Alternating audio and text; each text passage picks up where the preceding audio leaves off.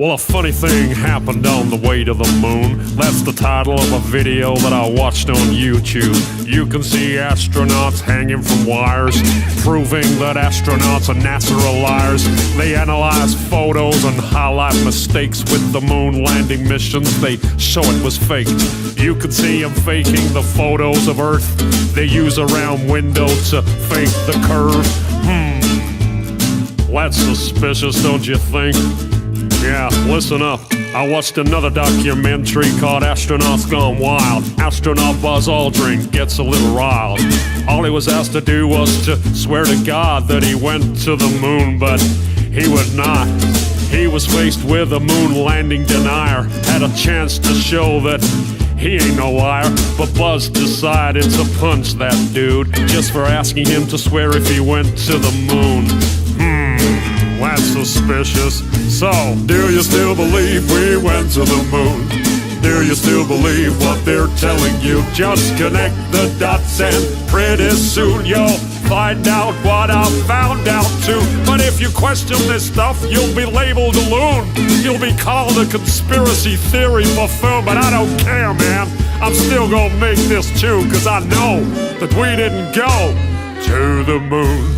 Why don't you swear in the Bible that you walked on the moon? You're the one who said you walked on the moon when you didn't. And how about those moon rocks they gave to museums? And thousands of people did see them. But one museum took a closer look. They soon realized that something's afoot. The rock they were given turned out to be a fake. Just a piece of old wood, not a rock from space. Yeah, when God made the moon, he saw it was good, but apparently made it from petrified wood. Yeah, that's suspicious. Listen up. In another museum sits an astronaut suit. Take a good look at the tread on the boot. It doesn't match up with the prints on the moon. And y'all still believe what they're telling you? Or how about that phone call that Nixon made to the moon that's 250,000 miles away? When I can't get a signal on my cell phone line, I guess phones were better in '69. Well, do you still believe we went to the moon? Do you still believe what they're telling you? Just connect the dots and pretty soon you'll find out what I found out too. But if you question this stuff, you'll be labeled a loon. You'll be called a conspiracy theory buffoon, but I don't care, man. I'm still gonna make this too, cause I know that we didn't go to the moon. And it certainly has to be the most historic telephone call ever made in the White House. Yeah, you went straight through those Van Allen belts. It wasn't a problem, right? Nothing was felt. But now you say it's a problem and you can't get through. This problem needs to be solved, according to you. But didn't you solve that problem back in '69 and you flew straight through them 5 more times? You wonder why I think it's fake when there are so many Apollo mistakes, like the telemetry data that's all gone missing. 13,000 reels, are you kidding? A giant leap for all mankind, but you lost the data and no one can find. Come on, man, are you kidding? Do you still believe we went to the moon? Do you still believe what they're telling you? Just connect the dots and pretty soon you'll find out what I found out too. But if you question this stuff, you'll be labeled a loon. You'll be called a conspiracy theory buffoon, but I don't care, man. I'm still gonna make this too, cause I know that you can't go. No, there's no blast crater from the lunar module. Probably cause that thing is just a model. Or the flag that flutters with no atmosphere. Don't you think that's a bit queer? Intersecting shadows means another light source. Do I think it's fake? Yeah, of course. The whole thing was filmed on a Hollywood set. Directed by Kubrick is my best bet. The moon's so cool, we'd love to explore it. but we can't get past low Earth orbit. Do your research, people, I think you'll find. But NASA admits that a bunch of times. Listen. Right now, we only can fly in Earth orbit. That's the farthest that we can go. And this new system that we're building is going to allow us to go beyond and hopefully take humans into the solar system to explore. So the moon, Mars, asteroids, there's a lot of destinations that we could go to. And we're building these building block components in order to allow us to do that eventually.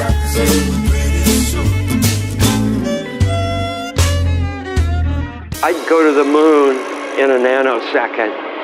The problem is we don't have the technology to do that anymore. We used to, but we destroyed that technology, and it's a painful process to build it back again.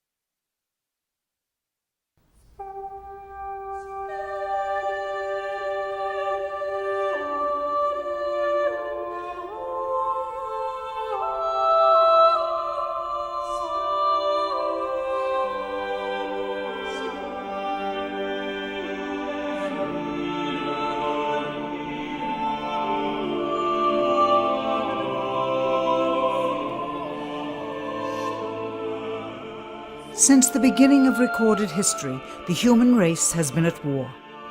First with members of their own family, then their fellow countrymen, and finally nations at large. Yet perhaps the starting ground for all these conflicts lays somewhere deeper, within the very character of the human condition, in the dark, untouchable crevices of the human heart. It is said that the first iniquity of free will began even before the maiden pilgrimage from the embryo, preceding the very creation of the earth itself, in the forelife of souls in the heavenly realms. The dawn of warfare, some believe, was initiated by a fallen angel whose trespass against God was pride. In ancient Babylonia, in an age so long ago that the exact millennium remains in question, the Tower of Babel began construction. It was to be the single greatest achievement of the human race. A tower so tall that its summit would reach the heavens, and by it prove to the world that their race was superior. It would be God's irony that it would never be finished. Time passed, nations fell, a machine age emerged, and once again the ingenuity of the species which held dominion over all others unveiled what was at the time the most monumental accomplishment ever imagined, the largest machine yet constructed. An automation so mammoth and so revered, even before its first demonstration, that its only befitting name was Titanic. On April 10th, 1912, it set sail. It was boasted to be the ship that God himself could not sink. It would be God's irony that the very element that was meant to keep it afloat would cause it to sink. Water, frozen water, in the form of an iceberg. Not even one voyage did it complete. And then the next age embarked into the annals of human history, perhaps the last age, the space age. Competition for victor was unparalleled. Powerful nations spent billions in unabashed rivalry to outdo the other. The Soviet Union launched the first orbiting satellite, the first animal, the first man. They had logged 500% more hours in space than the United States. And in June of 1969, they launched an unmanned probe to the moon to retrieve the first soil sample from another world, just 1 month before Apollo 11. That's how close the race was. Had their unmanned probe not crash-landed into the lunar surface, the first moon rock brought back to Earth would have been by the Soviet Union. Richard Nixon, president at the time, had this to say about the latest work of the human hand. It is the greatest week since creation, the greatest event since the laying of the foundation of the seas, since the origin of the universe itself, since the design and formation of the delicate human eye through which all these things are perceived, was a flying machine with its 2 passengers landing on its closest celestial neighbor and returning from where it came. Perhaps again, God's irony lies somewhere within this great boast of humankind. The building of the tallest tower for the sole purpose of standing out among the races was never finished. The machine that was so great that it was said to be untouchable by even God never completed its first voyage. And finally, the crowning achievement of humankind, the greatest boast of the species, the event in human history most associated with pride in our own accomplishments, landing on the moon. 20 years later, and years behind schedule, the same space program couldn't put into Earth orbit a telescope with a lens that focused. And yet 2 decades earlier, a mission 100 times more complicated worked on its first occasion. With close scrutiny of the motives of the zealous Nixon administration, a critical examination of the entirely government-controlled press coverage, and newly discovered footage of the crew of Apollo 11 staging part of their mission, we wish to detail what may come to be the greatest government conspiracy of all time. A funny thing happened on the way to the moon.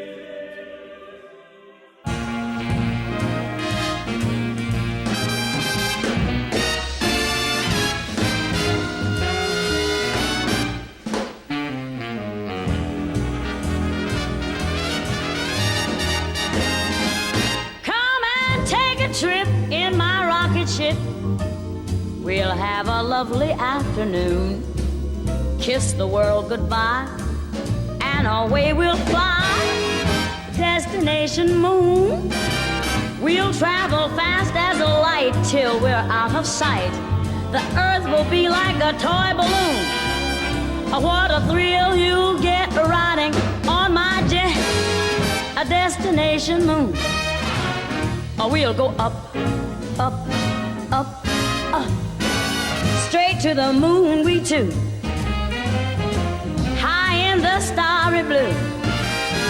I'll be out of this world with you, so away we'll steal in my space mobile, a supersonic, a honeymoon.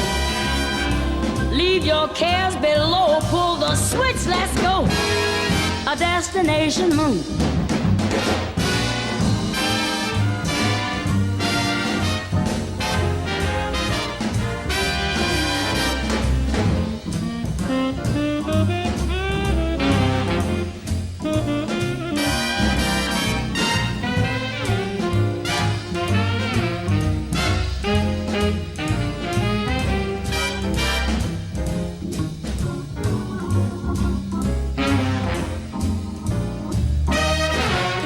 We'll go up, up, up, up, straight to the moon we two.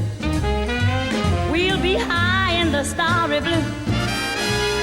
I'll be out of this world with you, so away we'll steal in my jet mobile, a supersonic, a honeymoon. Leave your cares below, pull that switch, let's go. Destination, we're flying high up in the sky. Destination, destination moon.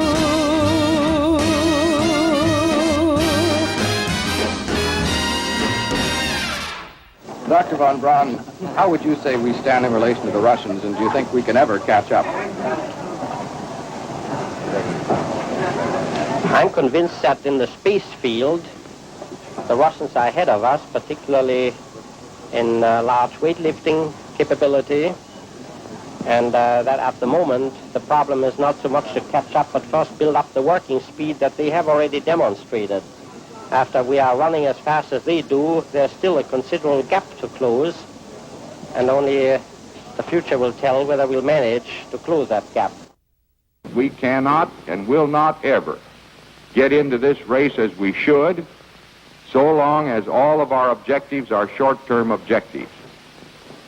We've got to have no finite end to our objectives. The end of our objective should be as far as we can see at any given time. But right now, we need a 10 to 12-year program that has as its ultimate goal the manned domination of space. And if we don't, we're going to be in trouble. I believe that this nation should commit itself to achieving the goal before this decade is out of landing a man on the moon and returning him safely to the earth. We must assure our preeminence in the peaceful exploration of outer space, focusing on an expedition to the moon in this decade. T-minus 60 seconds and counting. We passed T-minus 60. 55 seconds and counting. Neil Armstrong reported back when he received the good wishes. Thank you very much. We know it will be a good flight. Good luck and Godspeed. 40 seconds away from the Apollo 11 liftoff. All the second stage tanks now pressurized. 35 seconds and counting. We are still go with Apollo 11. 30 seconds and counting. Astronauts report it feels good. T-minus 25 seconds. 20 seconds and counting. T-minus 15 seconds. Guidance is internal. 12, 11, 10, 9. Ignition sequence start. 6.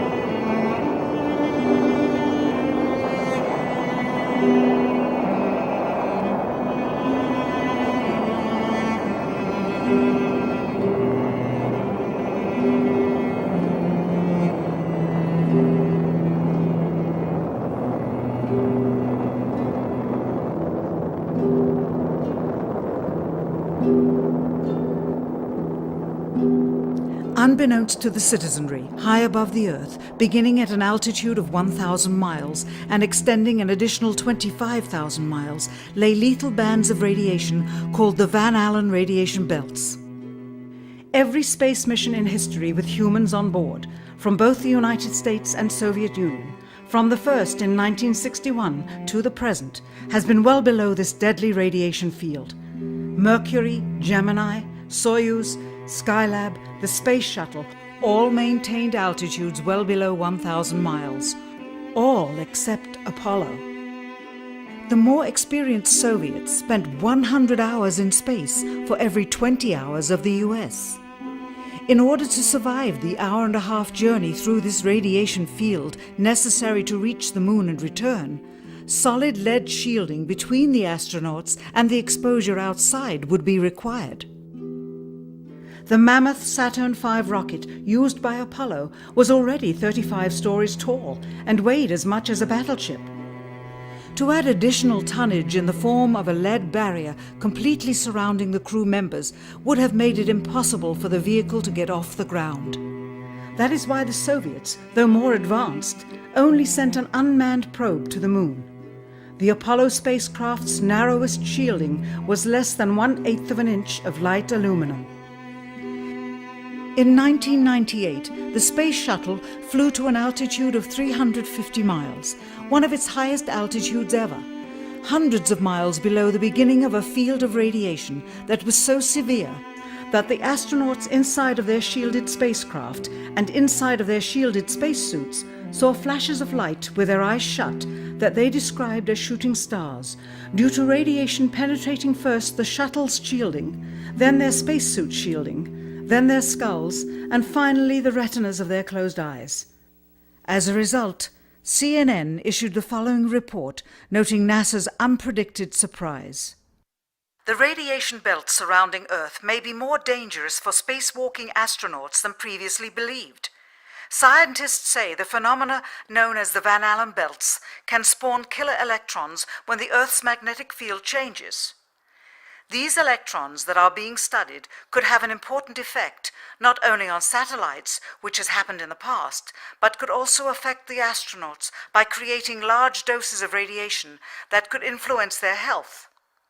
The electrons can penetrate through various materials, including spacesuits, and can pass through, in fact, the walls of the space station, and can create high charges deep inside of these objects.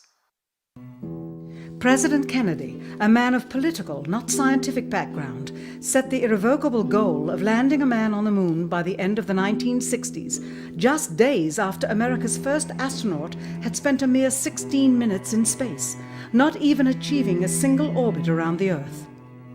We choose to go to the moon in this decade and do the other things, not because they are easy, but because they are hard. We take an additional risk by making it in full view of the world. But as shown by the feat of astronaut Shepard, this very risk enhances our stature when we are successful. The technology necessary to launch the massive Saturn V rocket and an intercontinental ballistic missile is 95% similar.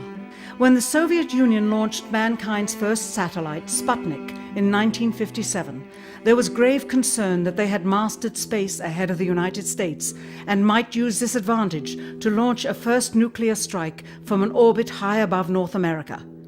When they also put the first animal in space, then the first man in space, then achieved the first spacewalk, the first crew of 3, and the first ever of 2 simultaneously orbiting spacecrafts, concern turned to fear and then horror as America watched their communist enemy achieve all these firsts with no hope in sight of ever catching up. President, a member of Congress said today that he was tired of seeing the United States second to Russia in the space field. I suppose he speaks for a lot of others. What is the prospect that we will catch up with Russia and perhaps surpass Russia in this field? However tired anybody may be, and no one is more tired than I am, it is a fact that it's going to take some time, and I think we have to recognize it. They secured these large boosters, which have led to their being first in Sputnik and led to their first putting their man in space. We are, I hope, going to be able to carry out our efforts with due regard to the problem of the life of the man involved this year. But we are behind. If it was impossible to better the Soviets in the space race, which was really a race of technological armaments, what could be done? How could America offset the threat of superior weaponry? Throughout the history of rivalry and war, astute generals of lesser armies than their counterparts have used deceit and misinformation as a method to achieve victory. In World War II, for example, columns of inflatable tanks were placed at locations afar from Normandy to draw German forces away from the real location of invasion. The Star Wars missile defense program rigged tests to make it seem more advanced than it really was. That's the conclusion of the General Accounting Office. The aim was to fool the Soviet Union about US military readiness during the Cold War.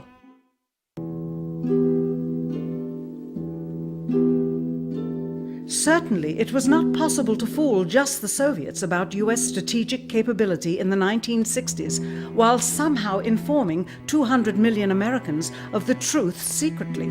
In order for them to believe the United States had the capability to go to the moon, everyone would have to believe it. Furthermore, the pride of a nation was at stake, and the goal of a martyr not to mention the growing unrest domestically of a government throwing tens of thousands of lives away in a foreign war riddled with contradiction and ambiguity. In addition, the Apollo program had already spent billions of dollars. If it failed to achieve its goal with such an investment, it would indeed be a large and bitter pill for the taxpayers to swallow. The cost of the program, whose sole goal was to be the first to plant a flag on the lifeless rock just outside the Earth, if adjusted for inflation to the 21st century, was $135 billion. With a profit margin of just 7%, this would be equal to over $9 billion profit going to the privileged contractors chosen by their friends at NASA. If the machinery was in fact only achieving Earth orbit, as other earlier missions had already done, then the completion and functionality of the other components would not have been as important, and even more profit would have been made. $135 billion could feed 2 million people for their entire lives. It could also buy 2 million two-bedroom houses. Yet how could such an undertaking be kept secret, and for such a long time? To the latter, one needs only to remember that an unsolved riddle 6 years older, the assassination of President Kennedy, still daunts the minds of the vast majority of Americans. As a parent of a conspiracy, as his assassin being assassinated himself, the truth of the matter has still escaped history. In keeping a secret of the magnitude of the Apollo missions being fraudulently created, one turns to the Manhattan Project for comparison. Surreptitiously building the first nuclear bomb during the early to mid-1940s involved 129,500 people over a 3-year period. Yet the secret did not get out. A quarter century later, the art and technology of espionage inevitably improved, narrowing dramatically the number of players in the know of a large clandestine operation. Just 1 year before the first mission to the moon, NASA launched the Tetra satellite, specifically designed to simulate flight data coming from the moon, so that the ground crews could rehearse the landing, much as the astronauts did in their own simulations. Had it not supposedly fallen back to Earth, all that would have been needed during the actual flight would be a repeat of one of these computer programs, with a few original variations, transmitted to the satellite for rebroadcast to Houston. Scores of computers and their deceived operators on the ground would then receive prearranged information, including the alleged location, altitude, and fuel consumption of the spacecraft, as if it were descending to the moon's surface. If the Soviets tried to find the actual location of an Apollo crew in the hundreds of thousands of miles surrounding the Earth and the moon, it would be tantamount to trying to find a rowboat in the Atlantic Ocean. The fact that the Apollo program was so departmentalized, with various construction and test sites around the country, meant that only a few people saw the whole picture. And for the first time ever, there was no independent press coverage of such an historical event. Whatever pictures and sound were distributed to the public were strictly controlled and previewed by the federal government. They were then disseminated unchecked until this hour. For who would realize that the unthinkable was not only possible, but absolutely true?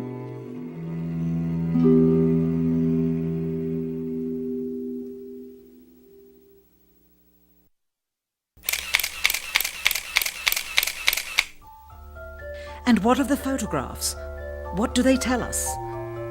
On 3 separate occasions, our office asked NASA's Public Relations Department for every single picture of an astronaut on the surface of the moon, just during the maiden voyage of Apollo 11. Many duplicates were sent. In all, fewer than 20 pictures were found, including first-hand investigation on site at the agency's vaulted archives. Quite surprising, considering the historical significance of the event. These very photographs are the same ones circulated year after year on anniversary commemorations. It is estimated that in just the first 60 minutes on the moon, motivated by the tenuous nature of the circumstances, many more exposures could have been expediently taken. Also surprising is the scarcity of photographs of the mission's chief pioneer, Neil Armstrong. The greatest achievement in human history, and of the man whose first step echoed around the world, dawning a new age of scientific enlightenment, there is only one full-body picture of him on the moon, besides this ghostly reflection. This one. taken by an automatic camera mounted on the side of the lunar module. Perhaps he feared liability should the whole conundrum later become unraveled. Perhaps he has forgotten that he attested to the authenticity of the event with his signature on this plaque engraved by the federal government.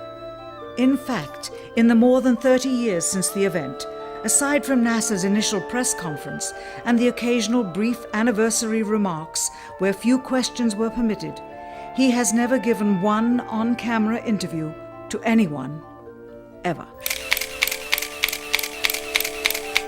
From an analytical standpoint, photographic anomalies have to be sought out with an understanding of lighting and shadows. The most straightforward is simple. When objects are lit solely by the sun, as all the scenes on the moon were said to be, after all, lighting equipment was not only impractical, it was unnecessary in bright sunlight, then all shadows, regardless of the landscape, will run parallel with one another and never intersect, as shown by this example.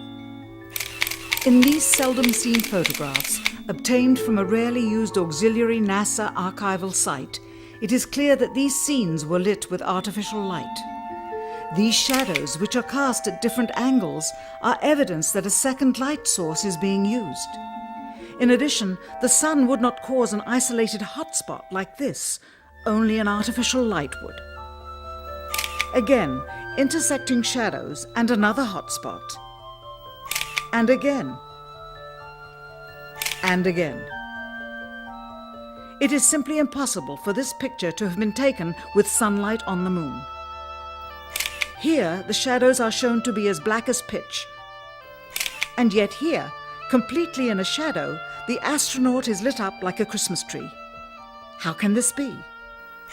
Or this, on the shadow side of the lunar module.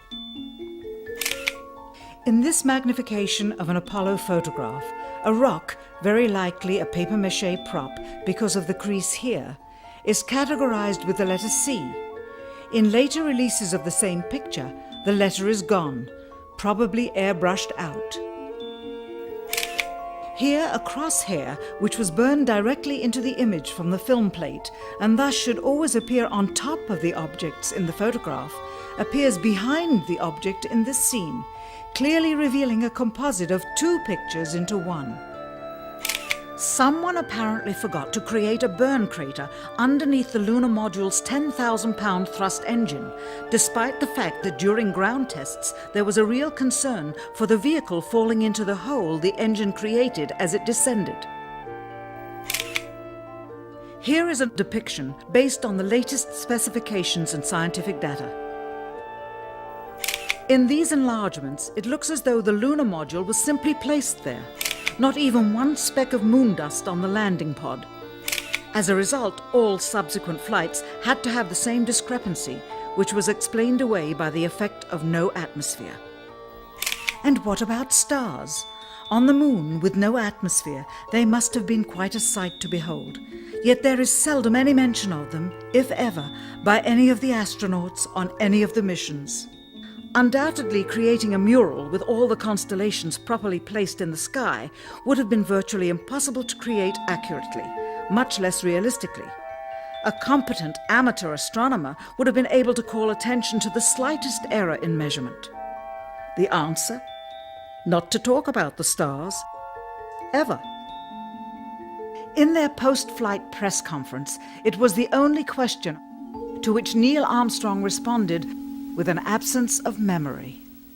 When you looked up at the sky, could you actually see the stars and the solar corona in spite of the glare? We were never able to see stars from the lunar surface or on the daylight side of the moon by eye without looking through the optics. I don't recall during the period of time that we were photographing the solar corona what stars we could see. I don't remember seeing any. Years later, though, Michael Collins would remember seeing the elusive stars and wrote about them in Expeditions to the Moon. It seems his memory improved the older he got. Why don't stars appear in any of the photographs? Simply because the proper, mostly closed exposure setting for the camera's iris, set that way to compensate for the bright sunlight on the moon's surface, completely diminished the faintness of relatively distant specks of diminutive light. This answer is true. It does not, however, explain why they never took any pictures of the stars by themselves, with an exposure setting perfect for them. While they took 3 automobiles to the moon, they never took a photographic telescope. Had they done so, they would have been able to see farther into the universe than had ever before been realized. If they had taken a telescope and were not actually on the moon, they would have had to concoct undiscovered galaxies that might one day prove to be non-existent. The cost of the 3 moon rovers in 21st century currency? Nearly $60 million each, though they had fewer parts than a Jeep. Where was all this money going? Then there's the flag, blowing in the wind, at least twice, on the atmosphereless moon. We can only guess that most of the missions were staged inside for fear of possible aerial or satellite reconnaissance from an unfriendly nation. The backpacks, designed for 1/6 gravity, must have had the cooling systems removed to allow for movement without falling over. With very near and hot studio lighting, that left one hot astronaut inside. Assuming that it was the astronauts inside after all, their faces were always covered. The necessary mammoth amounts of air conditioning were probably responsible for the air current. Here the editor cuts to a still shot of the flag just as the effect becomes noticeable. Here it is unchecked. This rare clip, attained decades ago, was never re-released with the inevitable increase in experience and scrutiny. To demonstrate 1/6 gravity, a bouncy, floaty feel to the astronauts' movements would be similarly achieved with relative simplicity. Slow motion. You are viewing the scenes as they aired more than 30 years ago. Now let's look at them with the speed doubled. It becomes discernible that they are, in fact, in Earth's gravity, and are no more leaving the ground than they would on Earth. It is clear from these rarely seen color television pictures that the crew of Apollo 11 brought a high-resolution color video camera with them on their mission, yet the only pictures broadcast live from the moon's surface were these from a low-definition black and white camera. In fact, the networks complained because in addition to this, they were forced to shoot the images, second generation, off of a projection TV of the technology of 30 years ago, and were not even allowed to take a direct feed, which further degraded the quality and clarity of the images. Perhaps this was precisely what NASA and the federal government had in mind. After all, it was a first, regardless of where they were.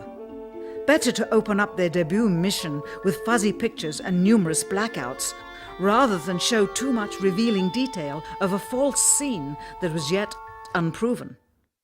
And finally, the element that seals their fate. Of all the footage of Apollo 11 requested from NASA over a 5-year period, one gem was discovered just before the completion of this documentary. An old reel received by mistake. It contains the raw or unedited footage of the crew of Apollo 11, Michael Collins, Edwin Aldrin Jr., and Neil Armstrong, staging part of their mission for nearly an hour in living color, with exceptionally clear behind-the-scenes audio of conversations discussing the techniques used to achieve a disingenuous picture depicting the Earth at a distance, in order to falsely demonstrate their far journey from it and their ability to survive passing through the Van Allen radiation belts.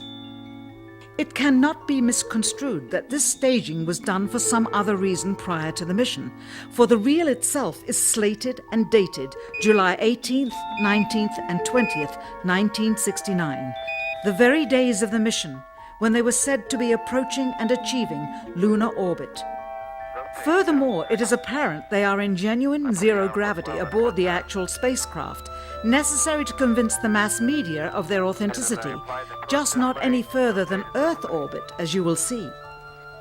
In this never-before-seen or heard footage, not only is the radio conversation between the astronauts and Houston Control audible, there is a secondary, private conversation taking place between the crew and a third confidential party, prompting the astronauts with what to say, when to speak, and how to effectively manipulate the camera to achieve the desired misleading effect.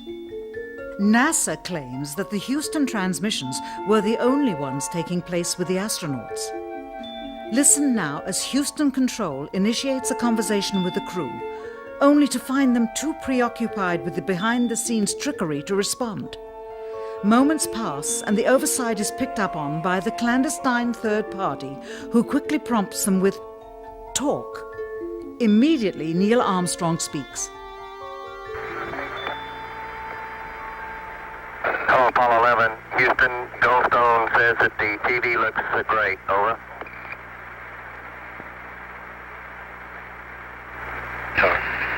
Okay, Roger. We're moving in on Earth. Again, the illusion they are attempting to create is the Earth at a distance to demonstrate their far journey from it and their ability to survive passing through the Van Allen radiation belts. Understand, too, that only about 20 seconds of this raw footage was ever broadcast to the public, and these conversations discussing their deception were believed to be private. Until now. Here they discuss that these television transmissions were in fact not broadcast live as everyone believed. They were first screened and edited for playback later. Roger, Neil. We just wanted a narrative such that we can, when we get to playback, we can sort of correlate what we're seeing. Thank you very much. Here they discuss the fact that they have turned out the lights and have blocked out sunlight from entering the spacecraft through the other windows as to not cause any reflected light to fall onto the spacecraft's wall in the foreground. Okay, very good. Well, we shut out the sun coming in some of the other windows into the spacecraft, so it's looking through the number one window, and there isn't any reflected light. The reason this was done is so that the truth of the matter would not be revealed. It is this. Though the federal government would have you believe that this is a view of Earth from a distance out of the spacecraft's window as it nears the moon, it is not. What they have ingeniously done is placed the camera at the back of the spacecraft and centered the lens on a circular window in the foreground, outside of which it is completely filled with the Earth in low orbit. The circumference of the window then appears to be the diameter of the Earth at a distance, with the darkened walls of the spacecraft appearing to be the blackness of space around it. That is why they wanted the interior dark and blocked out the sun from entering through the other windows. Here you can see the extruded window, probably 2 inches thick at the bottom.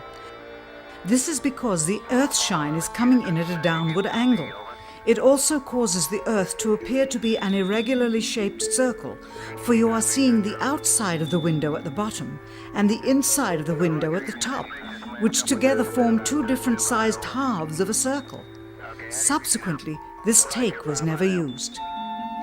As they perfected the shot, a crescent-shaped piece of black material was inset slightly into the window to create the illusion of the Earth's terminator line dividing night and day. It is uncannily convincing. During this segment, intended to be edited and played back later for the worldwide television audience, dated July 18, 1969, Neil Armstrong condemns himself as he states that he is 130,000 miles out, or halfway to the moon, as the NASA flight log also states on this date, when he is in reality in low Earth orbit of a few hundred miles. Hi, Roger. Houston, Apollo 11. Calling in from about 130,000 miles out. Here, during another segment, also intended to air after review, Neil Armstrong falsely explains to the viewers how the shot is attained by putting the camera's lens to the window's glass, as it would have to be if they were the claimed distance away from the Earth. We only have one window that has a view of the Earth, and it's filled up with the TV camera. If the window was completely filled up with a TV camera, as he stated, then an astronaut's arm would not be able to get between the camera and the window, as it obviously does here in this outtake. South America becomes invisible just off beyond the Terminator or inside the shadow. You can also notice how the astronaut operating the camera reacted to the mistake by attempting to pan away from it. white bands of major cloud formations across the Earth. This is a segment that they believed wasn't even being recorded, much less suitable for broadcast, for the lens was being zoomed out and the scene was being changed to that of an interior of the astronauts at work, and apparently the stop button popped back up on the recorder without notice. Here is the diffused work light that they used to see camera controls, but not throw light onto the spacecraft's wall. Here they remove part of the crescent insert.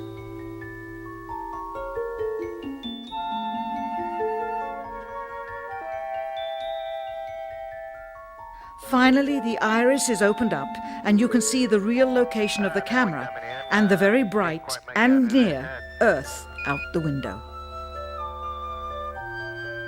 Here is the slate for the 19th of July, and the same shot of trickery on the 19th of July, and then the 20th, and the same misleading shot on the 20th. Later that evening, they were said to be walking on the moon. How can this be when they were in Earth orbit only 9 hours earlier, and the moon is some 3 days' journey away? Furthermore, if they genuinely went to the moon, why would they be faking any part of it? Why this trickery with the window? By faking being halfway to the moon, it becomes apparent that they did so because they could not even go halfway. It thus confirms that the stumbling block to their success was the lethal radiation of the Van Allen radiation belts. Since the same equipment was used on the subsequent missions in the 40 months that followed, none of them could have gone to the moon. They only increased their proficiency at staging them. When some TV viewers of the second manned mission to the moon telephoned the networks complaining that reruns of I Love Lucy were being interrupted, it became clear that for the taxpayers, once was enough. But it wasn't enough for the government and contractors. Billions of dollars of pure profit went with each return. How coincidental that the following mission would have the element of life and death jeopardy. Apollo 13. Now the public would take going to the moon more seriously and be reconnected with the drama. We now realize that perhaps the reason Neil Armstrong has never given an on-camera interview is because he doesn't want to lie anymore. What threats may have been made upon such honorable men or their families to possess their reluctant cooperation and later ill feelings towards perpetuating this still darkened hour in American history. NASA's highest-ranking official, James Webb, resigned without explanation just days before the first Apollo mission. Why, when he was on the threshold of achieving the greatest accomplishment of his career? All 3 Apollo 11 astronauts also resigned shortly after their return. On the 25th anniversary of the event, in 1994, Neil Armstrong made a rare public appearance and held back tears as he spoke these brief cryptic remarks before the next generation of taxpayers as they toured the White House. Today we have with us a group of students among America's best. To you we say, we have only completed a beginning. We leave you much that is undone. There are great ideas undiscovered, breakthroughs available to those who can remove one of truth's protective layers.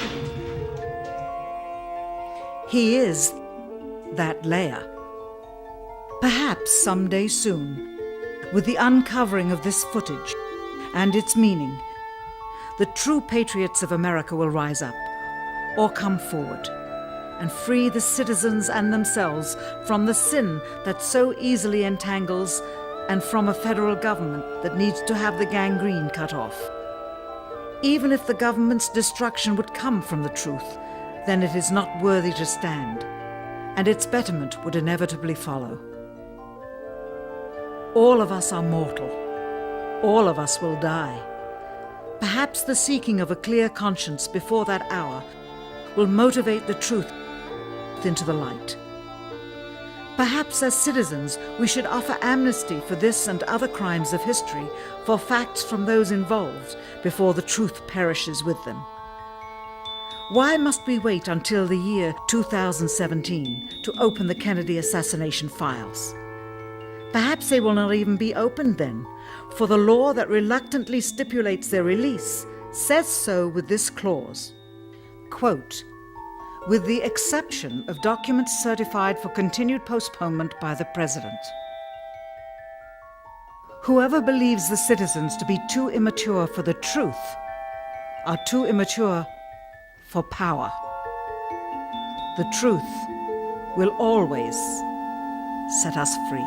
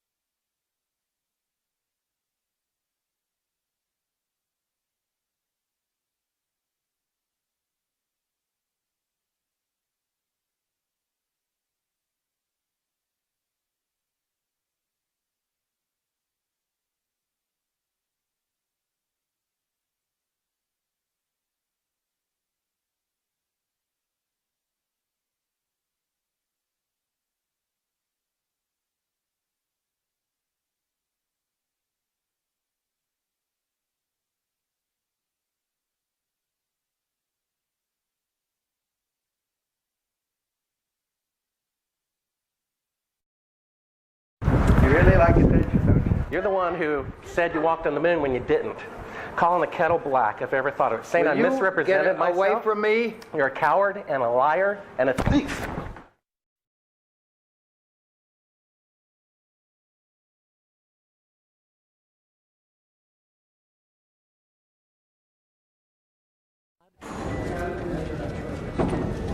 You want me to knock you in the head? Well, I want you to swear to God on the Bible that you walked on the moon. Okay. If you walked on the moon, we're given the opportunity to swear to God that you walked on the moon. I'm going to give you the opportunity to get the hell knocked out of you if you don't leave me alone.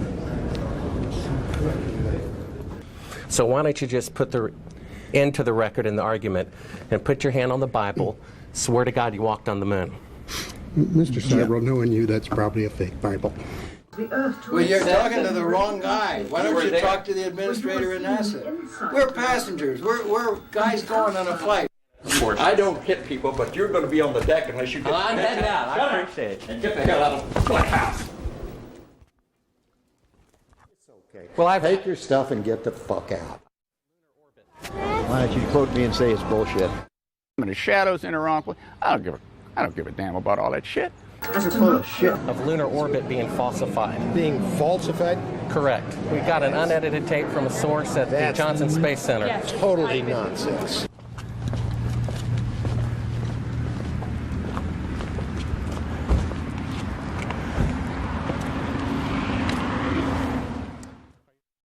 Mr. Seibel, you do not deserve answers. If you show this publicly, you're open for a lawsuit. Okay?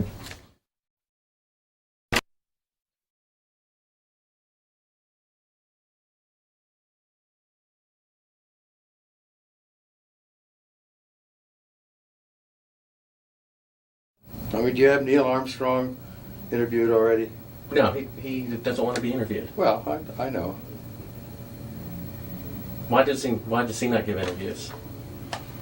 Well, because that's his personal choice. And I guess it's mine, in a way, to do things when they've been researched and worked out as far as a business arrangement. This is not news. This is not an anniversary. Well, actually it is. We found a very unique reel of footage that we have queued up to show you. Yeah. And it's from the mission.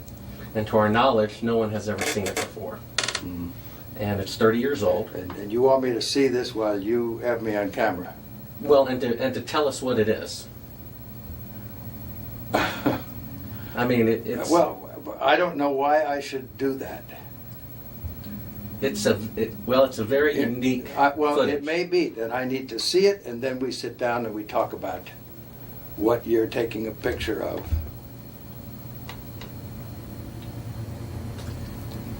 I don't see where there's an advantage in it for me to do what you're asking me to do. I see all sorts of pitfalls.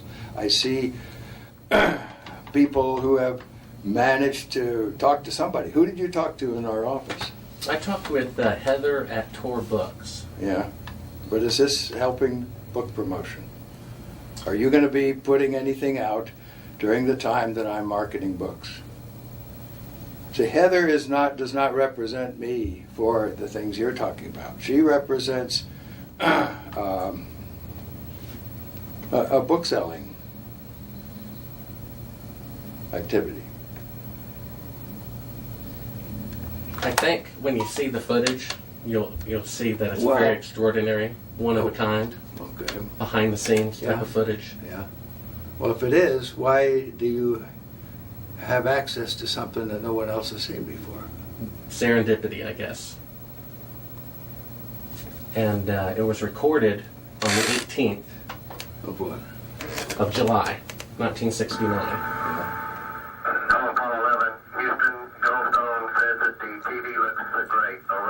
Do you remember this?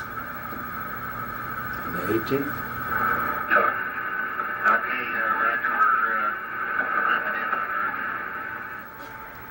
Hello, Apollo 11. Houston, Goldstone says that the TV looks great. Over.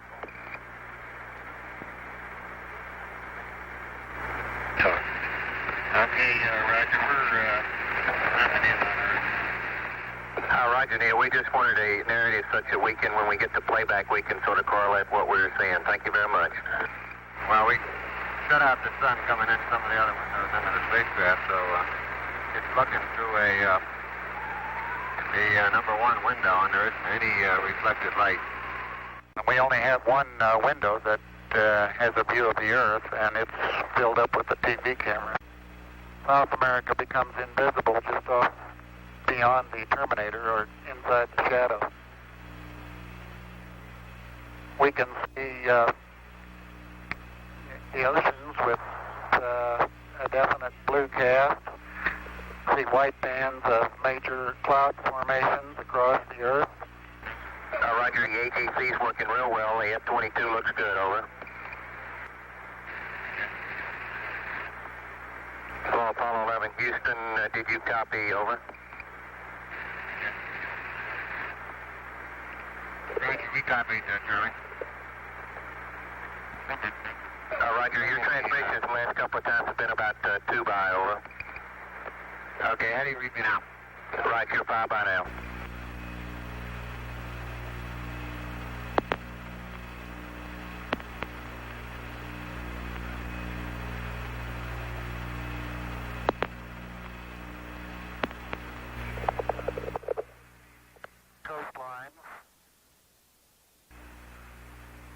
Now we're coming in.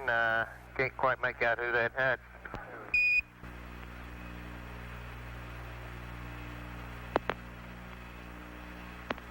discussing their deception. What is your proposition that we didn't go to the moon? I know for a fact that you Here did. they discuss that these I know television for a fact that you did transmissions not. were in fact You know not for a fact that we broadcast did not. live, as That's everyone correct, and believes. you'll see this tape They were proves first that. Okay, well, screened and I'm edited not interested for playback later. in satisfying your suppositions when there's all this evidence that we did. This proves, as you see, that you were using the window to demonstrate that you were halfway to the moon when you were Turn the doing an camera illusion off, with please. the window. Sunlight from entering Turn the camera off. through the other windows. As You're to full not of shit. It shows that you're in Earth orbit. Now, if the moon is 3 days away, and this is late, on the 18th, how could you possibly walk on the moon 2 days later when this was shot on the 18th? You want me to sit in front of a camera while you're taking pictures, you're showing this, and then you want to see my reaction? I know for a fact That's that you didn't. slimy journalism. Do you realize that? If You ought to be ashamed of if you read yourself. the document that I have in here, you'll find that it's not. That this is a personal plea to do what is right. Well, we sit and we talk about things ahead of This is the time. document that you want to see. place the camera at the back of the spacecraft. I know for a fact But that what it is you're trying to do is unethical. You don't believe that? It is completely No, I do not. with the Earth in low Then we have a difference of opinion. The circumference of the window. This is where you're using the window of the spacecraft to appear to be the Earth far away. We got the raw footage of it. We have an auxiliary track, so I'm prompting you when That to is why speak. they wanted the interior. You believe in UFOs? You No, I do believe not. we've been visited by? Well, why do No, I you want to don't. believe this? I know for a fact. We've had this analyzed, and this is the window, and you're in, and it's dated by an atomic clock at the Goldstone tracking station, which is on the tape. Well, you're Said talking that to the wrong guy. Why you don't were you there. talk to the administrator in NASA? We're passengers. We're guys going on a flight. We're not. I know for a fact that it didn't. And this tape would prove it in a court of law. Subsequently, this It would. tape was never used. Why don't It you would. try? Why don't you put your money into a court of law and see how people laugh at you? You want it. No one has Is your laughed. camera working? No one has laughed.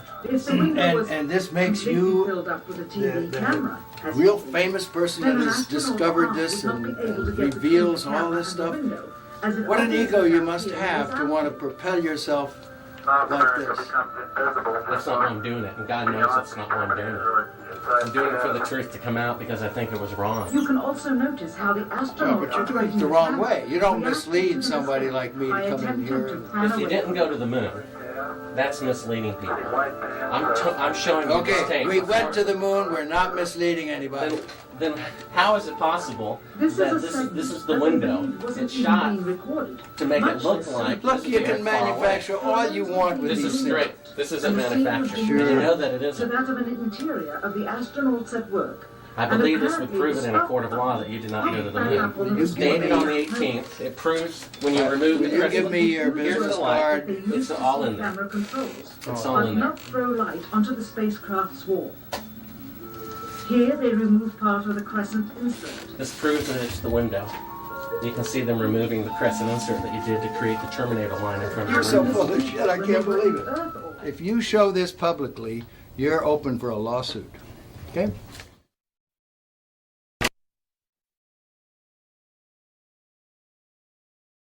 What was the temperature like in the spacecraft on the moon? Well, the lunar module that was the vehicle that we landed on the moon, it was just like this room we're sitting in here right now. We had a thermostat, and it worked a little different than the air conditioning in a house or a building. However, it had the same effect. So if it was too hot, we moved it up a little cooler, and so we could get just the right temperature we wanted.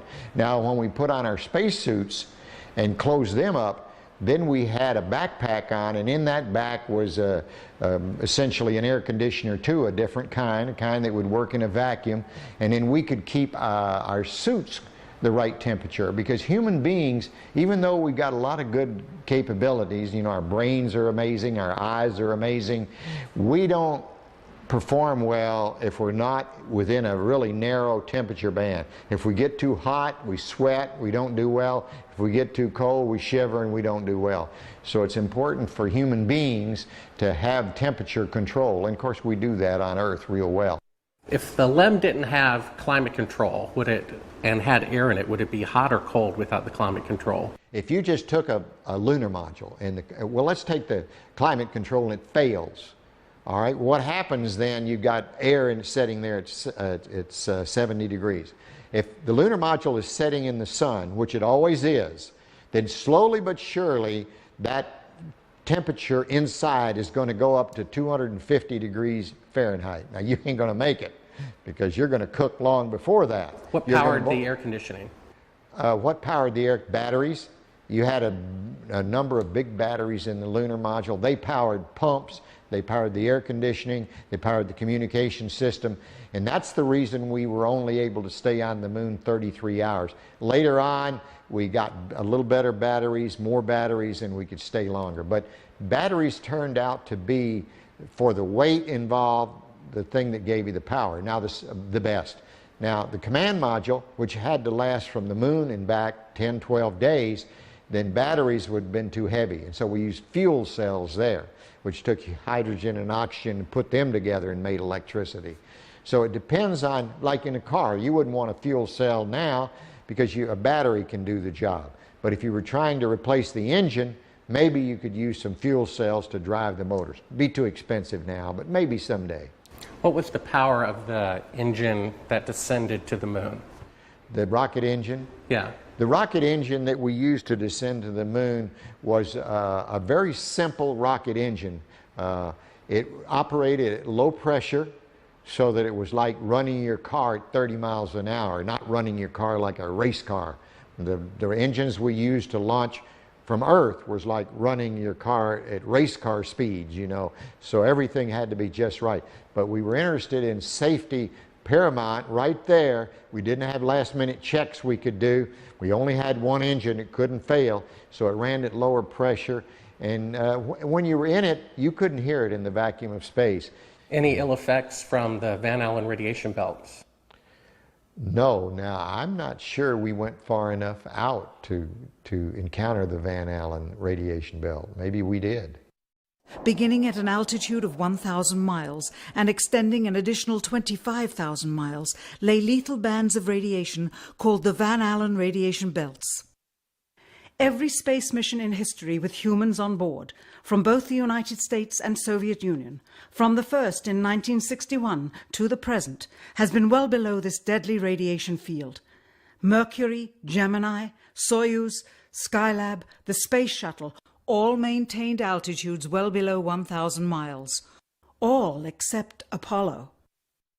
I don't know the distance to the Van Allen radiation belt, and if we did, it wasn't a problem. If we were going to encounter it, then we would have had to build the spacecraft and the spacesuit to not give humans a problem. You don't just build something and hope it works. You study to see what the threats are, the environment is, and then you say, how thick do I have to make the metal on the spacecraft so that going through this kind of radiation or these kind of meteoroids, it won't get hurt. And then we build it that way. The belts are 1,000 miles to 25,000 miles above the Earth. Then we went right out through them. No effects on your cells? We didn't even know it. I don't think anybody, well, maybe somebody said you went through the radiation belt, but we didn't feel it inside, and we didn't get any, added radiation. In 1998, the Space Shuttle flew to an altitude of 350 miles, one of its highest altitudes ever, hundreds of miles below the beginning of a field of radiation that was so severe that the astronauts inside of their shielded spacecraft and inside of their shielded spacesuits saw flashes of light with their eyes shut that they described as shooting stars, due to radiation penetrating first the shuttle's shielding, then their spacesuit shielding, then their skulls, and finally the retinas of their closed eyes. As a result, CNN issued the following report noting NASA's unpredicted surprise. The radiation belt surrounding Earth may be more dangerous for spacewalking astronauts than previously believed. Scientists say the phenomena known as the Van Allen belts can spawn killer electrons when the Earth's magnetic field changes. These electrons that are being studied could have an important effect, not only on satellites, which has happened in the past, but could also affect the astronauts by creating large doses of radiation that could influence their health. The electrons can penetrate through various materials, including spacesuits, and can pass through, in fact, the walls of the space station, and can create high charges deep inside of these objects. No strange occurrences? Nothing like that. The space shuttle... Go ahead. The space shuttle went to 365 miles a few years ago because I worked in news. I saw CNN.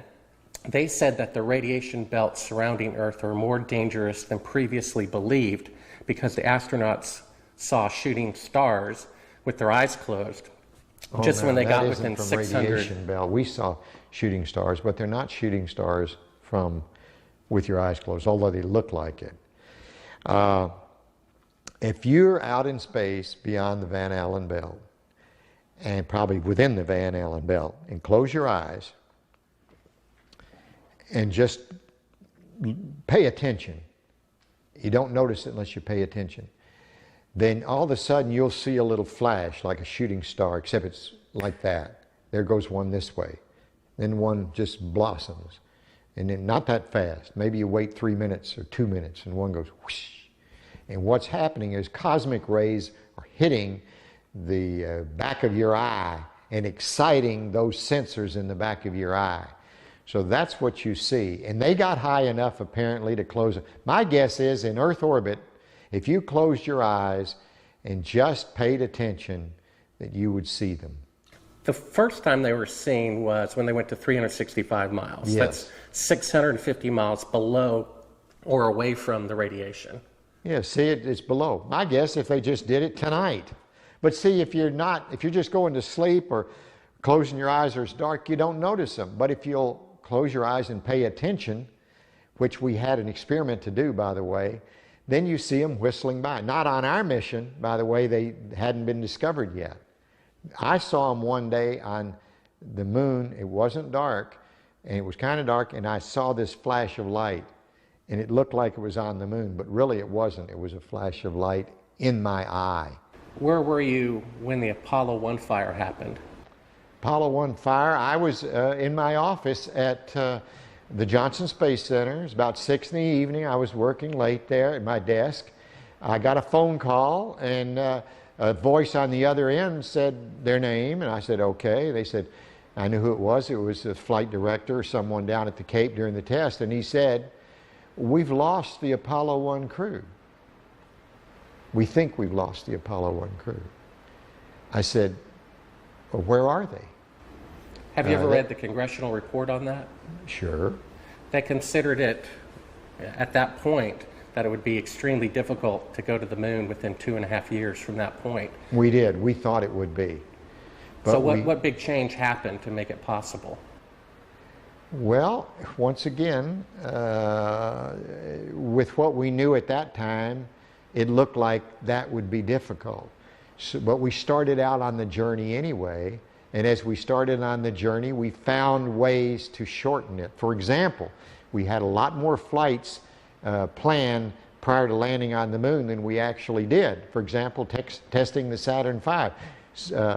George Miller, one of the smart guys up there in headquarters, said, we're going to test, we've tested on the ground the S4B and the S1 and the S2 sorta. We're going to put them all together and test them all at once because we've run out of time and we want to get to the moon by the end of the decade. And people thought that was a crazy idea. People said, no way, it's too many unknowns. We couldn't possibly do that. There's no way, and George Miller kept saying, if we want to get to the moon by the end of the decade, we're going to have to do this. And I can remember when that was proposed, I thought it was a real crazy idea, not very good idea. Looking back, it was a great idea. Now, von Braun might have been in favor of it or he might not, but I'm sure if we asked him after it was all done, he would have said, what a great idea. We never thought of that when it began, and that compressed maybe the flight schedule by a whole year or maybe 8 months or something like that. We did a lot of that. We had a goal to get to the moon by the end of the decade, and we were trying to do it. That doesn't mean we were being careless, but it meant we were doing everything we possibly could to make that goal that President Kennedy set for us. And we did, in fact, make it. Now, you mentioned the guys who thought we didn't go to the moon. This must be what you're talking about? What? We found that. I guess you're familiar with the Fox special. Oh, yeah, I'm familiar with it. I watched it, yes. It's a good, it's a money-making thing.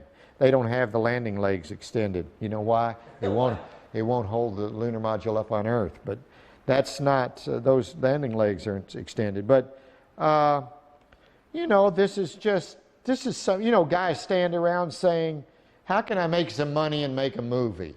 Well, I can make porno. That's good. I'm a filmmaker, and I've been in the business about 15 years, and I've been asked even to testify in court as to the authenticity of footage. And I saw this footage. It's dated by an atomic clock 3 days into the flight. All the astronauts are identified, and they're there putting the transparency over the window. They're clearly pretending to be halfway to the moon when they're not halfway to the moon. That is bullshit. I don't care what you say. I went to the moon and back, and everyone that's a scientist knows it. Now, if you want to not believe it, it's okay, you know?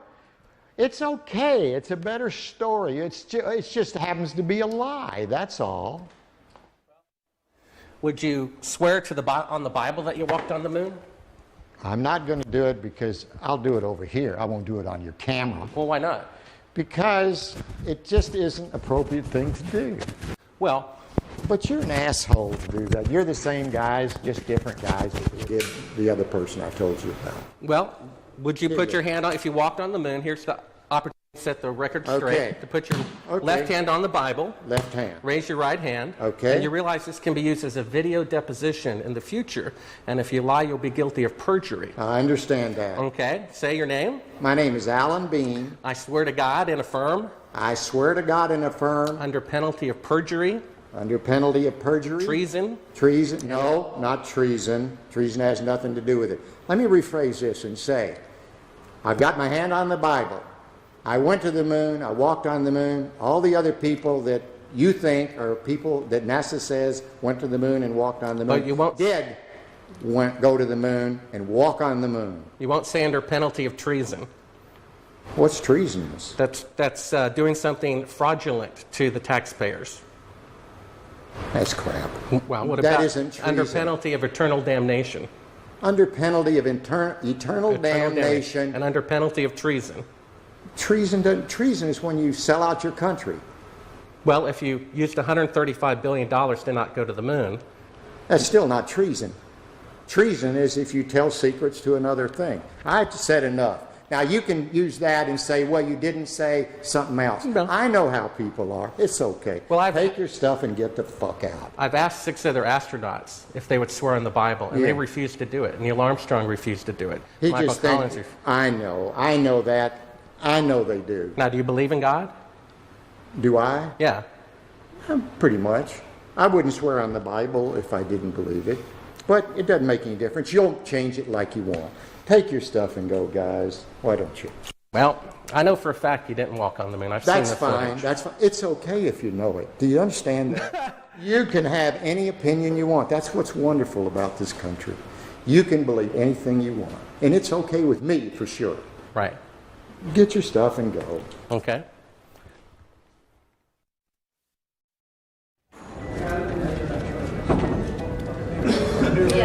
Yeah, right here's fine. I'm Bart with ABC Digital. How you doing? I was given a classified tape from the Apollo program. It's 31 years old. It's an unedited reel, including outtakes from the mission. It's got about 20 takes of a single shot of the mission. What mission? Apollo 11. Yes. And the photography is being forged in the mission. They're faking a shot of being halfway to the moon. And they refer to you on the tape as a shot that was done during Apollo 10, where you put a transparency over the window and move the camera of the Earth and move the camera back away from the window, turned off the lights in the spacecraft, and appeared to be halfway to the moon when in fact they were in Earth orbit. Huh, really? Yeah, and they said it was the same way that you did it on Apollo 10. So we wanted to give you the opportunity to put your left hand on the Bible, to raise your right hand, to swear to God. Stick it in your ear. Well, you were giving you an opportunity to swear to God under oath that you walked on the moon. I don't do that kind of thing. Well, if you really walked on the moon, what's the problem of swearing to God that you did? Do you believe in God? You want me to knock you in the head? Well, I want you to swear to Get God away on the from Bible me. that you Get walked away on the from moon. me, okay? If you walked on the moon, we're given the opportunity to swear to God that you walked on the moon. I'm going to give you the opportunity to get the hell knocked out of you if you don't leave me alone.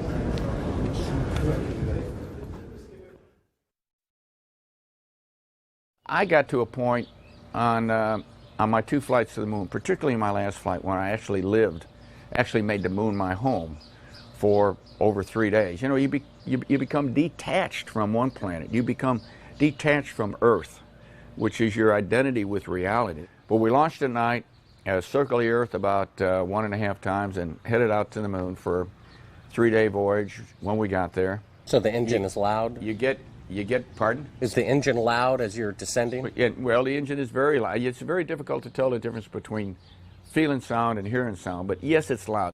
When you were in it, you couldn't hear it in the vacuum of space. It's a very kinetic, very dynamic period of about 10 to 12 minutes. And you get down to 200 feet, and you go through an area where you're either going to land or you're basically going to crash. So is the Earth, I guess, is 6 times bigger than the moon is from Earth? The Earth is about 4 times bigger than a full moon looks to us from Earth. It was very close to the horizon on Apollo 17, and that was unique for us. We didn't have to look up like most of the other flights from most of the other landing sites were to look at the Earth. I mean, I just glanced over my shoulder, and there's the Earth. It was there all the time. It was so prominent. It was almost involuntarily while you're going about your work and being a lunar geologist and exploring and driving a rover, you'd always be confronted by the Earth itself. It was, I tell you what, it was almost like a security blanket because you knew it was there. It was the warmth that accompanied your visit to another planet. For instance, our lunar module, when we lifted off the surface, had to burn for 7 minutes and 14 seconds. Not just light off, only one engine. You know, we had redundant or backup valves, but only one engine, one set of propellant tanks. It had to light off and had to burn for 7 minutes and 14 seconds. If it quit earlier than 7 minutes and 7 seconds, we came back down to the moon, and there was no rescue. So there was no strange phenomenon going through the belts of any kind. Nothing happened. There was no great unknowns, no science fiction going to the moon. It was all science fact, although sometimes it seemed like it was science fiction. I saw a CNN report about 3 years ago. The space shuttle went to about 365 miles, and that was the closest they got to the belts since the moon missions went through them. And they were about, I guess, 650 miles away from the belts. And they reported that it was more dangerous than previously believed, and that when they were 650 miles away, inside a shielding better than you guys used, they could see the radiation with their eyes closed going through their skulls and the retinas of their closed eyes. Well, I don't know about the shuttle. The shuttle doesn't have the capability to go very far, 400 miles. I don't know exactly where the Bell Ellen. Quiet. Hey. Hey. Hey. Hey. Quiet. You know, the shuttle doesn't have the capability to fly very far away from Earth, maybe 300-400 miles. I don't know exactly how far out the radiation Van Allen belt is. It didn't seem to bother us very much. Did you see shooting stars? Did you see the shooting stars? Yeah, I'm getting to that. Oh, okay. But a lot of noise going on. So I don't know the results of some of the experiments they've conducted. The point is they can't get that far from here, and they're really in the protective confines of the Earth, outside the atmosphere certainly. Now on the way to the moon, we did conduct a lot. We weren't passengers away to the moon. We're passengers. We conducted all kinds of experiments, and one of them was an experiment where we closed our eyes and then we put some light-sensitive pads on our eyes, and we could literally, yes, we could see traces of radiation or traces of something going through our eyes. We conducted this experiment both going to the moon and coming back from the moon several times. Now, what that all meant, I don't know, but it wasn't the kind of radiation that gave us a problem of any kind. But you could see it. You could close your eyes and you could see these things shoot by. We all saw it. Not on our mission, by the way, they hadn't been discovered yet. We did it on more than one mission. I guess you knew von Braun, right? Oh, yeah, yeah. They found a publication of his that he did prior to the goal being set to go to the moon. And in it he says, "It is commonly believed that man will fly directly from the Earth to the moon. But to do this, we would require a vehicle of such gigantic proportions that it would prove an economic impossibility. Calculations have been carefully worked out on the type of vehicle we would need for the non-stop flight from the Earth to the moon and to return. The figures speak for themselves. 3 rockets would be necessary. Each rocket ship would be taller than the Empire State Building, 1,250 feet, and weigh about 10 times the tonnage of the Queen Mary, or some 800,000 tons. Now, the Saturn V rocket weighed 2,500 tons. Now, that's a difference of 32,000%. How do you explain that that change was made within a 3-year period? All right, is this a Bible? Yeah, absolutely. It's I my think Bible. this is ludicrous, and I want you to put that on film. It's ludicrous. I swear... Under penalty of perjury? I swear under penalty of perjury. Treason. And eternal damnation. And eternal damnation. That I walked on the moon during Apollo 17. That I walked on the moon on Apollo 17 for 75 hours. I lived on the moon on Apollo 17 for 75 hours. Well, 6 other astronauts did not swear in the Bible when they had the opportunity. Well, that's fine. I probably, you know why they didn't? The same reason I almost didn't, because it's absolutely ludicrous for you to ask me that. I probably would have done what the other 6 did, because I'm just as stubborn as anybody else. I said, I don't need to prove to you that I went to the moon. I know I went. But I did that. You can put that on tape, and it's there, and you can show it to anybody you want. You know what I did with the Hasselblad? He left it. It's sitting face up to the sun without a back on it, so that somebody's going to go back and find out what kind of deterioration the lens suffered because it was facing straight up. Where's the lunar rover? It's a mile behind the... How do you think we took the pictures of the liftoff on Apollo 17 with a television camera? How do you think we missed them on Apollo 16 because of the time delay? By the time the guy sent the signal, it was gone and the camera couldn't track fast enough. So on 17 he sent the signal a second and a half or 3/4 of a second earlier so that the camera got the signal and we were... How do you think that happened?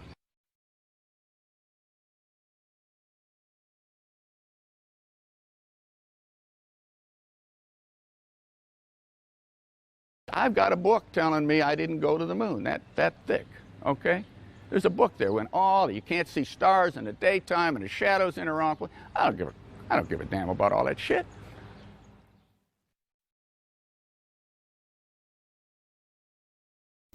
When you looked up at the sky, could you actually see the stars and the solar corona in spite of the glare? We were never able to see stars from the lunar surface or on the daylight side of the moon by eye without looking through the optics. I don't recall during the period of time that we were photographing the solar corona what stars we could see. I don't remember seeing any.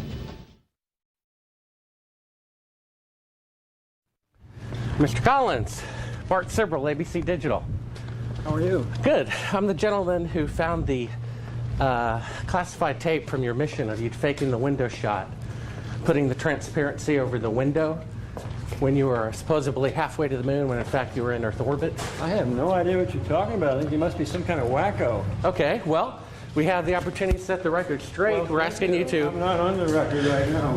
We're asking you to... Would you please go away? Well, asking you to swear in the Bible that you orbited the moon. Would you please go away? Well, if you really orbited the moon, why won't you swear in the Bible that you did so?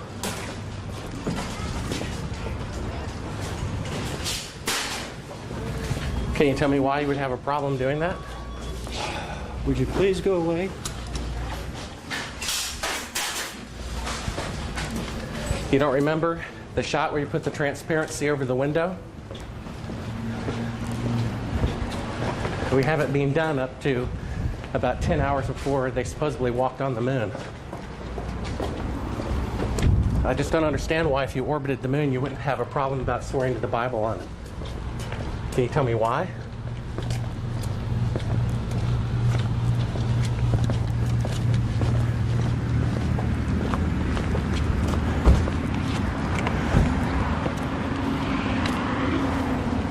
Are you afraid for the truth to come out?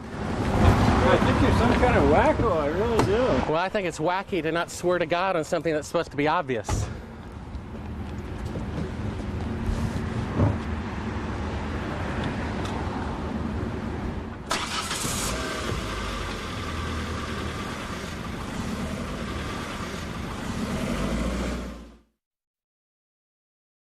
Hey, Bart with ABC Digital. We need to get back to that signing. One quick question. We've All got right. very I limited was given a time. classified. Okay. I was given a classified tape showing part of the Apollo mission being falsified, of lunar orbit being falsified. Being falsified? Correct. We got an unedited tape from a source at the Johnson Space Center. Yes. Totally nonsense. We wanted to give you the opportunity to swear in the Bible that you orbited the moon during Apollo 15. Okay, thank you very much. Appreciate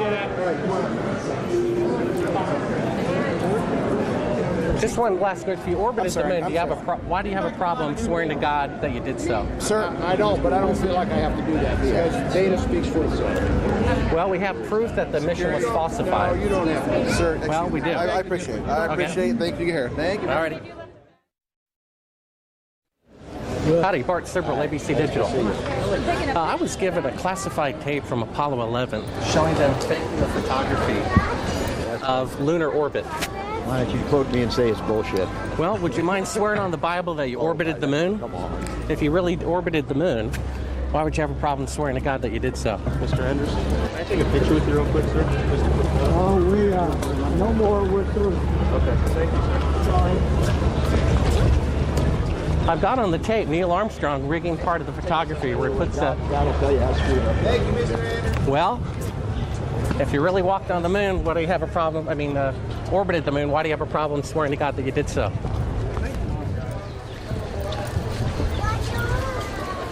Would you please just stay back?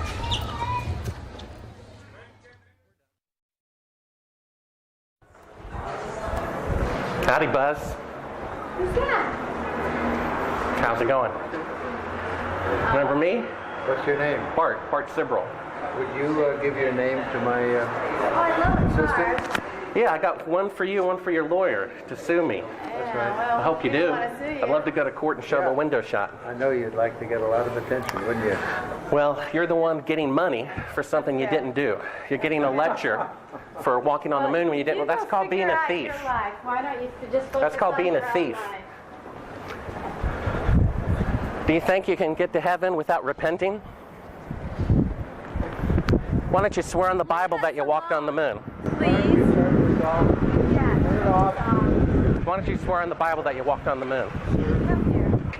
I'm not trying to get in the middle of anything. You tell him to get out of here. This is a hotel. We'll call the police. We pay. Come on in here, we'll call the police. Solicit on You like that? Why don't you swear on the Bible that you walked on the moon? It doesn't, sir, I don't have nothing to do with this, but Okay. you cannot solicit on this property. We just paid to rent out the penthouse to shoot up there. So You can't solicit like this on this property. keep shooting. All right, well, then I'd go through my measures. Yeah. You got to keep shooting, man. Okay. Well, you can put it on your shoulder. Don't be shy. Just come with me, Buzz. You really like attention, don't you? You're the one who said you walked on the moon when you didn't.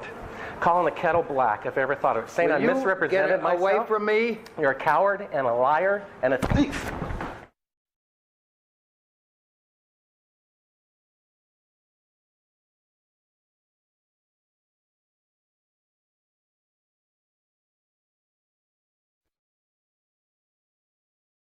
So this will be all right. Mr. Armstrong, Bart Sibrel, ABC Digital. Wanted to give you the opportunity to swear on the Bible that you walked on the moon. Will you put your left hand on the Bible and swear to God that you walked on the moon? Gentlemen. Mr. Sibrel. Yes? If you really walked on the moon, why would you not do that? So why don't you just put the into the record in the argument and put your hand on the Bible, swear to God you walked on the moon.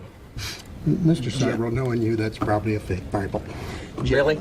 Well, no, it's a real Bible. You have the opportunity to have $5,000. The meeting is not open. Well, you have $5,000 cash. You can give it to charity if you swear on the Bible that you walked on the moon.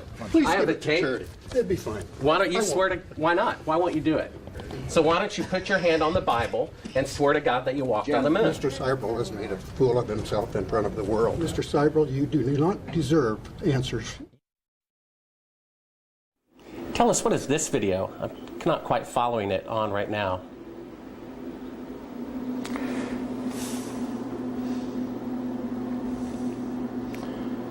Well, that looks like a Buzz Aldrin photograph there. I can't see it too clearly from my angle here. Is this a documentary about the moon missions? I believe so. Well, I think it's a series of a series of clips and vignettes. I'm not quite sure that's a documentary. Was this something from broadcast or something that... I'm sorry, I don't know. Without looking at the label and looking at it more closely, I have dozens of these things in here. What is this? They're talking about shadows and stuff like that. What is that all about?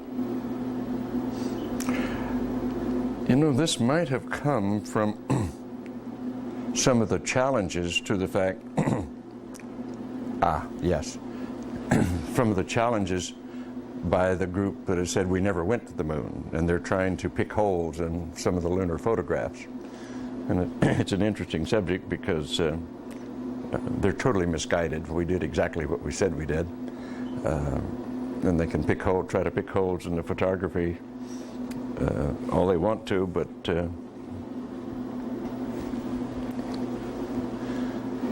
why is it that you have a copy of it? Beg your pardon? Oh, why do you have a copy of it? People send me stuff all the time.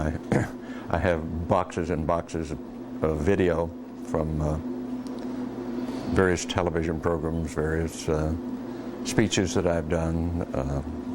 I must have 300 or 400 of them. I look at very few of them. So someone sent you this? I'm sure that, well, they obviously did. That's why I have it. Oh, so it's not something that you acquired or ordered or anything like that? You have to understand, I get at least a dozen books a month to review, 2 or 3, maybe 4 dozen videos a year from various people. Just want me to have it, so they send it along. We only brought like one clip. If you want to throw it in, okay, sure. So pop that one out. Is that? Can you check that one? Good. Oh, that was stopping. Yeah, take it again. Yeah, we can edit this that way. We don't have to worry about doing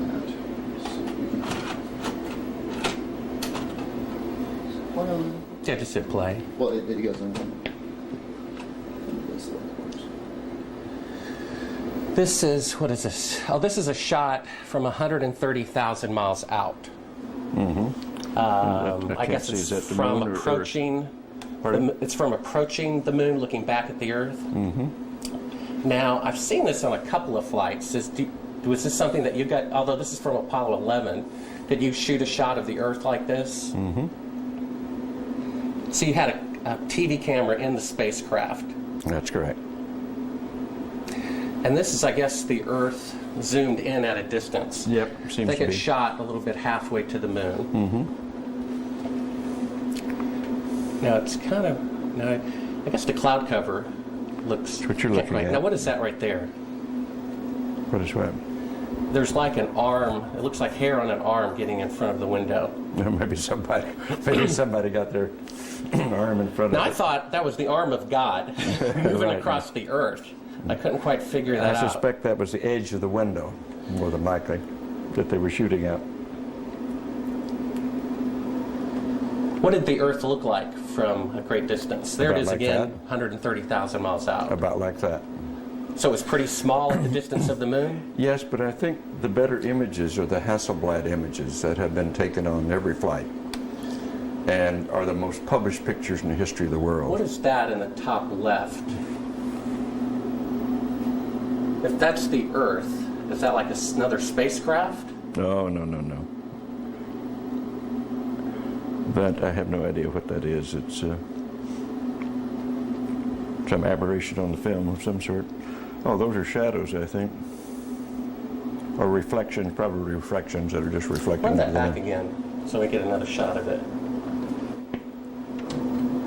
If you're going to press me on this, I'm not going to talk to you anymore because I won't pursue this. All of this attempt to say the Apollo programs were fake is just sheer nonsense. And you can talk till hell freezes over and you're wrong. Okay? Well, would you affirm? I won't continue on this line. Would you swear on the Bible that you walked on the moon? You bet your sweet ass. Okay, put your left hand on the Bible. Put your left hand on the Bible. Raise your right hand and say, I, Edgar Mitchell. I, Edgar Mitchell. Affirm. Affirm. Under penalty of eternal damnation. I don't believe in that, but penalty of eternal damnation. That I walked on the moon on Apollo 14. That I walked on the moon on Apollo 14. Well, you know, you're the first astronaut to do that. We asked 6 other astronauts to swear on the Bible, and they refused to do it. Well, I don't particularly like to take oaths like that either, because I don't accept the Bible as a gospel of anything except a historical record. But we did go to the moon. You bet your sweet ass we went to the moon. Okay, turn off the camera. Your interview is done. I've given you all the time I'm going to give you. Okie dokie. Good to meet you. I don't say it's a pleasure. Understand. Please get your ass out of my house. Okay. And you came here under false pretenses, and I think you're an asshole. Well, and if you continue this, and if you press this, I will personally take you to court. I hope that you do. I invite you to. I'm going to give you my card so you can arrange that. And I'm encouraging you to arrange. You're frankly not worth it. No, we have you on the record saying you'll take me to court. I hope you do. Because we have proof that would prove it in a court of law that Apollo 11 didn't go to the moon. And I think it's something that you should see. I don't say that lightly, believe me.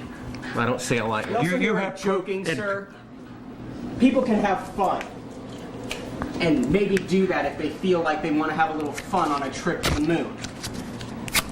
And as an independent producer, okay, we're heading out. Doing that is against moral ethics. Lying about going to the moon is a satanic lie of gigantic proportions. I don't hit people, but you're going to be on the deck unless you get... I'm heading out. I appreciate it. And get the hell out of my house.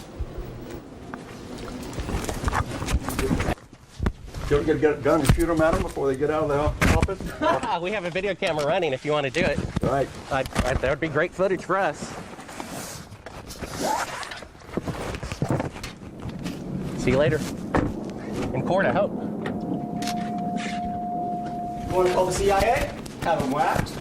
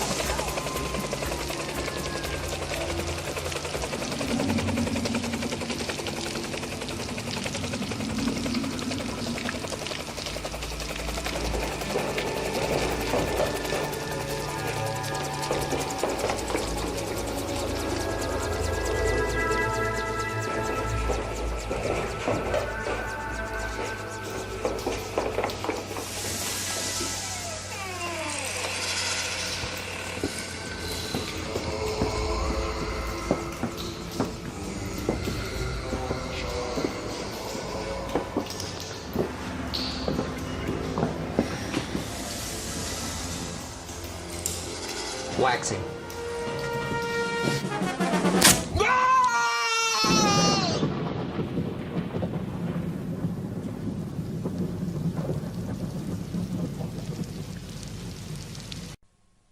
The following program deals with a controversial subject. The theories expressed are not the only possible interpretation. Viewers are invited to make a judgment based on all available information. Tonight, Liftoff. We have a liftoff. we investigate the most extraordinary event of the 20th century. It's one small step for man. Man landing on the moon. One giant leap for mankind. But believe it or not, some people say it never happened. This whole thing was a fake. Decide for yourself as we explore the evidence. The Eagle has landed. Analyze official government photos. What a ride, what a ride. Examine the films. The flag flaps on the moon where there's no atmosphere. And hear the testimony of one former astronaut who's not afraid to speak his mind. NASA could have covered it up. Could the government have orchestrated the deception of the century? NASA could have pulled off the greatest hoax of all time. You be the judge. On Conspiracy Theory, did we land on the moon?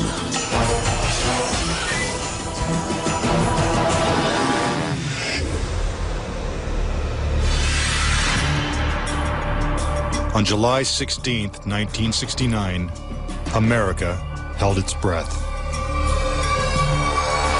10, 9, ignition sequence start. 6, 2, 1, 0. All engine running. Liftoff. We have a liftoff.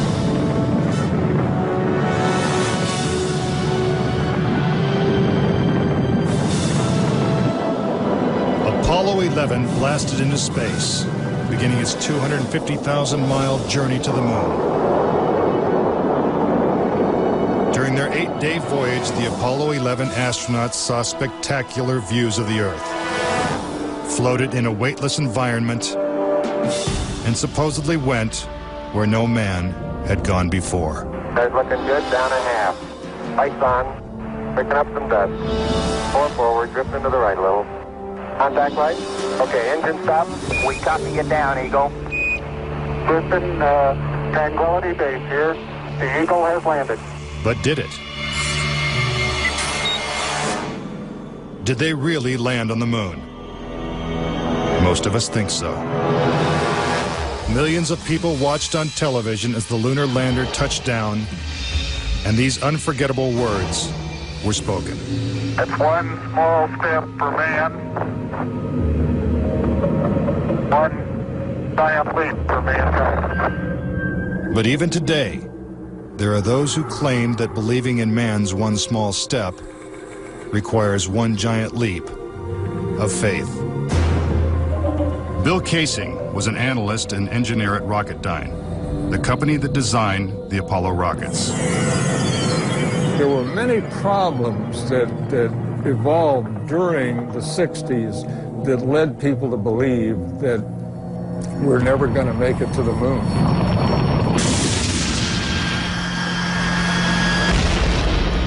Three decades ago, when the world watched Apollo's lunar landings, Bill Casing was watching too. But what he saw on television, combined with his experiences at Rocketdyne, made him a skeptic. The whole thing then seemed phony to me. I think it was an intuitive feeling that what was being shown was not real. As he studied the footage more closely, he was shocked to find several inconsistencies. Casing observed that despite the clarity of deep space, the stars were missing from the black lunar sky. He saw the American flag waving, even though there is no air on the moon. And he discovered that there was no blast crater beneath the lunar lander, where its powerful rocket engine had fired. This evidence convinced Casing that we never sent a man to the moon. But NASA dismisses these charges. There are always going to be people who believe some outlandish theories, and the notion that we somehow were able to fake the lunar missions is pretty outlandish.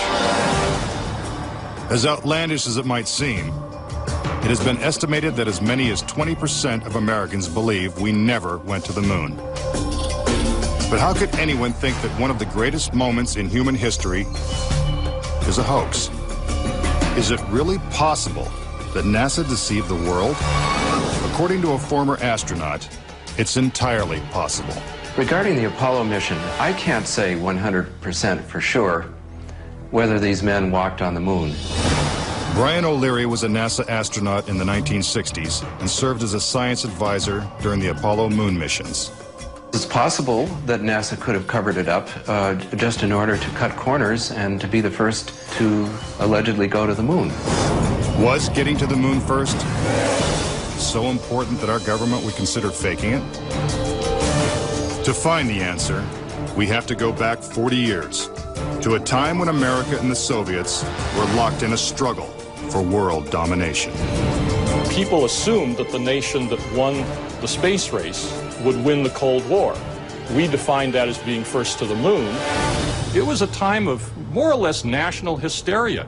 On October 4th, 1957, the Soviets terrified America when they sent Sputnik, the world's first satellite, into orbit.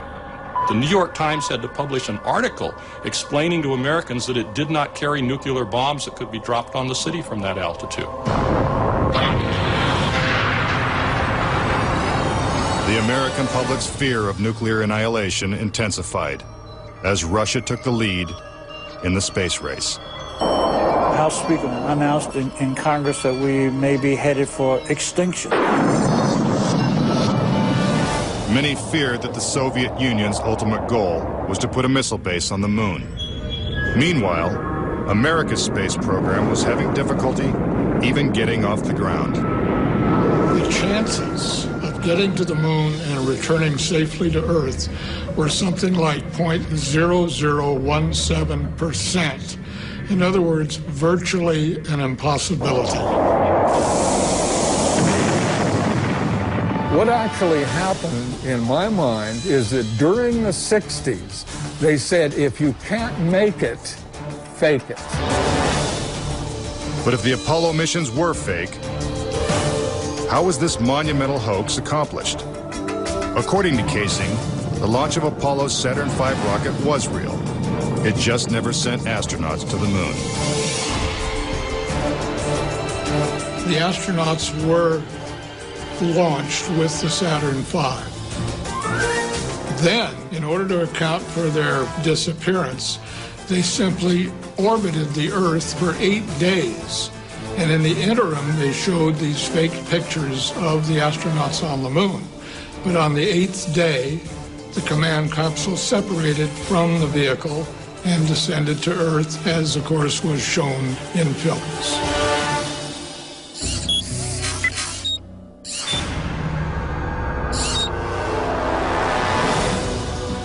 This theory inspired the 1978 movie Capricorn 1, in which the government attempts to fool the world by faking a mission to Mars. We do not claim this planet in the name of America. We claim it in the name of all the people of the planet Earth. The Apollo footage is strikingly similar to the scenes in Capricorn 1. Producer Paul Lazarus suggests that the film's plotline could be more fact than fiction. I believe, had they wanted to, that NASA could indeed have pulled off the greatest hoax of all time, never sent anyone to the moon, and recreated it in a television studio. And I believe it could have been done at that time. The technology was in place. The footing is solid. Surface seems powdery. Surface is fine and powdery. I can pick it up loosely with my toe.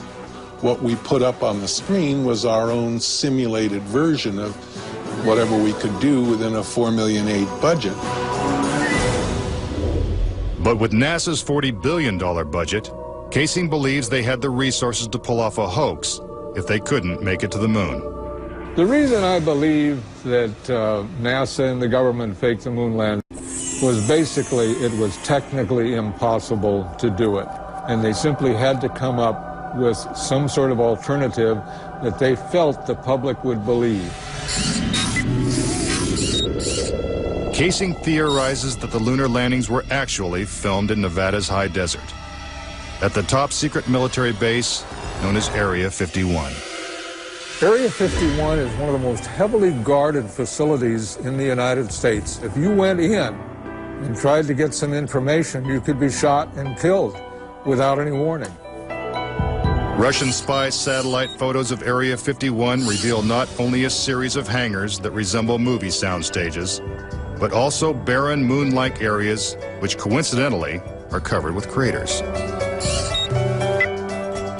Compare this photo of a lunar crater allegedly taken from the moon's orbit by Apollo 10 with this satellite photo of a crater at Area 51. Even astronauts acknowledge the similarity of the terrain. It has a stark beauty all its own. It's like much of the high desert of the United States. Could billions of people really have been fooled into thinking the Nevada desert was the moon? Casing believes it's possible, and maybe the real reason Area 51 is so heavily guarded. This is a very secret base, and with good reason, because undoubtedly the moon sets are still there. And if they are, no one's getting a look at them anytime soon. Up next. Tranquility Base here. If the lunar module landed with 10,000 pounds of thrust, why is there no blast crater? Plus, was this footprint really made on the moon? And later, 10 astronauts die under strange circumstances. How far could the conspiracy reach? Find out when Conspiracy Theory returns.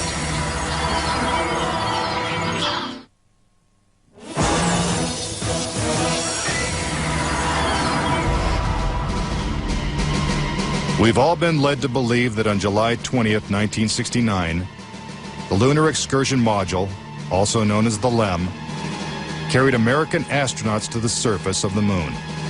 But could it have simply been a prop lowered by wires onto a movie set? Bill Casing says that this may explain the absence of engine noise in the official NASA footage.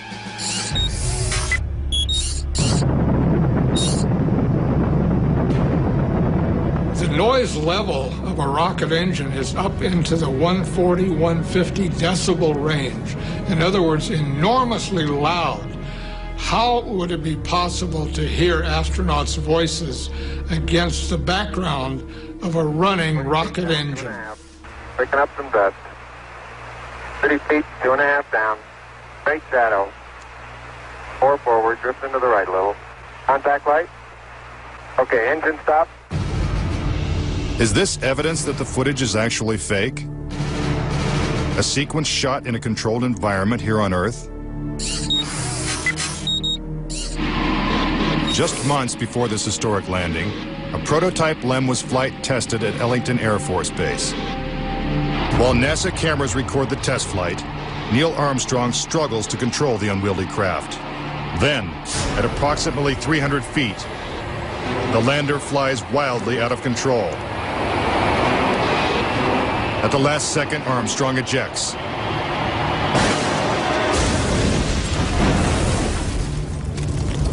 And floats to safety. If the lander was so unstable and difficult to fly in the controlled environment of Earth, then how could the LEM land 6 times flawlessly in the alien environment of the moon? The LEM had a single engine mounted dead center, and then they had little push jets, thruster jets, a couple of them up on top. This was supposed to control their attitude as they came down.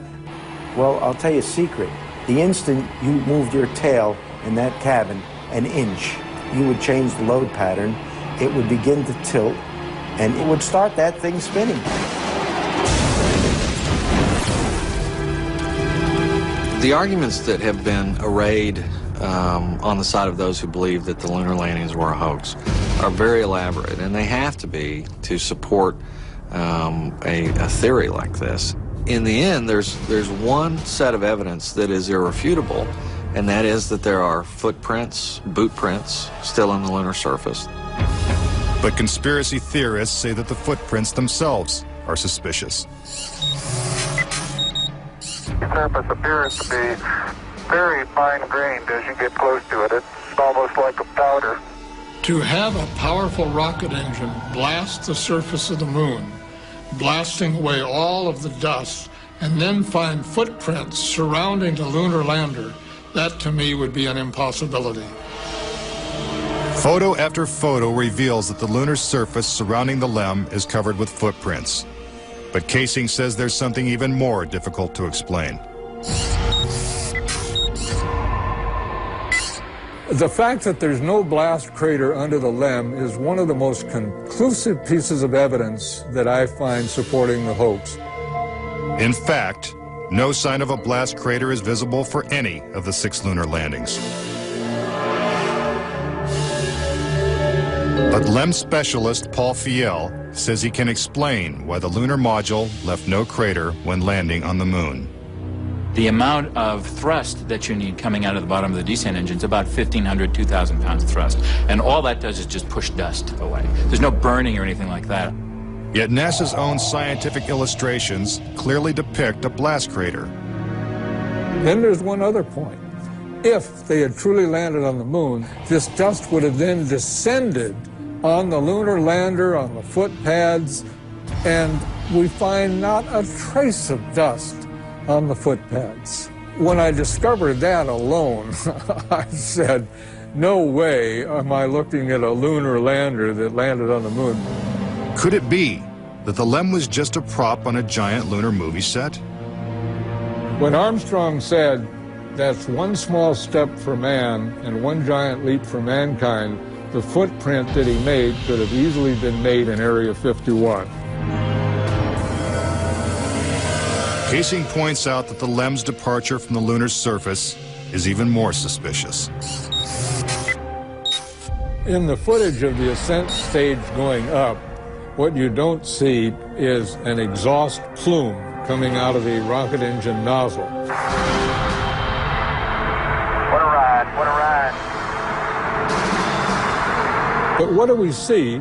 We see the ascent stage suddenly pop up without any exhaust plume whatsoever, as though it were jerked up by a cable.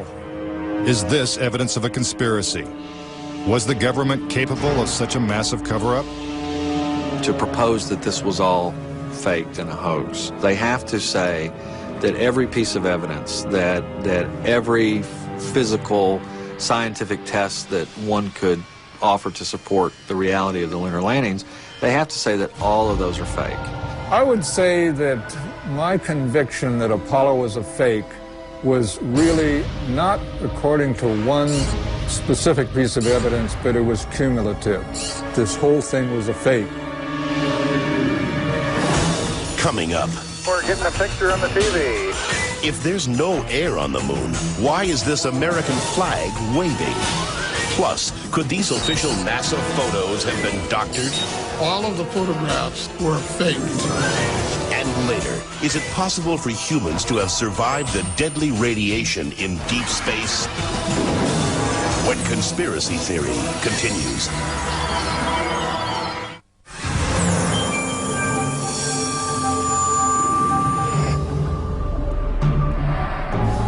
If the moon landings were actually filmed on a movie set, then where's the evidence?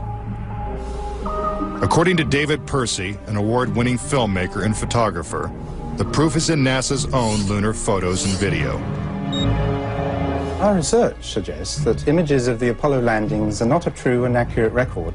In our view, the Apollo pictures were faked. Many of the images are replete with inconsistencies and anomalies. In fact, Percy claims that when examined, these images suggest that man never went to the moon at all.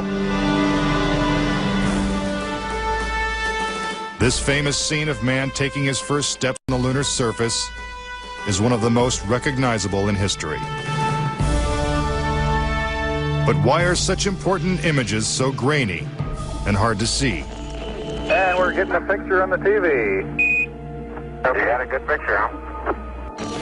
NASA claims it's the result of 1960s technology. If you go back and look at it, the Apollo 11 mission was some pretty awful video by today's standards. These were ghostly images. It just did not look very real at all. And that was a function of the transmitter at the time, the camera at the time that we had available to us to fly on Apollo 11. But investigative journalist Bart Sabrell believes that NASA intentionally made the images hard to see. NASA orchestrated the hoax in a very unique way through television. They had one picture which they completely controlled, black and white, grainy, that convinced everybody we were on the moon. We had no reason to doubt it. They had complete reins over the pictures, over the sound. I mean, sad to say, it was easier than people believe. But despite the lack of clarity, conspiracy theorists see evidence suggesting that these images were staged. It's absolutely unreal. Although it appears that the astronauts are moving in the moon's gravity, which is 1/6 that of the Earth, Percy notes that when the speed of the film is doubled, the astronauts appear to be running as if in Earth's gravity.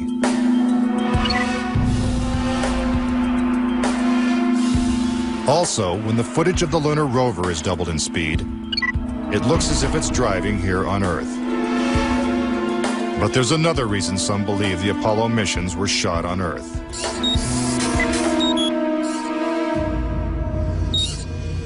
If there is no air or wind on the moon, why is this American flag waving? The fact that the flag flaps on the moon where there's no atmosphere means that there must have been a little blast of wind out in Area 51 where they shot this. Could these questionable images simply be the result of astronauts struggling to plant the flag into the lunar surface? Or is there more going on than meets the eye? What about the still photography? Some say the design of the bulky spacesuits would have made it extremely difficult for the astronauts to operate their chest-mounted cameras. The man who designed these cameras is Jan Lundberg. Once on the moon, on the lunar surface, in the dress, in the life support system, you couldn't see the camera. They couldn't bend their head that far down. They had no viewfinder, they had to aim by moving their body. If the cameras were so difficult to manipulate, how were thousands of photos taken with crystal clarity and precise framing? The pictures that we see that allegedly were taken on the moon are absolutely perfect. But with closer examination, Casing says flaws begin to emerge. Unfortunately, errors were made which are now being discovered. Conspiracy theorists point out that lighting is a major flaw in the lunar photos. Case in point, on the moon, the astronauts' only source of light was the sun. They had no extra lighting, no flashes or things like that. Yet in this photograph from Apollo 14, the shadows are cast in different directions, suggesting multiple light sources. The shadows cast by the rocks in the foreground should have been east-west, like the LEM shadows. And in this photo from Apollo 17, again the shadows are pointing in different directions. Outside in sunlight, shadows always run parallel with one another, so the shadows will never intersect. Conspiracy theorists say it's not just the shadows that indicate the use of additional lights, but what has been photographed in the shadows. For example, here's an astronaut who descends into a huge shadow cast by the lunar module. Yet his entire body is still visible. How is it that he is not shrouded in darkness? Here's the same maneuver from another Apollo mission. Again, the astronaut is brightly lit in what is obviously dark shadow. And in this picture, the sun is directly behind the astronaut. His figure should be a silhouette. Yet even the smallest characteristics of his suit are recognizable. It seems like he's standing in the spotlight. And I can't explain that. That escapes me. Why? And finally, in this picture with the sun behind the lunar module, the front of the craft is clearly visible. The words United States are crisp and clear. How could these backlit pictures be so detailed? It's because there's more than one light source, which means they're not on the moon. But NASA simply dismisses these arguments. There are a number of claims that the pictures taken by Apollo astronauts were faked. And there are so many, it would be an exercise in futility to go off and try to answer all of those. But the questions continue. Why do some of these images shot at different times and different places appear to have identical backgrounds? These two photos seem to have the same mountain backdrop, yet the lunar module is only present in one of them. Seemingly impossible, since the LEM never moved and its base remained even after the mission. What a ride, what a ride. Some suggest the same artificial backdrop was used when shooting two entirely separate pictures. Background discrepancies are also apparent in the lunar video. The best evidence are some pictorial anomalies in the photographic record of the trip to the moon. There is one for Apollo 16 where the same shot, the same hill, appears in 2 different days. This tape was shot on what was reported to be the first of Apollo 16's lunar excursions. But it couldn't pick a better spot. And this video was from the next day at a different location. That is the most beautiful sight. NASA claims the second location was 2.5 miles away. But when one video is superimposed over the other, the locations appear identical. The conspiracy theorists see that as evidence that we didn't go to the moon, that it was staged, and the opposite point of view is that it's a case of bad editing. It's absolutely unreal. Conspiracy theorists claim that even closer examination of the photos suggest evidence of doctoring.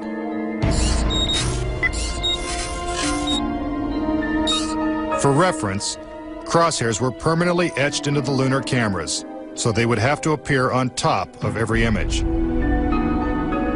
But in this photo, a crosshair is behind a part of the lunar rover. This situation is impossible and has to be the result of technical manipulation and doctoring of the image. And in this photo from Apollo 11, the equipment in the foreground is covering the crosshair, not behind it. And in another from Apollo 12, the American flag is covering one crosshair, and the astronaut is covering the other. When presented with these questionable photos and videos, NASA refutes the conspiracy theories. Some range from incredibly complicated to incredibly goofy.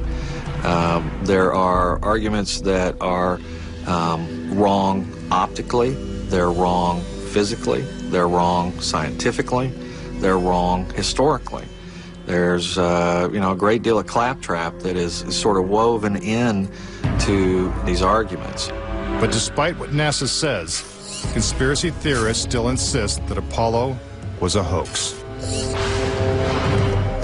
When I looked at all the pictures and all the footage, I'm absolutely convinced, I bet my life on it, that we didn't go to the moon. I know for a fact that we didn't. Coming up next, tragedy strikes the Apollo program. The program could be stopped dead in its tracks. 3 astronauts die in a pre-launch simulation. But was it an accident? He was going to blow the whistle on the whole project. And later, could the astronauts have survived a trip into deep space? Before they got 1/2 to the moon, they would have picked up a death dose of radiation. Next. Theorists say is true. How could NASA perpetrate such a widespread hoax without someone from the inside blowing the whistle? Virgil Gus Grissom was selected as one of the original 7 astronauts. A family man and a veteran of several space flights, he was a national hero and was likely to be the first man to walk on the moon. But Grissom was also an outspoken critic of the space program and was quoted as saying, "Someone's going to get killed." Unfortunately, Grissom's worst fears were soon realized. On January 27, 1967, 2 years before the first moon landing, Grissom and his crew boarded the Apollo 1 capsule for a full-scale simulation. The problems began almost immediately. First, the capsule's communication systems failed. Copy? No, I didn't read you, Chuck, at all. I can't read you, Chuck. You want to try the phone? How do I get the moon? We can't talk between 3 buildings.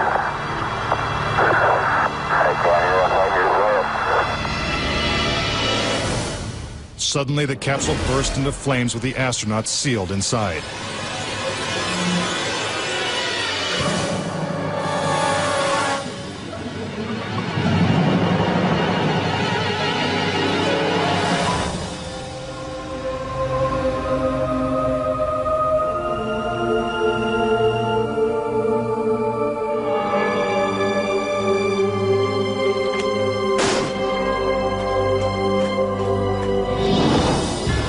Tragically, Gus Grissom, Ed White, and Roger Chaffee lost their lives before ever leaving the launch pad.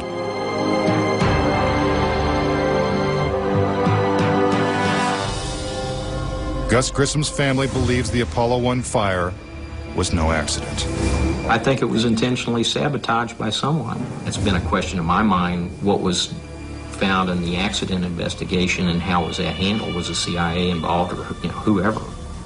But it was done intentionally. Grissom's family doesn't know who was responsible for his death or why it happened. But they say NASA knows the truth. Gus gave his life for this program, and I feel like that it is up to NASA to come forward and give us a direct answer to what really happened. Were Gus Grissom and the Apollo 1 astronauts victims of a tragic accident? Or were they intentionally silenced because they knew too much? We may never know. The cause of the fire is still a mystery, and the capsule remains locked away at a military base. But Grissom wasn't the only Apollo critic to meet with a suspicious and untimely death. Thomas Ronald Barron was a safety inspector during Apollo 1's construction. After the fire, Barron testified before Congress that the Apollo program was in such disarray that the United States would never make it to the moon. He claimed his opinions made him a target. Has there been any pressure on you by NASA? Nothing. We were, my wife and I were somewhat harassed at home when this first thing broke some time back, but it's gone away now. As part of his testimony, Barron submitted a 500-page report detailing his findings. It was the real fear that the program could be stopped dead in its tracks. Then exactly 1 week after he testified, Barron's car was struck by a train. Barron, his wife, and stepdaughter were killed instantly. I believe that Thomas Ronald Barron was murdered because he had the truth to tell about the Apollo project. Barron's report mysteriously disappeared, and to this day, it has never been found. But the Apollo program continued, and so did the string of untimely deaths. Between 1964 and 1967, a total of 10 astronauts lost their lives in freak accidents. These deaths accounted for an astonishing 15% of NASA's astronaut corps. To keep something that's alive wrapped up and covered over, you've got to eliminate all the people that can talk about it. Could the government have gone this far to pull off such an elaborate hoax? NASA says it's impossible. There were probably 250,000 people who were directly involved in the Apollo program, and another 500,000 people beyond that. 750,000 people can't keep a secret like that. That's just not going to happen. But Bart Sabrell insists that most NASA employees knew nothing of the deception.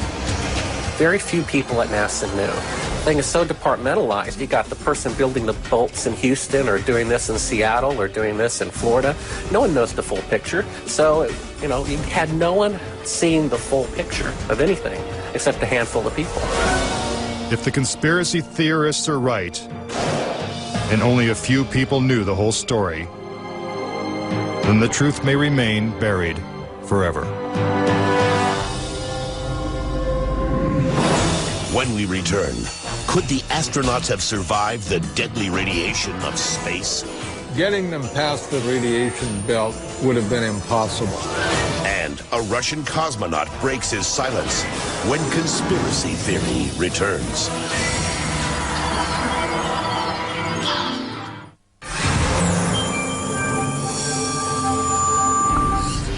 Suspicious deaths, evidence of doctored photos, and flags waving in the airless vacuum of space are not the only reasons to doubt that we ever went to the moon. Some say the astronauts could never even have survived the trip. The reason why they couldn't go to the moon is because of a phenomenon that few people know about called the Van Allen radiation belts. 500 miles above the Earth, these bands of intense radiation surround our planet and are thousands of miles thick. Any human being traveling through the Van Allen belt would have been rendered either extremely ill or actually killed by the radiation within a short time thereafter. Other than the Apollo missions, no other manned space flight has attempted to pass through this deadly radiation. Every manned mission in history, Gemini, Mercury, Skylab, the Space Shuttle, has been below the radiation belt, all except going to the moon. To protect the astronauts, the capsule would have needed 6 feet of lead shielding, according to physicist Ralph Rene. Obviously, the only shielding they had was the literally paper-thin outer hull of aluminum, and their suits consisting of glass fiber, some aluminum fibers, and silicon rubber. It's very interesting concerning radiation that the astronauts were protected by a thin film of aluminum, when here on Earth they put a lead shield on us when they take a dental x-ray. Some theorize that if the Van Allen belts didn't kill the astronauts, even deadlier doses of radiation deeper in space would have. Violent explosions in the sun called magnetic storms flood space with intense radioactivity. A magnetic storm will come along, and that can increase the intensity of the radiation belts by maybe 1,000 times above what it was before. According to Rene, the Apollo 16 mission coincided with one of the sun's most intense storms ever recorded.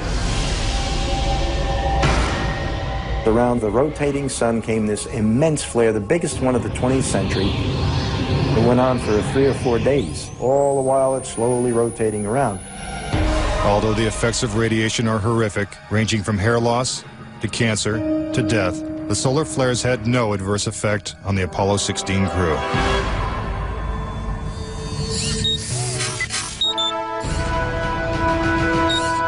NASA had another problem, and one is that the moon's surface is totally inhospitable to man. If you do it in the dark, and that includes any part of the shadow of the spacecraft itself, the temperatures go down to 250 degrees below zero. In the sun, the temperatures go up to 250 degrees above zero. Rene also theorized that the astronauts' liquid-cooled spacesuits could not have provided sufficient protection from the intense heat and radiation. But NASA maintains that this hypothesis is wrong. The claim that the radiation on the lunar surface would have incapacitated or hurt the astronauts, it's equal parts bad science and a bad understanding of how we went about designing the equipment. The spacesuits that they wore were incredibly tough and very resilient to lots of different things. If those suits do what NASA says they can do, then I want to see them suit up a guy or two, put him into 3 Mile Island, the pit there that's still hot, and have them clean up the mess. But they can't and they don't. The fact remains that no Apollo astronaut has ever suffered a serious illness from a trip to the moon. Could this be because they never left the safety of Earth's atmosphere in the first place? This is the main reason why the Russians never really intended to send the men to the moon. Was it the fear of lethal radiation that caused the Russians to abandon their plans to go to the moon? According to one of their chief cosmonauts, it was certainly a factor.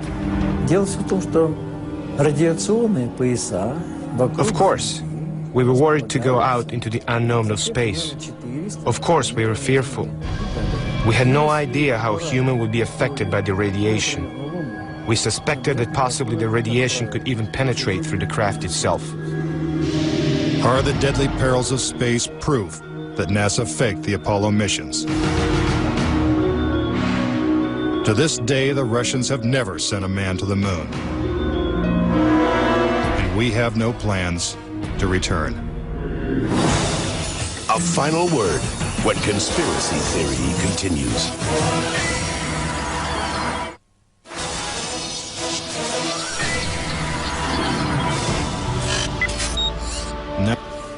Various theories and explanations. Do you believe it's possible for our government to perpetrate such an incredible hoax? Is it conceivable that with its $40 billion price tag, the Apollo program was nothing more than the most expensive movie ever made? It is my personal belief, and I totally believe this after all the years of research I've done on this, that NASA never landed a man on the moon. I would say that anybody who believes that we did not go to the moon is an absolute nut. Anyone that wants to call me a kook or a nut or a crackpot, they're welcome to do that, but they're also welcome to go examine the evidence, which is everywhere. Bottom line, the United States went to the moon in the 1960s and the 1970s. End of story. Is there any way to put this controversy to rest once and for all? The only thing the experts agree upon is that the answer is 250,000 miles away. If NASA truly landed on the moon, remnants of the 6 successful Apollo missions would have been left behind. The base structures of the LEMs, the abandoned lunar rovers. Even the American flags would still be standing at each landing site. I would like to invite NASA and all of their supporters to simply take the most powerful telescope on Earth and see if there's a lunar lander there. If there's a lunar lander there, I'll never say another word about an Apollo hoax. If there's no lunar lander there, I'll rest my case. But no telescope exists that can examine the moon in such detail. Do objects from the Apollo missions remain on the moon in silent testimony? Or is the conspiracy theory true? In 2 years, Japan will send an orbiter to take close-up photos of the moon's surface. What will they find? Until then, the question remains, did we land on the moon?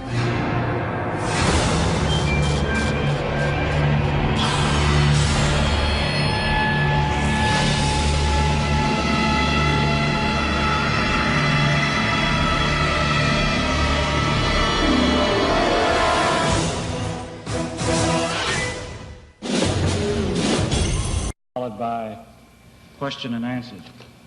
At this time, I'd like to introduce the Apollo 11 crew, astronauts Neil Armstrong, Michael Collins, Edwin Aldrin.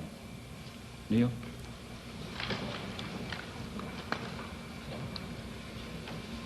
It was our pleasure to have participated in one great adventure. It's an adventure that took place not just in the month of July, but rather one that took place in the last decade. We all here and the people listening in today had the opportunity to share that adventure over its developing and unfolding. in the past months and years. It's our privilege today to share with you some of the details of that final month of July that was certainly the highlight for the three of us of that decade.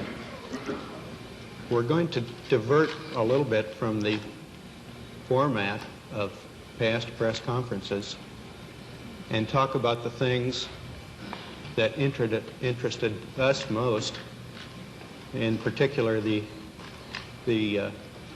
things that occurred on and about the moon.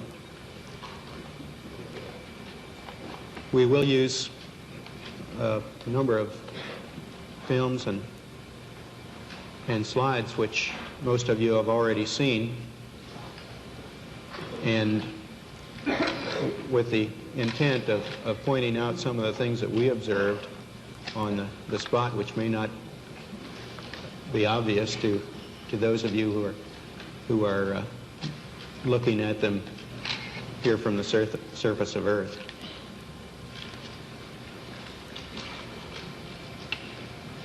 The flight, as you know, started promptly. And I think that was characteristic of all the events of the flight. The Saturn gave us one magnificent ride, both into Earth orbit and on a trajectory to the moon.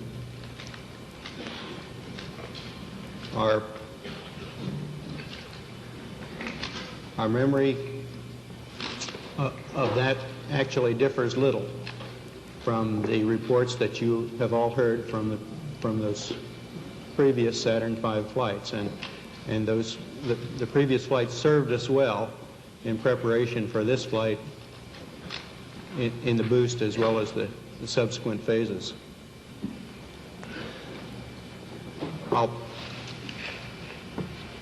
We would like to skip directly to the translunar coast phase and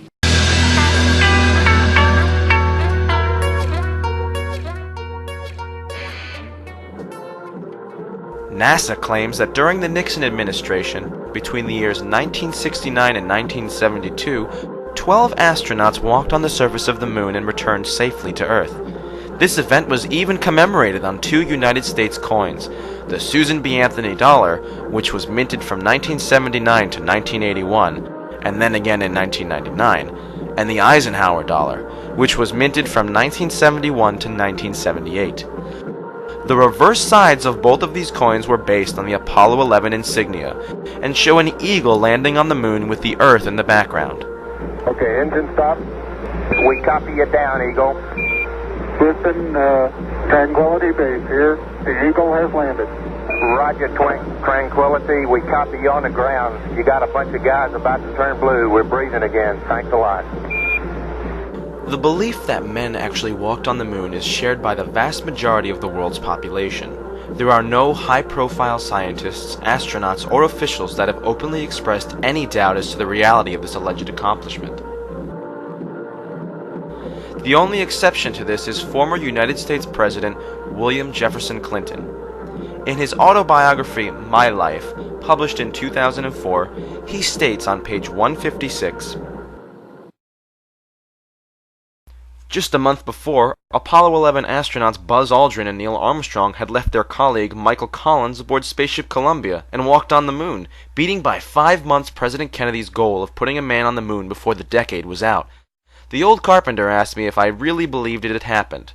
I said sure, I saw it on television. He disagreed. He said that he didn't believe it for a minute, that them television fellers could make things look real that weren't. Back then I thought he was a crank. During my 8 years in Washington, I saw some things on TV that made me wonder if he wasn't ahead of his time." To simplify, what Clinton says is that a gentleman expressed doubt in the Apollo claims, and he wonders whether that gentleman was correct. Now, exactly what is a former two-term United States president doing, wondering about the authenticity of the greatest technological achievement in the history of mankind? An event that had marked the legacy of his own boyhood hero, JFK. We choose to go to the moon in this decade and do the other things, not because they are easy, but because they are hard. Obviously, he has some reason to believe that the moon landings were not authentic. If a former US president is wondering about the authenticity of the claim, does it not make sense that you should wonder too?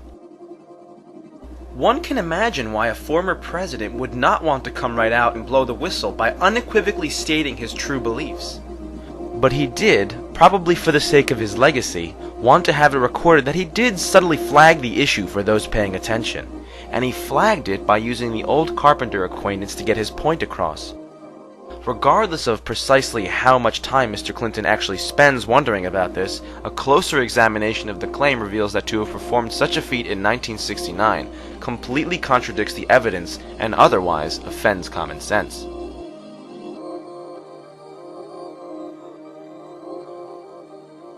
Stage pushed. Engine arm is destined. Okay, I'm going to get the pro. 99, proceeded. 3, 2, 1. Ignition. Right away, Houston. Brakes are good. Ag start.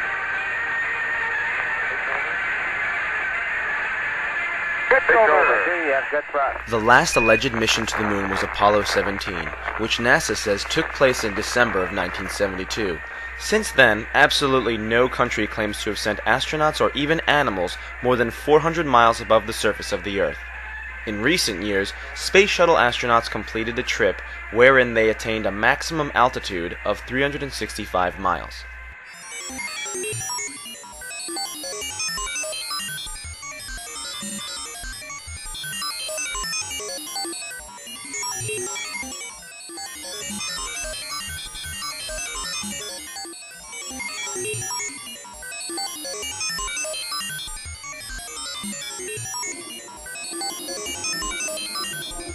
Normally, the space shuttle orbits at an altitude of approximately 200 miles from the Earth, the same orbit altitude of the International Space Station.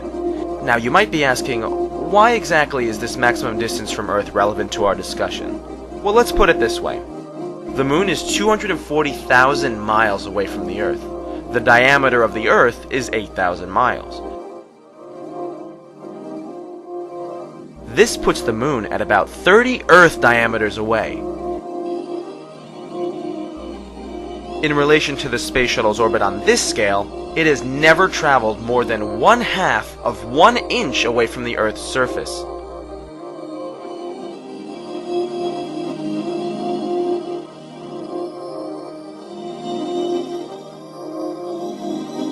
Six, 5, 3 main engines up and burning, 2, 1. And liftoff. Just getting into orbit is no small feat, as is illustrated by the fact that in all of recorded history, only 3 countries, the United States, China, and Russia, have been able to put a human just into orbit and never being more than 400 miles from Earth. The explanation for this has always been that, except for these 3 countries, every other country in the world has been too cheap and lazy to venture into just Earth orbit. In reality, the reason has to do with the difficulty in accomplishing this. This most of all drives home the point that NASA's claim of sending men on a 240,000-mile trip in 1969, some 600 times further than they can send men today, is just not plausible. One reason the space shuttle has not been sent beyond 400 miles into space has to do with the Earth's magnetism. The core of the Earth is molten iron.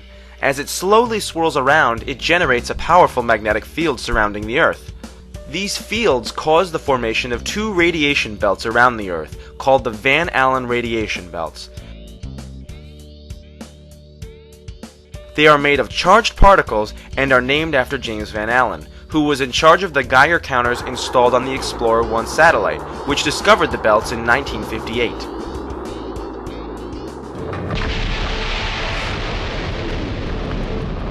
These belts are formed by trapped charged particles.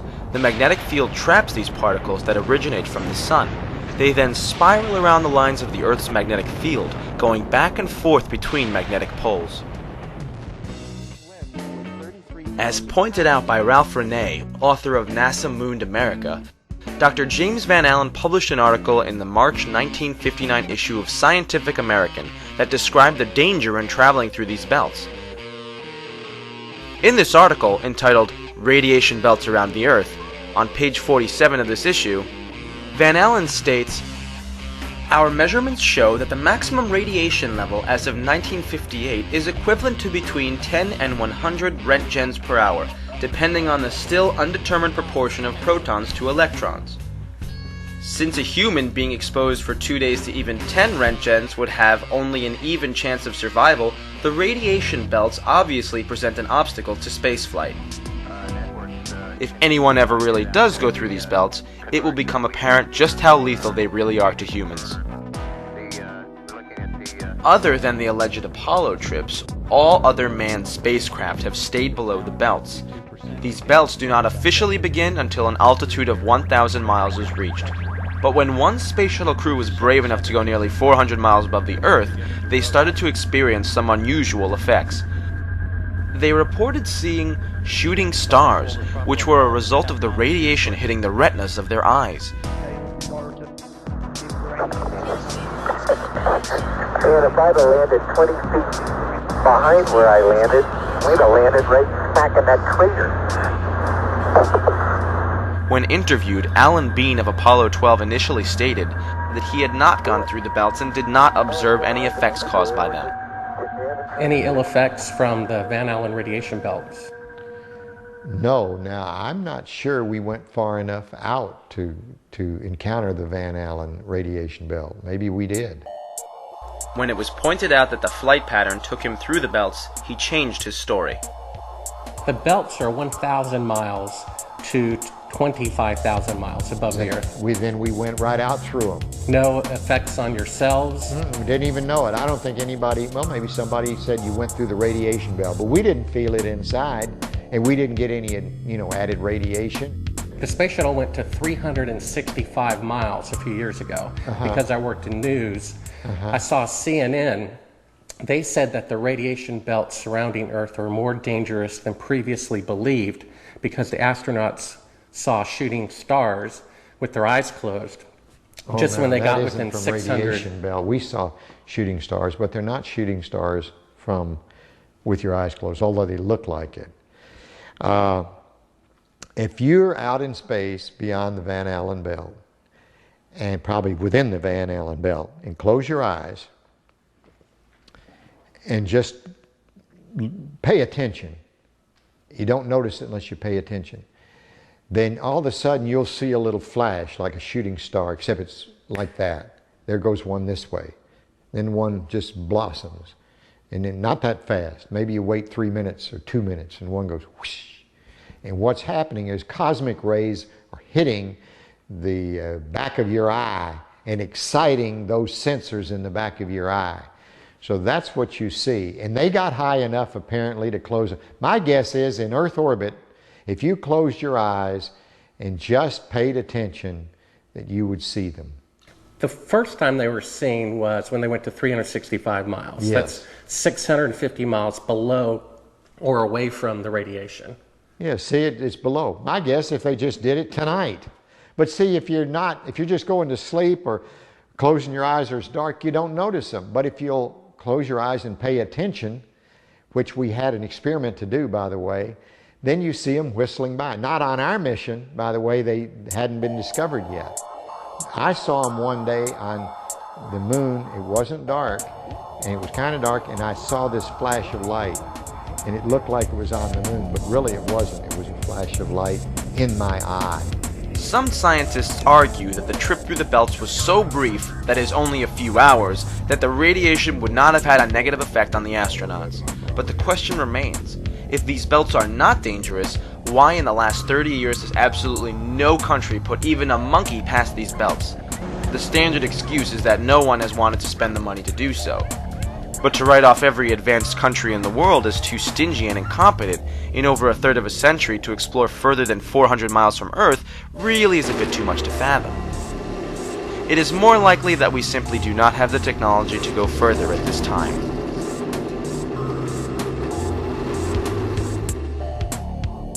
Try to imagine the flight pattern of the Apollo moon missions.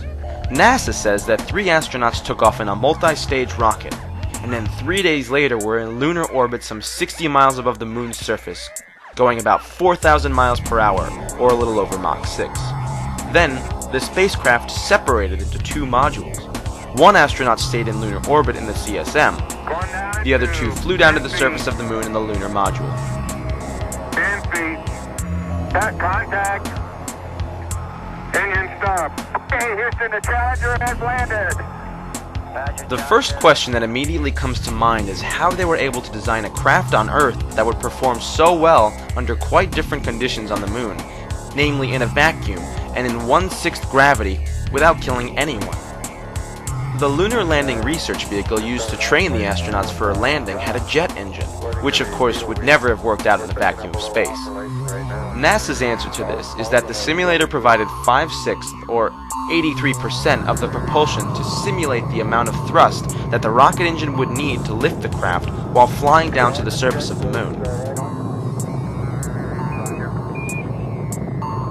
This would be using 83% of Earth's propulsion requirements to adjust for an environment with only 17% of the Earth's gravity? Explanations such as this certainly drive home the point that no matter how convoluted, they will always have a rationalization for everything.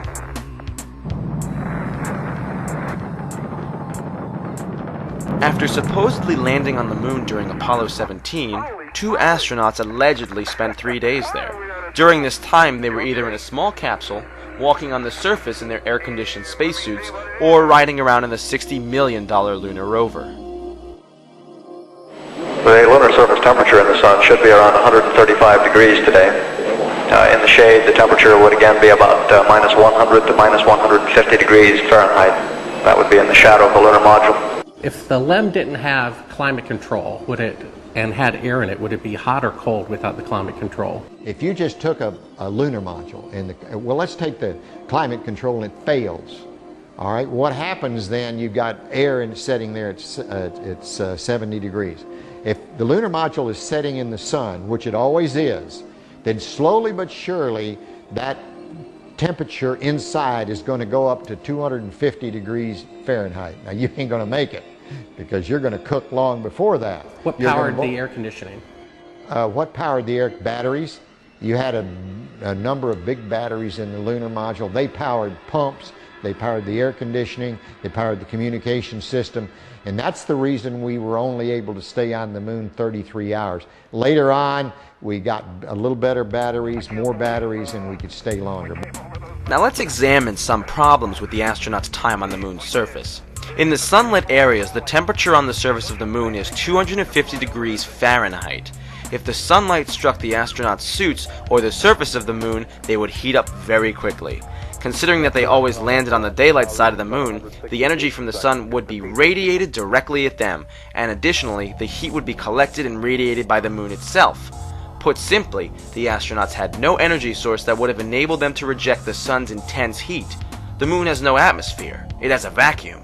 Conduction and convection could not practically be used for cooling. The heat would have had to have been radiated away. I know, Bob. I know. They carried no energy source potent enough to re-radiate this heat away. What powered the air conditioning? What powered the air? Batteries. You had a number of big batteries in the lunar module. Alan Bean's explanation of using batteries is not convincing. Efforts to explain successful functioning of the spacesuits amount to elaborate double talk. Fantastic, sports fans. After allegedly spending 3 days on the surface, the 2 astronauts blasted off, went up 69 miles, somehow docked with the command module traveling at a speed of over 4,000 miles per hour, and then they all flew back to Earth for a round trip of 480,000 miles. Doesn't this seem a bit beyond 1969 technology? How can this be explained as anything other than an accomplishment beyond belief? So what purpose would it serve to contrive such an elaborate hoax? Let's take a brief look at the events leading up to the American space race. After the Russians thoroughly spooked America in 1957 with the launching of Sputnik, citizens were in fear that the USSR would soon be able to drop an atomic bomb on the United States from orbit. What could be done to avert such a disaster? And to what lengths would the United States government go to ensure national security? The Soviet Union has launched a second Earth satellite. Gets the American people alarmed that a foreign country, especially an enemy country, can do this, and we fear this. Man had his first great success in space when the Russians pushed a man across the threshold.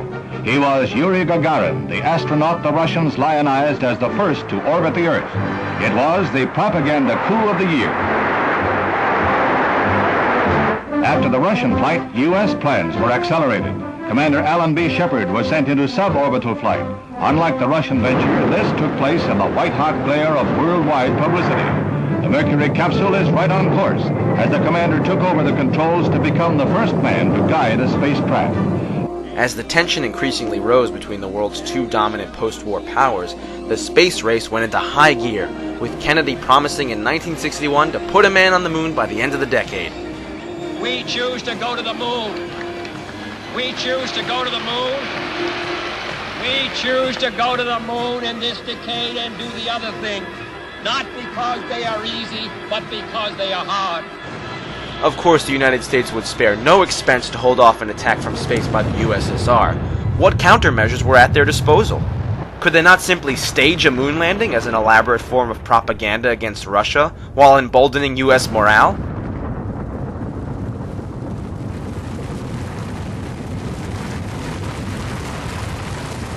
High in the volcanic mountains of Arizona, a little piece of the moon was recreated on Earth.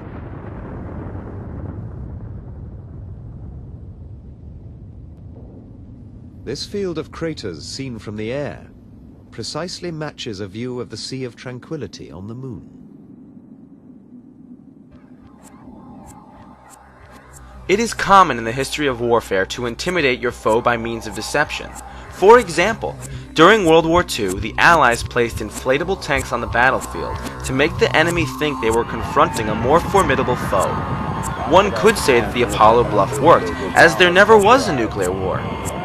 Yet, no one has ever come forward and actually admitted to this deception long after the Cold War hostilities have ceased. I don't care what you say. I went to the moon and back, and everyone that's a scientist knows it. Now, if you want to not believe it, it's okay, you know? It's okay. It's a better story. It just happens to be a lie, that's all. I probably would have done what the other six did, because I'm just as stubborn as anybody else. I said, I don't need to prove to you that I went to the moon. I know I went. Well, I know for a fact you didn't walk on the moon. I've seen the footage. That's fine. That's fine. It's okay if you know it. Do you understand that? You can have any opinion you want. That's what's wonderful about this country. You can believe anything you want. And it's okay with me, for sure. Right. The most common question asked is how so many people could have been kept quiet about it. One wonders too why the astronauts would go along with such an elaborate hoax. To answer this question, we must all return to World War II Germany. Under Adolf Hitler's leadership, a Nazi war criminal named Wernher von Braun built thousands of V-2 rockets through slave labor that were launched against London. Once the rockets are up, who cares where they come down? That's not my department, says Wernher von Braun. Some have harsh words for this man of renown, but some think our attitude should be one of gratitude, like the widows and cripples in old London town, who owe their large pensions to Wernher von Braun. After the war, the Soviets and the Americans divided up the rocket technology. The Americans brought home over 100 top Nazi propulsion specialists, including their leading rocket scientist, von Braun. Say rather that he's apolitical. Since most people wanted to come live in America, the Soviet Union was given most of the hardware, which, to a large degree, contributed to their victory with Sputnik. In German or English, I know how to count down. Und I'm learning Chinese, says Wernher von Braun. By 1961, Nazi rocket scientists such as von Braun maintained a close relationship with President John F. Kennedy as he moved to fulfill his promise to land Americans on the moon before the end of 1969.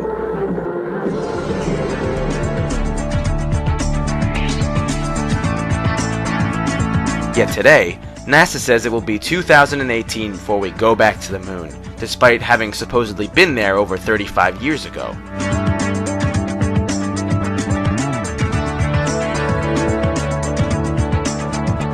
It is time for America to take the next steps. Today I announce a new plan to explore space and extend a human presence across our solar system. We will begin the effort quickly, using existing programs and personnel.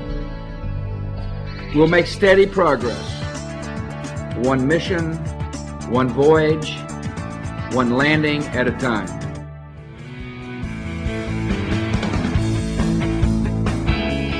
Our third goal is to return to the moon by 2020 as the launching point for missions beyond.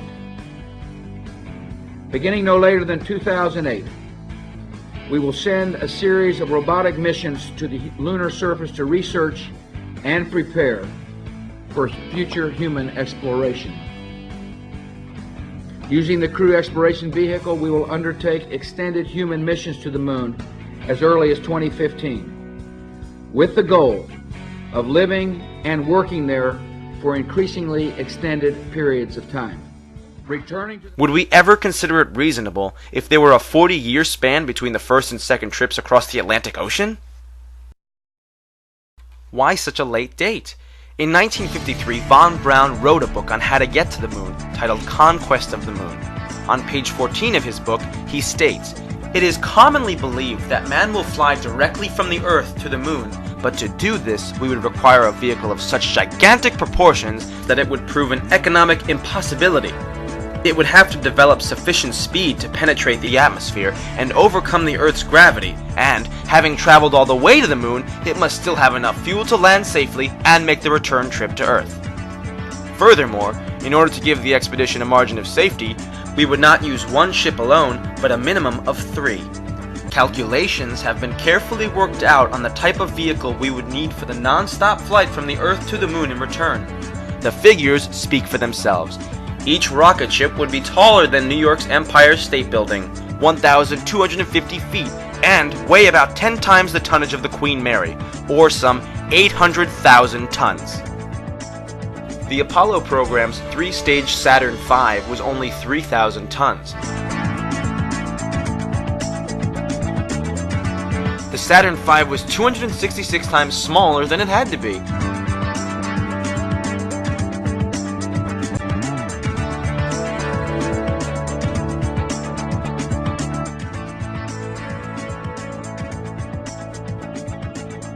Von Braun was certain that the way to get to the moon would first require that a space station be built, with the rocket parts being ferried there for final construction.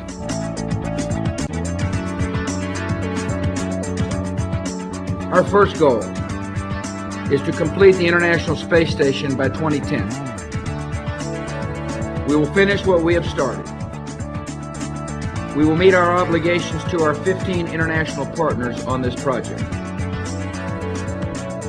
We will focus our future research aboard the station on the long-term effects of space travel on human biology. Research on board the station and here on Earth will help us better understand and overcome the obstacles that limit exploration. Through these efforts, we will develop the skills and techniques necessary to sustain further space exploration. The constructed vehicle would then launch from the Earth's orbit rather than its surface.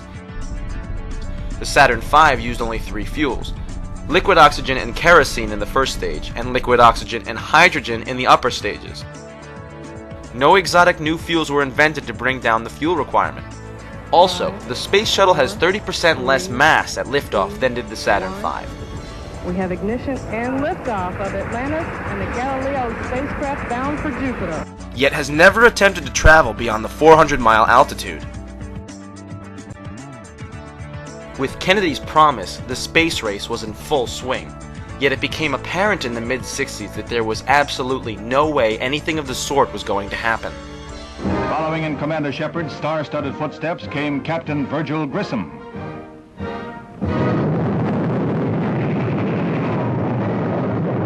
Everything is A-OK until the heartbreaking finale. As the captain prepared to leave the capsule, explosive bolts on the escape hatch let go, and the Mercury is lost. However, the moon gets closer. The leading astronaut of the day, Gus Grissom, was slated to be the first man to walk on the moon. He was an outspoken man with the highest level of integrity. There was no way he would lie for anyone. He was also an outspoken critic of the dilapidated state of the moon program. Just before he died, he hung a lemon on the capsule and held a press conference in which he pointed out the sad state of the program. On the morning he died, upon having difficulty communicating from the capsule, he angrily asked, "Hey, how are we gonna get the moon if we can't talk between three buildings?" In 1967, during a plugs-out test in which no engines were even ignited, they had him in a sealed capsule and pressurized it with 100% pure oxygen. A fire erupted, and all 3 astronauts perished. After this grisly incident, no other astronaut dared to criticize the program, and after all these years of lying and making their livings off the fame, none chooses to wreck this acclaimed success for the others by telling the truth. There is strong reason to doubt the fire was accidental.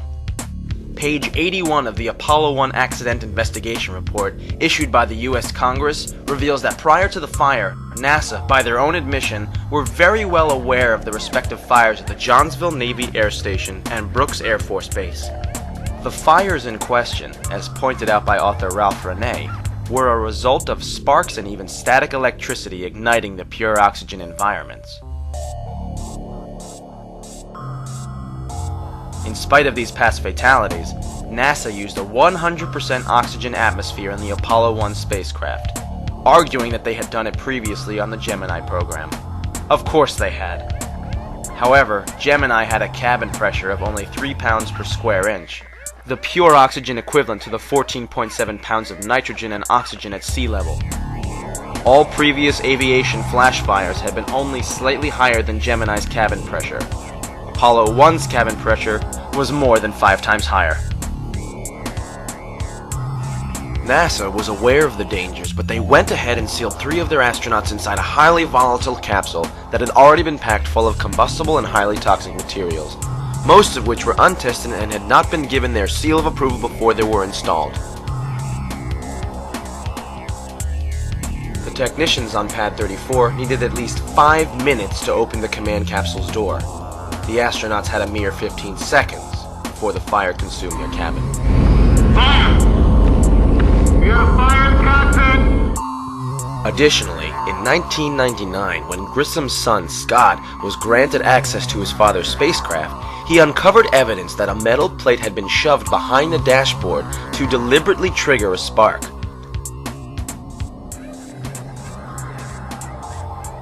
Keep in mind that many of these scientists were war criminals imported from Hitler's Germany. One should not be surprised that such horrors could occur when one considers that these Nazis helped perpetuate the cruelest, most brutal atrocity that has ever taken place in the history of mankind. Also, the behavior of the astronauts upon their return to Earth is highly suspicious. Armstrong, Collins, and Aldrin were made to sit and brief the press for nearly an hour and a half. At times, all 3 men exhibited a type of disinterest or absconding emotion, not to mention outright lying. The most obvious error was in an answer given by Collins. The astronauts were asked if they could see stars from the surface of the moon. Armstrong answered, "I don't recall." Then Collins, in an attempt to cover for Neil's mistake, and remembering his equal communal experience of sharing the capsule in Earth orbit for 8 days with his crewmates, blurted out, "I don't remember seeing any." I have 2 brief questions I'd like to ask, if I may. When you were carrying out that incredible moonwalk, did you find that the surface was equally firm anywhere, or were there harder and softer spots that you could detect? And secondly, when you looked up at the sky, could you actually see the stars and the solar corona in spite of the glare? The first part of your question, the surface did vary in its thickness of penetration. One must be quite cautious in moving around in this rough terrain. We were never able to see stars from the lunar surface or on the daylight side of the moon by eye without looking through the optics. I don't recall during the period of time that we were photographing the solar corona what stars we could see. I don't remember seeing any. We were never able to see stars from the lunar surface or on the daylight side of the moon by eye without looking through the optics. I don't recall during the period of time that we were photographing the solar corona what stars we could see. I don't remember seeing any. Neil, you were... Transcripts published later attributed his remark to Aldrin, who was supposed to have been there on the surface. This was done, no doubt, to throw off most, who had only had an altered transcript and not a film copy of the entire press conference. We know there's a lot of scientists from a number of countries standing by to see the lunar samples, and we thought you'd be interested in seeing that they really are here. What about the moon rocks, the laser reflector discs, and the photographs of the astronauts on the moon? The Apollo samples are not rocks gathered during moonwalks. They are, in fact, meteorites that were specifically gathered on Earth by von Braun himself before the moon landing ever took place. After Kennedy declared that we would land on the moon by the end of the decade, the race to the moon was in full force. So why would von Braun, who was supposed to be working feverishly on the Saturn V rocket, need to go to Antarctica? In the May 1967 Popular Science article entitled A Spaceman's Look at Antarctica, page 114 to 116, von Braun states, "It may well be smart to test lunar vehicles or surface drills in Antarctica before taking them to the moon." This was never done. He did, however, meet up with the Penguins. In reality, the real reason for the trip was to gather meteorites that could be passed off as moon rocks.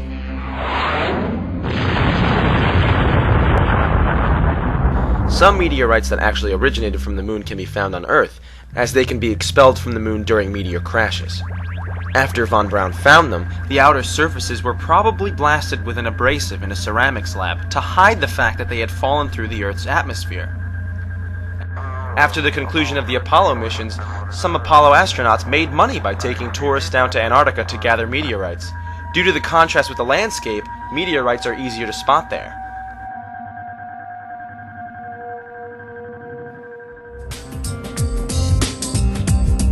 But it's evidence the astronauts left behind, and not what they brought back, that may offer the clinching proof. Each successful moon mission set up a range of experiments. More than 30 years after Apollo 11, one of them continues to operate, the Lunar Laser Ranger. There were two major experiments. One was a series of corner reflectors to reflect laser beams from the Earth sent to the moon that then, because of the geometry of these corner reflectors, would send the beam back in exactly the direction that it came from. High up in the Davis Mountain Range, the McDonald Observatory in Texas continues to gather information from the experiment. In 33 years, no one has showed up. No one has come and talked to us. Jerry Wyatt would welcome a visit from the conspiracy theorists. Since 1969, his team has been firing a laser beam at the experiment an average of 240 times a year. And of course, at Apollo 11 site is where the United States placed its first lunar retro package. So we fire laser at this spot and three others on the moon. Now he's turned the laser on. In a few seconds, you'll see the splash. The laser hits the reflector on the moon's surface and bounces back as a series of pulses invisible to the human eye. By measuring the time it takes for each laser pulse to return, scientists gather key information about the Earth's position in the solar system.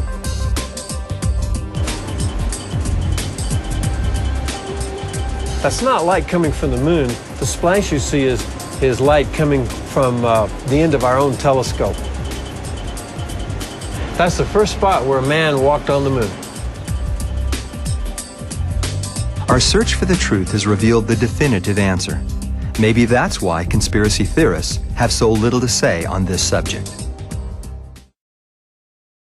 The December 1966 issue of National Geographic explains why no such reflectors are needed to bounce signals off the moon. This is detailed in The Laser's Bright Magic by Thomas Malloy. On page 876, he states, 4 years ago, a ruby laser, considerably smaller than those now available, shot a series of pulses at the moon, 240,000 miles away. The beams illuminated a spot less than 2 miles in diameter, and were reflected back to Earth with enough strength to be measured by ultra-sensitive electronic equipment. It should also be noted that many types of signals can be bounced off the moon, even without such reflectors. In the 1950s, moon bounce was used to communicate around the curvature of the Earth. That is, if you were in the military and wanted to talk to someone in Hawaii from California, you would bounce your conversation off of the moon.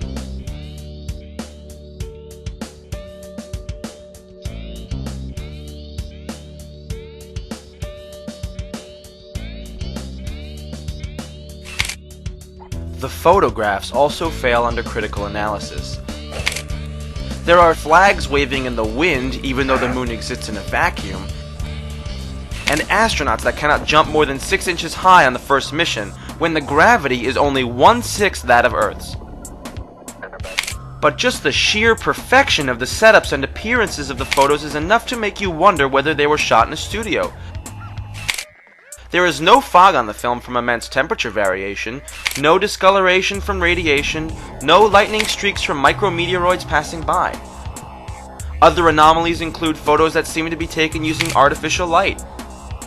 Apollo researcher David Percy traveled to Sweden to talk to Jan Lundberg, the man that managed the group in charge of supplying NASA with the advanced cameras used to take photographs on the moon. Hasselblad in Sweden was the NASA-appointed manufacturer of a camera capable of functioning on the lunar surface, and Jan Lundberg was the project engineer responsible for building the camera. Originally, NASA made all the alterations themselves. Then they presented what they had done to us and asked, "Can you do this?" And we said, "Yes, we can, and we can do it better." So what does Hasselblad have to say about this classic Aldrin picture? Does it look to Jan Lundberg as though the subject was lit? Yes, it seems like he's standing in the spotlight. And I can't explain that. That escapes me. Why? So maybe you have to find Armstrong and ask him. And how exactly did they pan the camera up to film the liftoff of the ascent module on Apollo 17? How do you think we took the pictures of the liftoff on Apollo 17 with a television camera?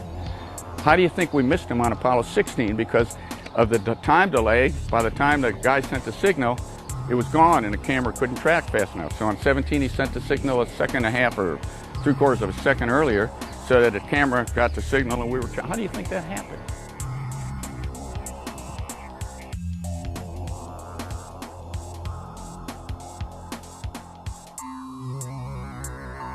I've got a book telling me I didn't go to the moon, that thick, okay? There's a book there when you can't see stars in the daytime and the shadows interrupt. I don't give a damn about all that. Remember too, while the thousands of NASA employees did help them achieve Earth orbit, beyond that, all information fed to the press and public was from the government, and there was no independent reporting. That's one small step for man, one giant leap for mankind. But is there a smoking gun? Yes, there is. It has to do with the camera shots of the Earth. Hello, Apollo 11. Houston, Goldstone says that the TD looks great. Over.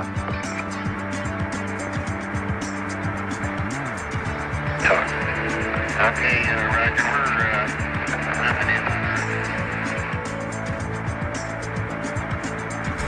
Hello, Apollo 11. Houston, did you copy? Over. Although it is likely that the astronauts were on the Saturn V rocket when it took off, it seems that they stayed in low Earth orbit for the duration of their missions. This provided them with the zero-gravity filming environment which would be what one would expect on a trip to the moon.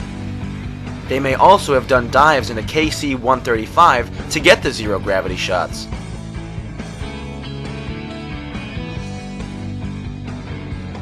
Yet there is one segment that clearly shows the behind-the-scenes chicanery that is going on. At one point, the crew says they are 130,000 miles out, or just halfway to the moon. Roger, Houston, Apollo 11. Calling in from about 130,000 miles out. And we'll zoom our camera in slowly. They say that they have the camera pointing toward the only window that is facing the Earth. Unfortunately, we only have one window that has a view of the Earth, and it's filled up with the TV camera, so your view now is probably better than ours is. Yet you see something come between the camera and the Earth. South America becomes invisible just off beyond the Terminator or inside the shadow. They are caught in a lie right there. Had the camera been in the window as they stated, then nothing should be coming between the camera and the Earth. We should not see any light in the upper left corner of the screen either. Of course, whenever the Earth was clearly seen vanishing behind the window, the view of the Earth was always from a cutaway shot, in which no astronauts were present. Well, that's about all is reasonable without getting hot and sweaty. All right, Roger, we copy.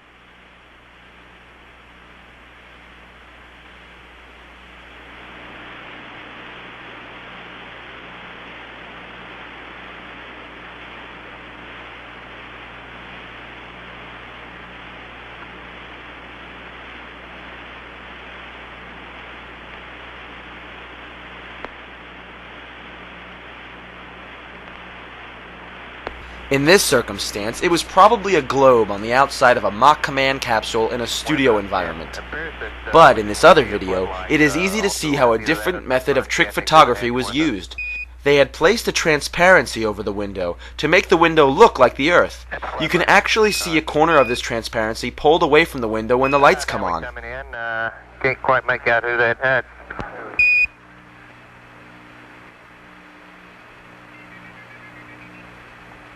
That's Big Mike Collins there. Well, you got a little bit of... Yeah, hello there, sports fans. You got a little bit of me, plus Neil's in the center couch, and Buzz is doing the camera work this time. Roger, it's a little dark now, 11. Maybe a bigger f-stop might help.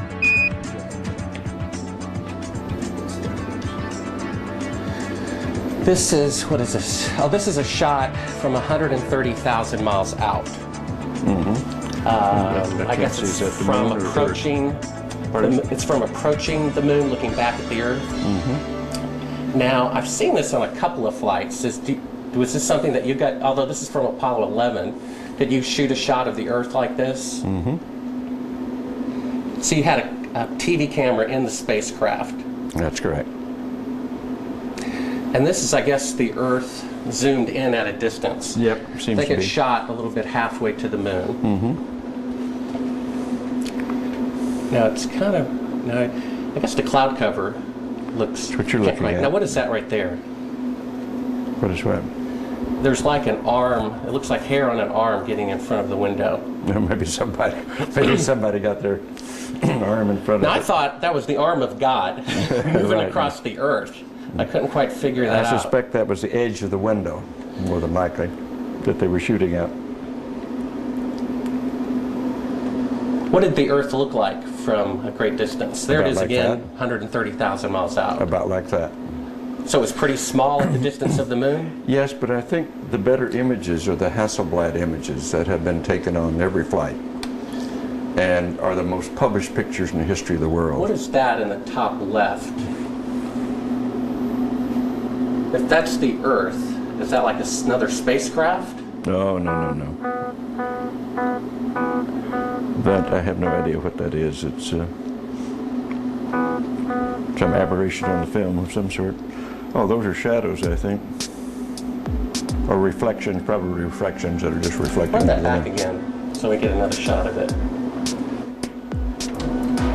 If you're going to press me on this, I'm not going to talk to you anymore because I won't pursue this. All of this attempt to say the Apollo programs were fake is just sheer nonsense. And you can talk till hell freezes over and you're wrong. Okay? Well, would you affirm? I won't continue on this line. Okay, turn off the camera. Your interview is done. I've given you all the time I'm going to give you. Okie dokie. Good to meet you. I don't say it's a pleasure. Understand. Please get your ass out of my house. Okay.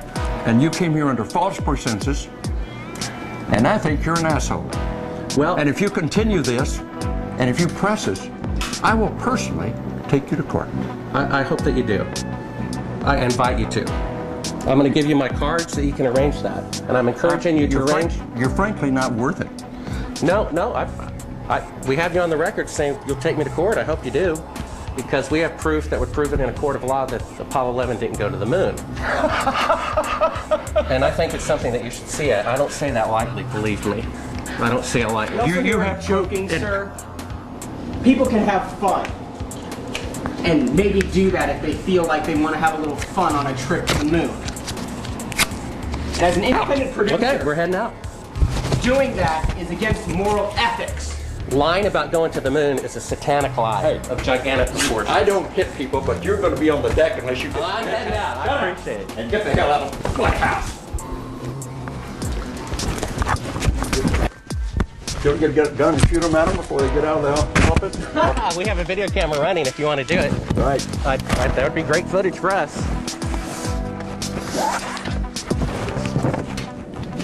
See you later. In court, I hope. Want to call the CIA? Have them whacked?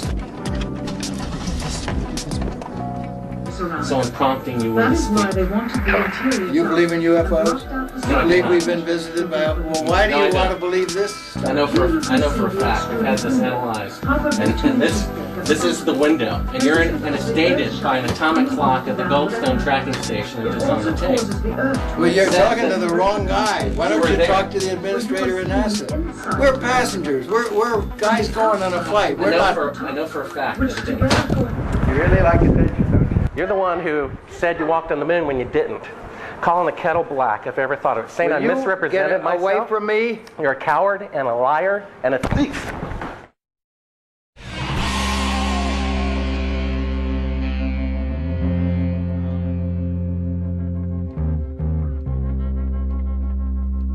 Buzz Aldrin's violent reaction is not surprising, considering the hundreds of thousands of dollars he has made by defrauding people, selling his personal memorabilia. According to the winter 2008 issue of Heritage magazine, in September of 2007, Aldrin sold the following items which he claimed were flown to the moon. A medallion for $15,535, a silver dollar for $31,070, a chart for $71,700, and a handwritten note for $179,250. Not all of the Apollo astronauts profiteer off this lie, but Aldrin is certainly the worst offender.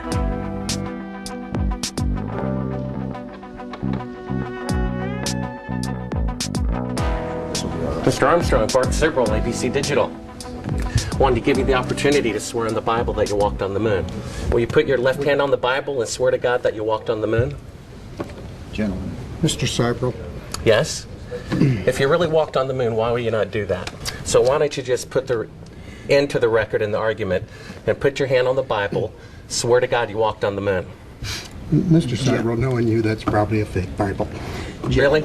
Well, no, it's a real Bible. You have the opportunity to have $5,000. The meeting is not open. Well, you have $5,000 cash. You can give it to charity if you swear on the Bible that you walked on the moon. Please I have give the it to tape. charity. It'd be fine. Why don't you swear to? Why not? Why won't you do it? So why don't you put your hand on the Bible and swear to God that you walked on the moon? Mr. Sibrel has made a fool of himself in front of the world. Mr. Sibrel, you do not deserve answers. Hello, look what I have. I have the lunar lander, one of the lunar landers that landed on the moon. This is definitely one of the lunar landers that landed on the moon. It's not something made for a school play by the art department or anything like this. So, we're going to make some observations. Observation number one. no windows.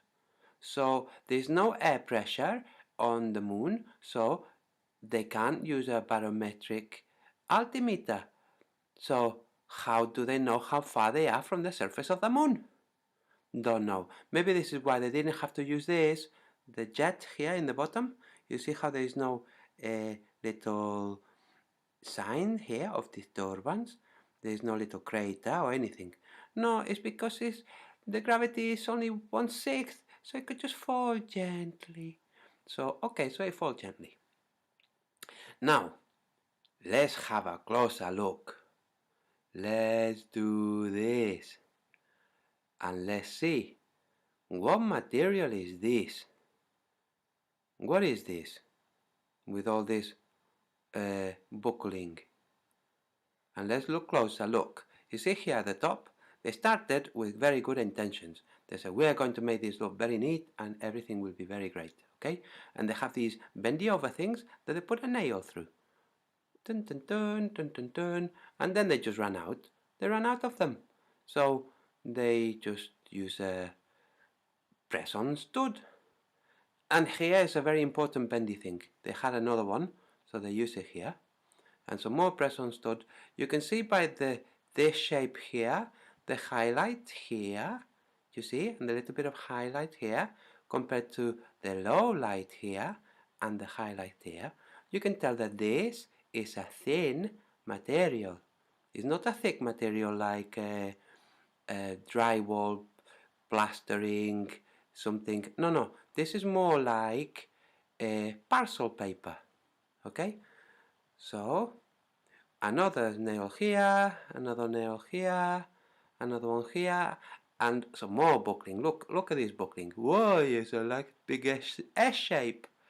So, and this here, somebody put this for a joke so that stupid people will think, oh, this must be very important, it must be some sensor. No, it was here for a joke, this is all. And whoever put it there will be laughing, or will, if he didn't die already. So this not look like very much like precision engineering. Look at this, it's a bit too big. And look, not even a straight line. So look here, again, a bit of mistake. There are two kinds of artists in the world. There are the artists that like to draw freehand, and then there are the artists that like to draw with a ruler.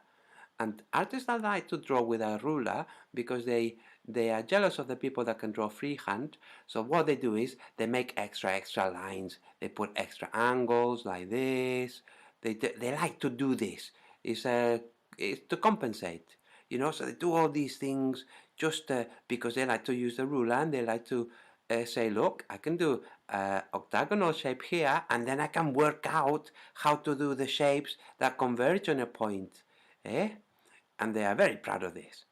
But this looked like it was designed by somebody who is kind of good with a ruler, but not very good with aesthetics, or not very good with dynamics, and not very good with fluid line.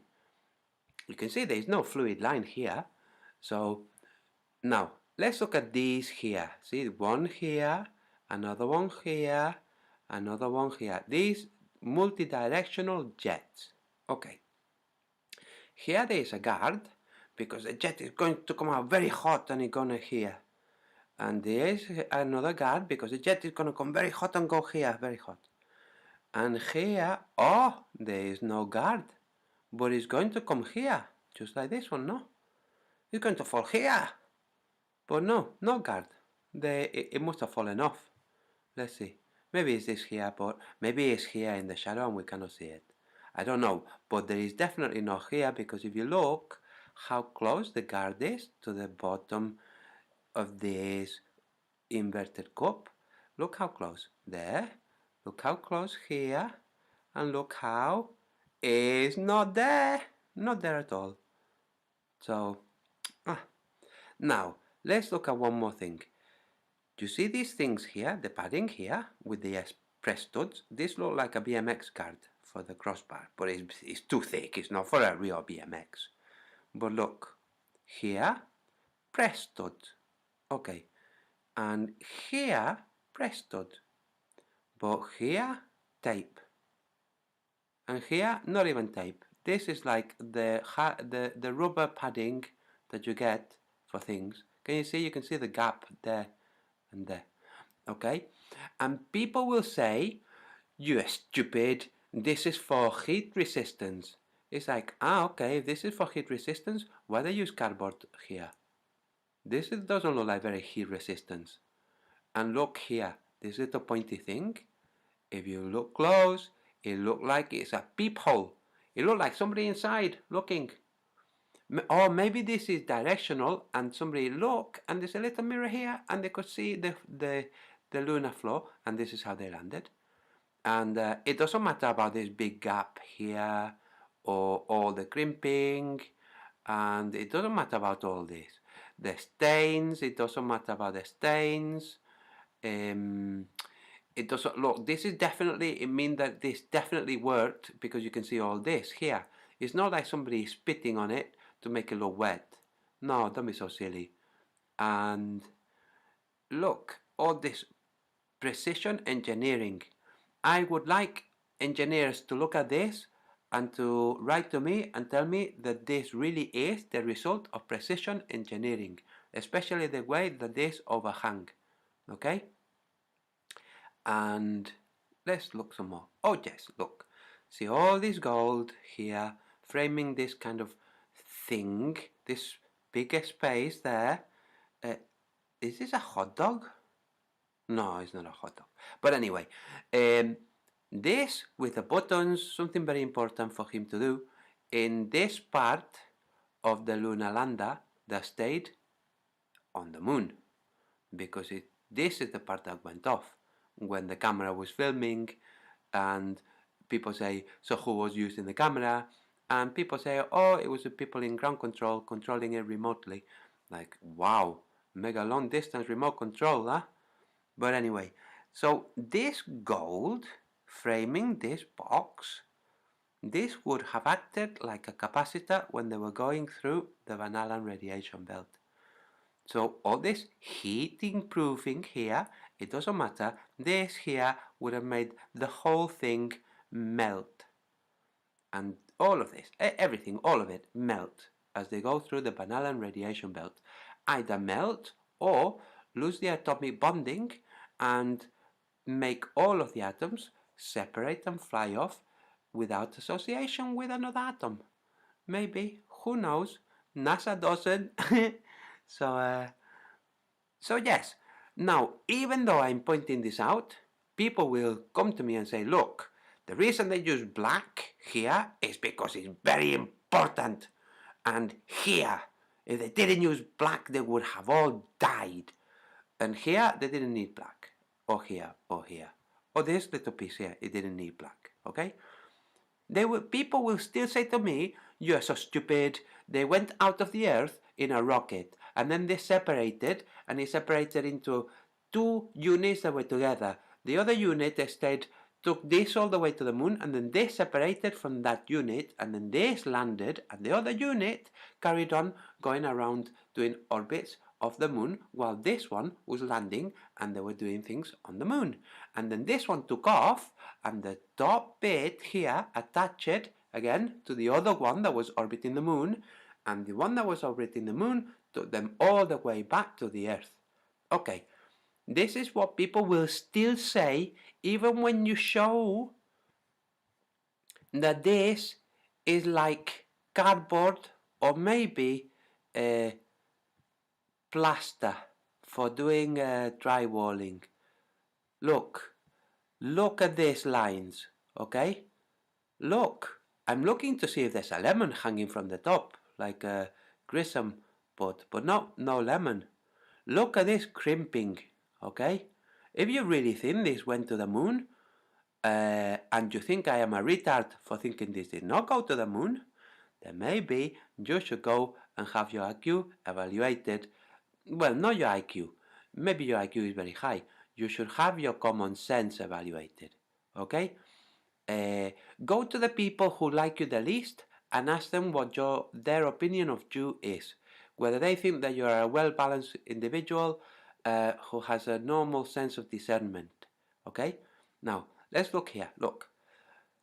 Silver foil with copper tape. Look, here is closer. It must be very important that these three are closer. Okay? Dun, dun, dun, dun, all the way up. Let's look at the other one. Oh, it's not so important. There's not three here. Look. Three here together. Not three here together. So it's not so important. Oh, and look here. They must have finished the tape. They started with the other one, and here they finished. They just didn't have enough, so they could only do the half. Okay? And of course, you have to shield the legs, because if you don't shield the legs, then something really bad will happen. Maybe the moon have extra corrosive qualities, and it has to be shielded like this. Okay?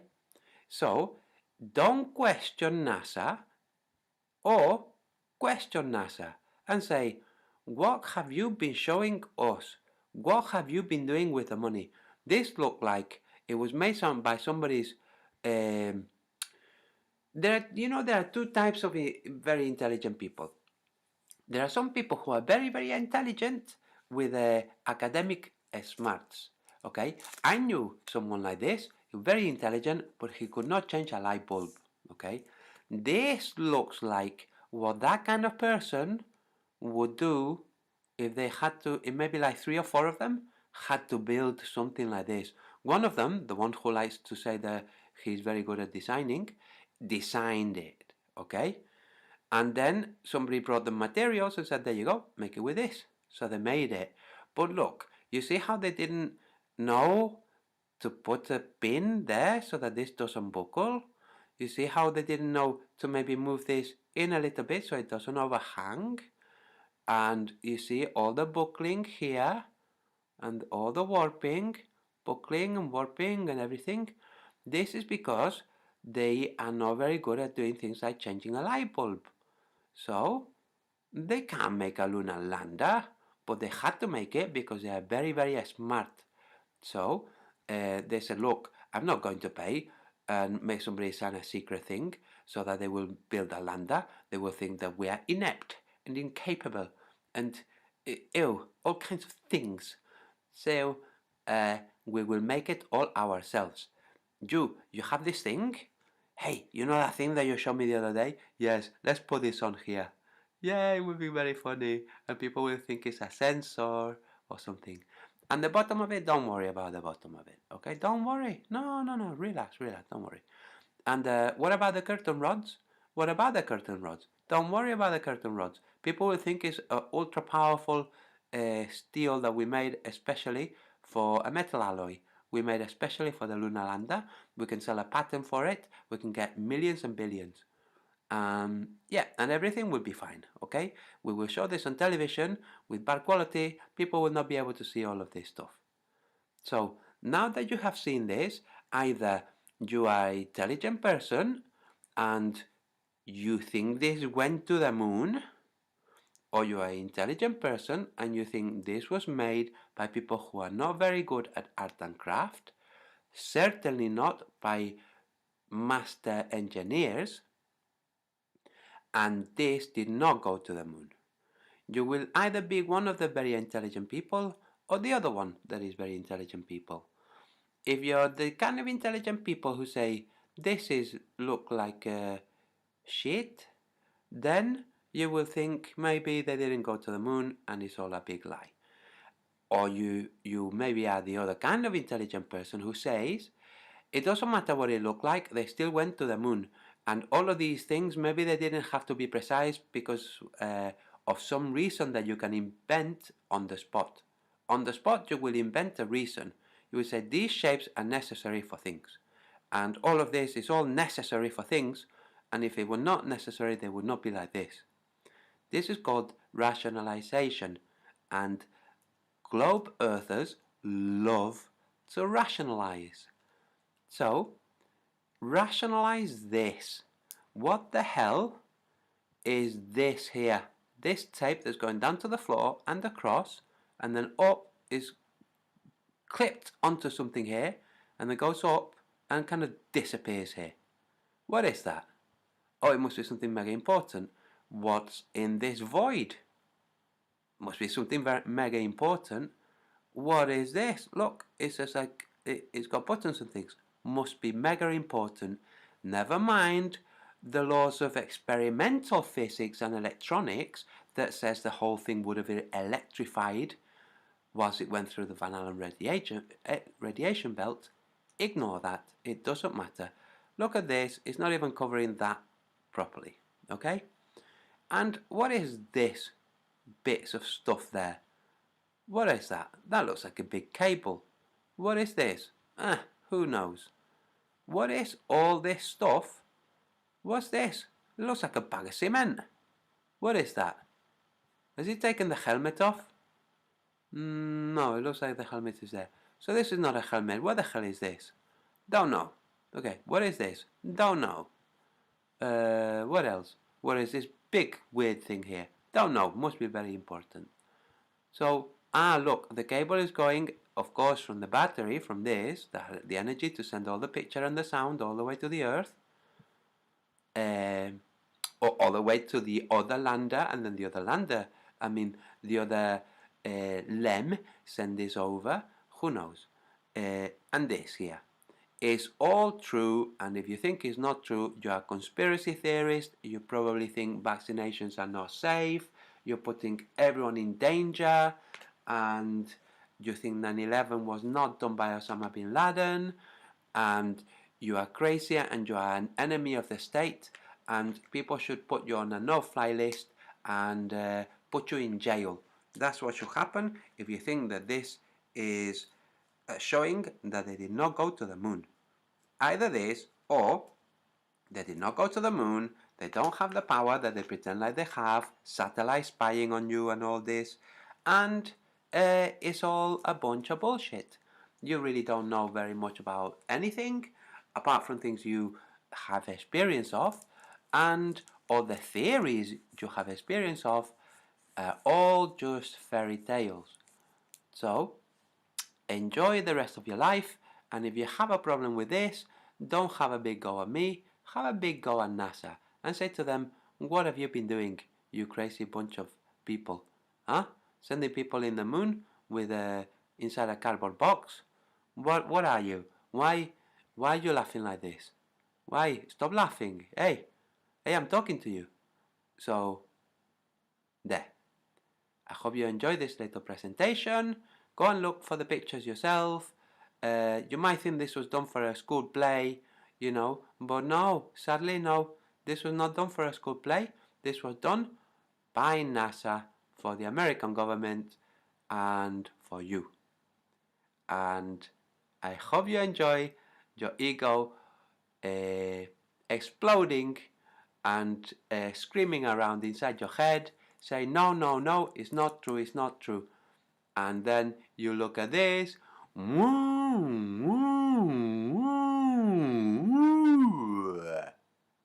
and your ego has to say, I know, fuck all. Okay, so, there you go. I hope you enjoyed this. Excuse my French. Bye bye.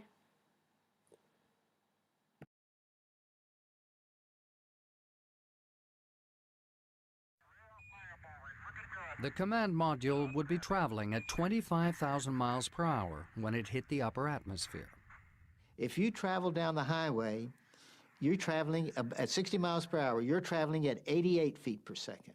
We're coming in at 36,000 feet per second. It smashes into the atmosphere. It doesn't fly as much as smash.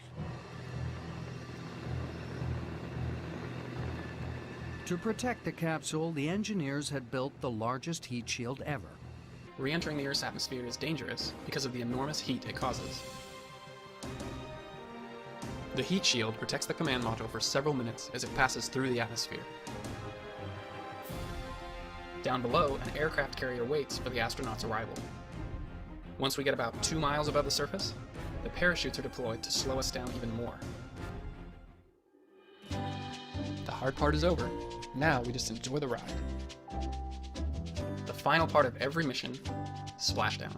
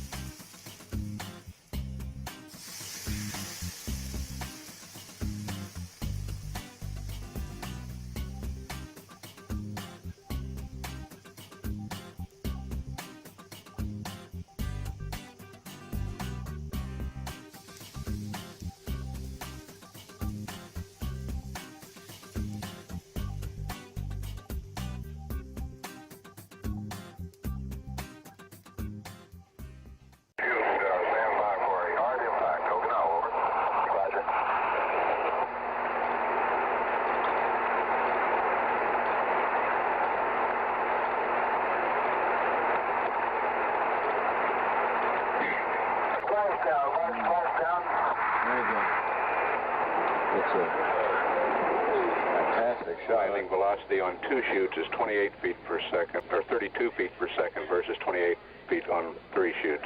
Down a little. It is in stable 1 condition. It looks like a hard impact, but the spacecraft appears to be all right. It hasn't turned over.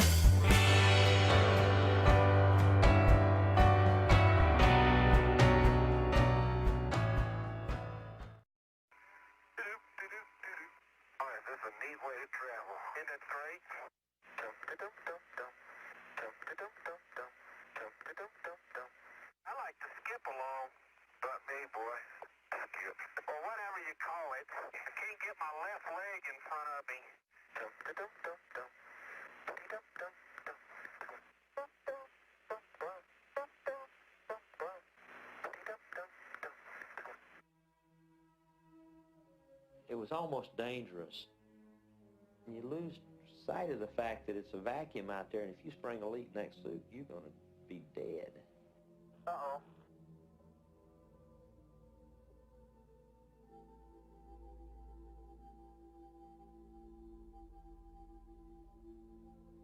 Nice soft Navy landing. Yahoo!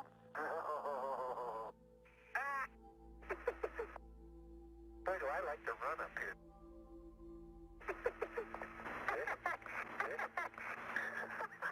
I feel like Bugs Bunny. That's neat. And here comes the Foxy twin. You're pretty agile there, Twinkle Toes. I'm going out for the ballet when I get back. You learn another line of work up here. Yeah, while you're bouncing around there, you might keep an eye out for a nearby crater.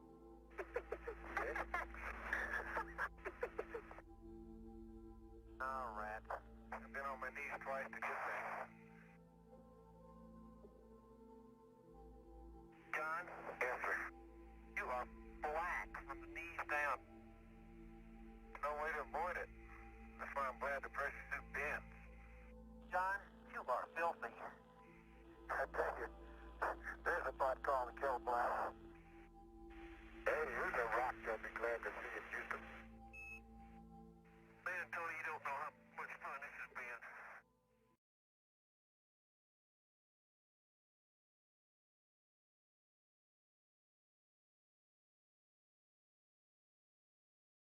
Bazinga.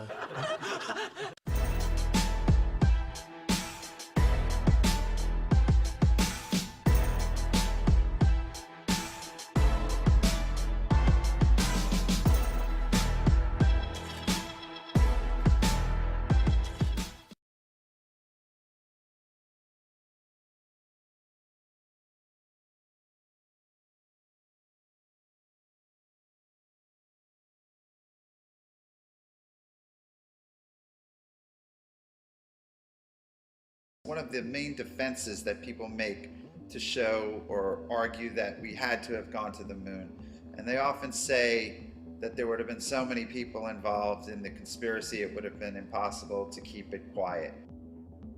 The only people who would have known about the hoax would have been those on a need-to-know basis, and that would have been very few people. You have your astronauts, you have the people filming everything and building the locations, and you have the people authorizing it, and that's it. Everybody else would have been doing their one task in the line and sequence of events that they were responsible for. And this segues into another defense made by people who believe we went to the moon, and that is, why didn't NASA have them do things over after they made mistakes? And the reason for that is that this was live, and not everybody was in on it. And those hundreds of people you see at Mission Control, they're not in on it. You got the surgeons, they're monitoring the heart rate. You have the data guys, they're monitoring whatever is coming in on their feed. And everybody is looking at a live event, and all over the world people are monitoring a live event. So there were no do-overs.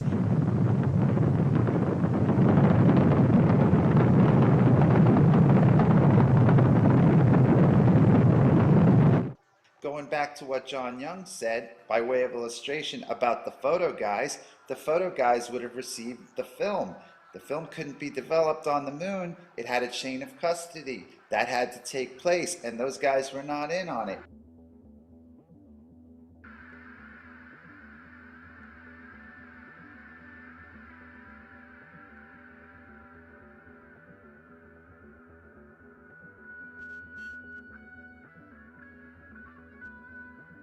So what has just happened to cause this stain pattern to emerge? The answer is orange juice. It has been well documented that the astronauts had a problem with the suction straws inside their helmets that allowed them to take sips of orange juice. The straws would accidentally squirt orange juice all over them and into their helmets, and this was a big problem on the mission, and the orange juice actually seeped into the neck ring. And it appears obvious now that the orange juice leaked through the neck ring at Station 9 and caused the camera to be stained. And that is direct evidence that they could not possibly be on the moon, because if orange juice could leak through the helmet lock, then the helmet lock was not properly sealed to protect the astronauts from the vacuum of space. And this is because the helmet and the neck ring, in order to be airtight, must also have been watertight, because water molecules are bigger than air molecules. So if water escaped, then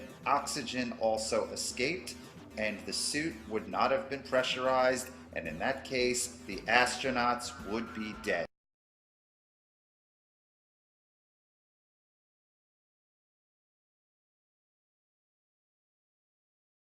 Now, I am not the first to suggest there's some sort of Geppetto character in the rafters above, pulling the astronauts by some sort of harness with fishing wire.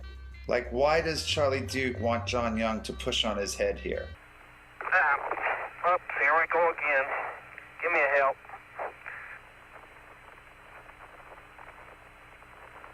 There you go. Okay, just push, start pushing on my head. Give me a hand. Okay, here we go. So he pushes down on his head and his feet seem to levitate backwards. You see, the vibration of my voice box makes the air vibrate between us. Then when the air vibrates your eardrum, you hear what I'm saying. But maybe you've seen a demonstration of a bell under a glass jar. With normal air inside the jar, you could hear the bell clearly. But when the vacuum pump drew the air out of the jar, there was nothing inside to carry the vibrations of the bell. Nothing until the air was let back into the jar. The captain, you got your photo numbers. And this is core tube number 2. Okay, I can almost drive it without a hammer. But if you'll hand it to me, I'll get it in a second. I'm going to take a couple more shots of this before we get all in. I get the pictures. All right? Drive in real easy, Houston. The sounds in space, it's odd to have a hammer or a metal tool and bang it against something and hear absolutely nothing. You can, sound won't travel in a vacuum, so there you are outside and you could be hitting something, no sound at all. In space, since there's no atmosphere, there's no air, if you bang on something when you're doing your spacewalk, you will not be able to hear that. And this leads us to the dilemma of our final segment. All modern astronauts, such as Piers Sellers and Mike Massimino, claim to hear absolutely nothing when they're out on the International Space Station in the vacuum, banging away with metal tools and objects, whereas during the Apollo missions, all kinds of sounds have been recorded that should not be possible if they are on the moon in the vacuum of space. Even when the astronaut in the photo to the right hit a metal tube into the ground with a hammer, no sound was made.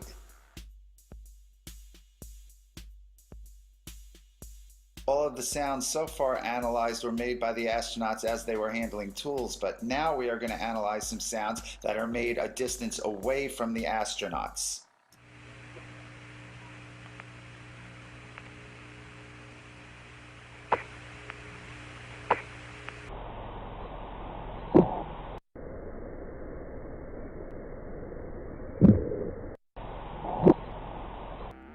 So what you just saw appears to be a smoking gun.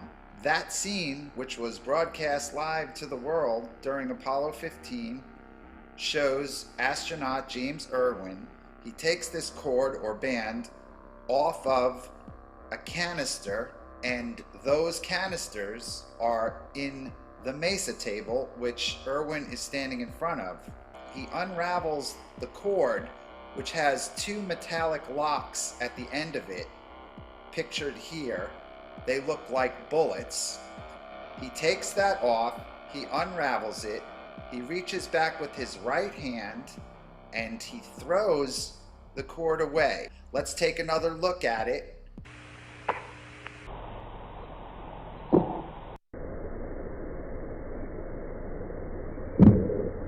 So the argument has been made for the hammering that the sound is coming through the glove and it's miraculously getting into the microphones. But we don't have to deal with that argument because James Irwin releases the object and it hits the ship and he's not touching it, and that sound is picked up by the microphone.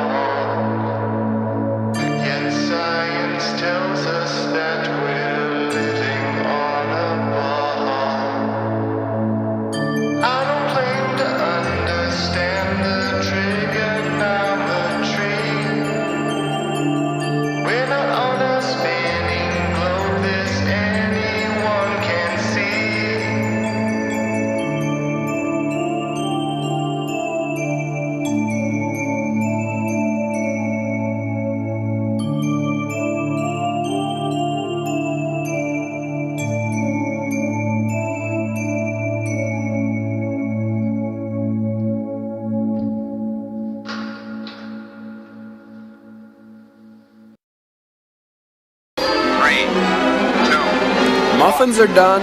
0.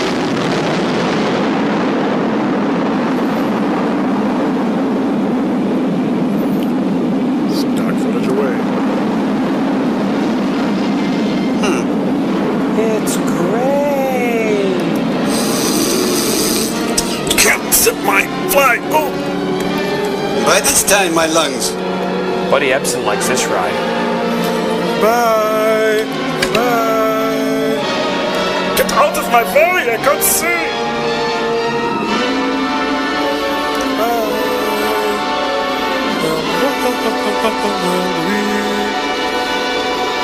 Well, that's a wrap. Enjoy the buffet. We will attempt to establish radio contact with the ship. The rest of the movie takes place in space. You can all go home now. Hello everyone, this is Taboo Conspiracy. This is a special message for the people who know that the moon landings were faked, but refuse to consider the flat earth conspiracy. We're going to take a look at the fake moon landings and discuss the logical implications. In other words, if the moon landings were fake, which they most assuredly were, what does it mean? So, my skeptical friend, congratulations. You figured out that this, what the flat earth asshole refers to as a homeless tweaker shelter, is not an advanced spaceship.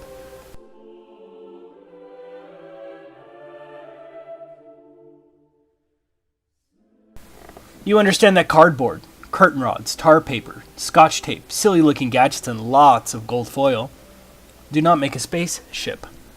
You figured out that 47 years ago, this patently ridiculous papier-mâché contraption, which was never flown even once on Earth, though 3/5 of the smaller training vehicles crashed in optimal conditions. You figured out that this piece of junk did not travel 237,000 miles, landing on the moon that is allegedly moving 2,288 miles per hour, did not achieve speeds of 4,000 miles per hour falling to the moon, 3 times faster than a speeding bullet, with still more weight than a large SUV, and then blasted back up into space to rendezvous in lunar orbit.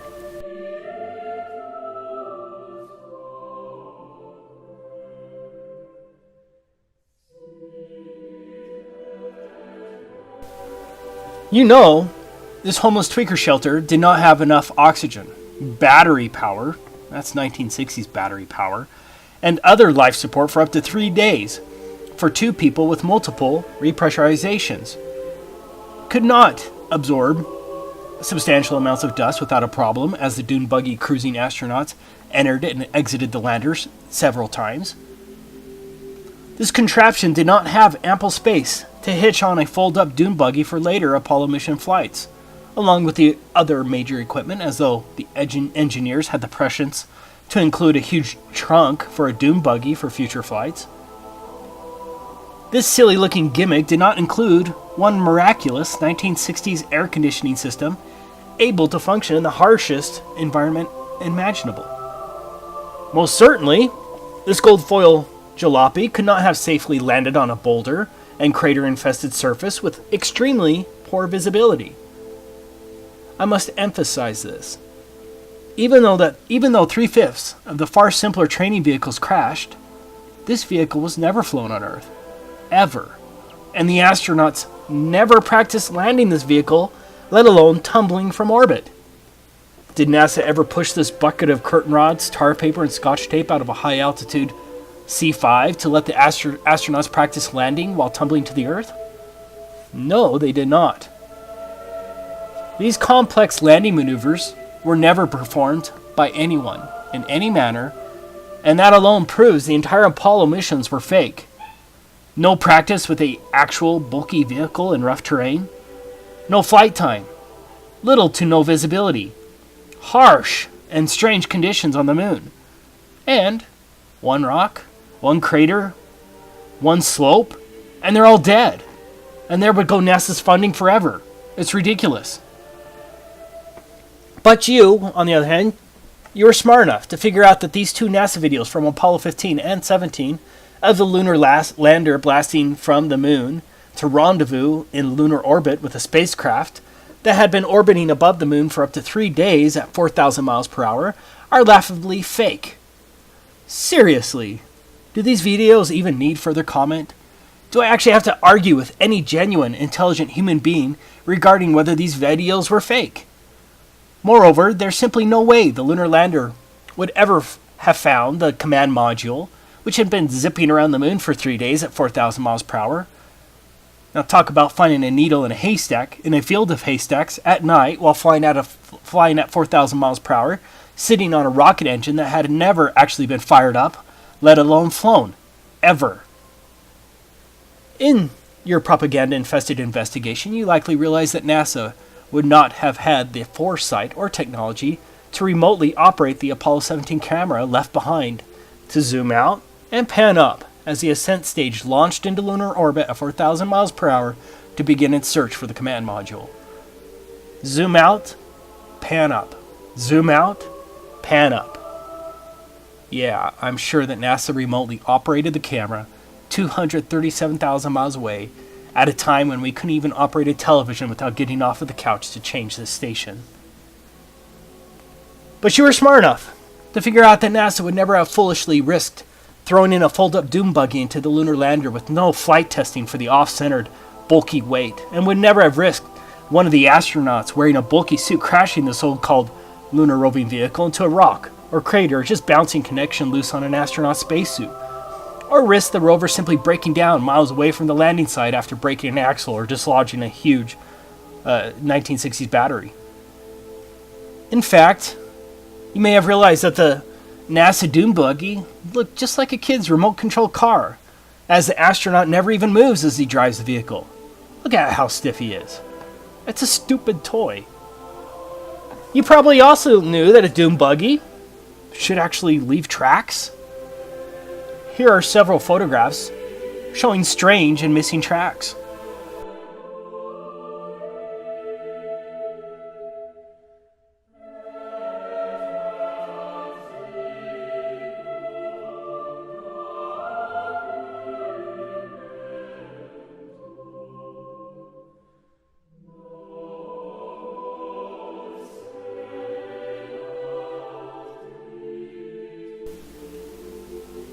In these damning photos, the tracks were present before the lunar roving vehicle was even unpacked.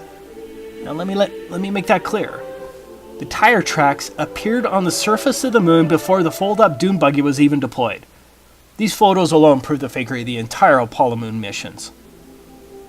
Although this is official Apollo moon footage, you had a critical mind to know that this is really footage from a 1960s movie set, with an obvious movie backdrop with an actor suspended by a wire in a suit.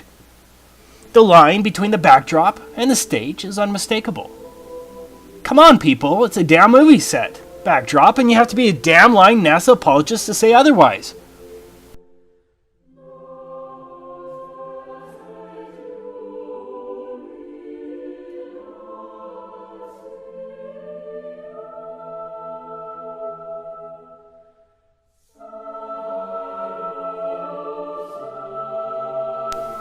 Here's another clear picture of where the backdrop carpet meets the foreground. Yep, that's normal. Maybe in your investigation you figured out that astronauts probably shouldn't have been held by wires while on the moon.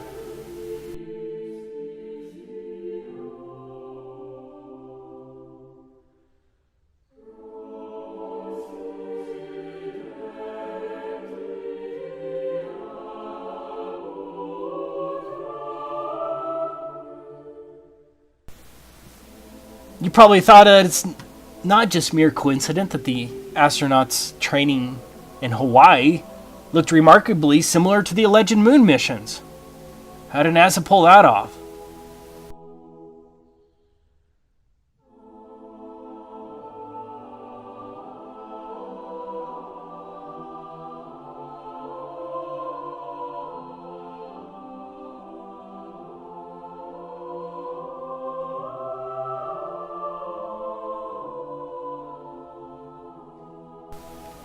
Maybe you're one of the few who realized that the lunar lander with a 10,000-pound thruster should have created a huge crater and scorched the moon as the lunar lander made its never-practiced, impossible landing after dropping 3 times the speed of a bullet.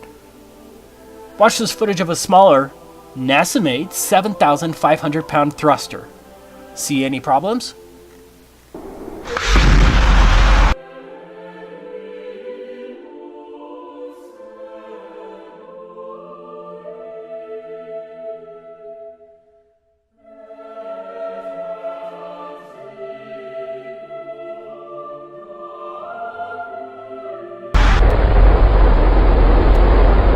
Maybe you rightfully thought that the flame of the 10,000-pound thruster should have at least appeared in a realistic photograph, or just kicked up the soil a bit.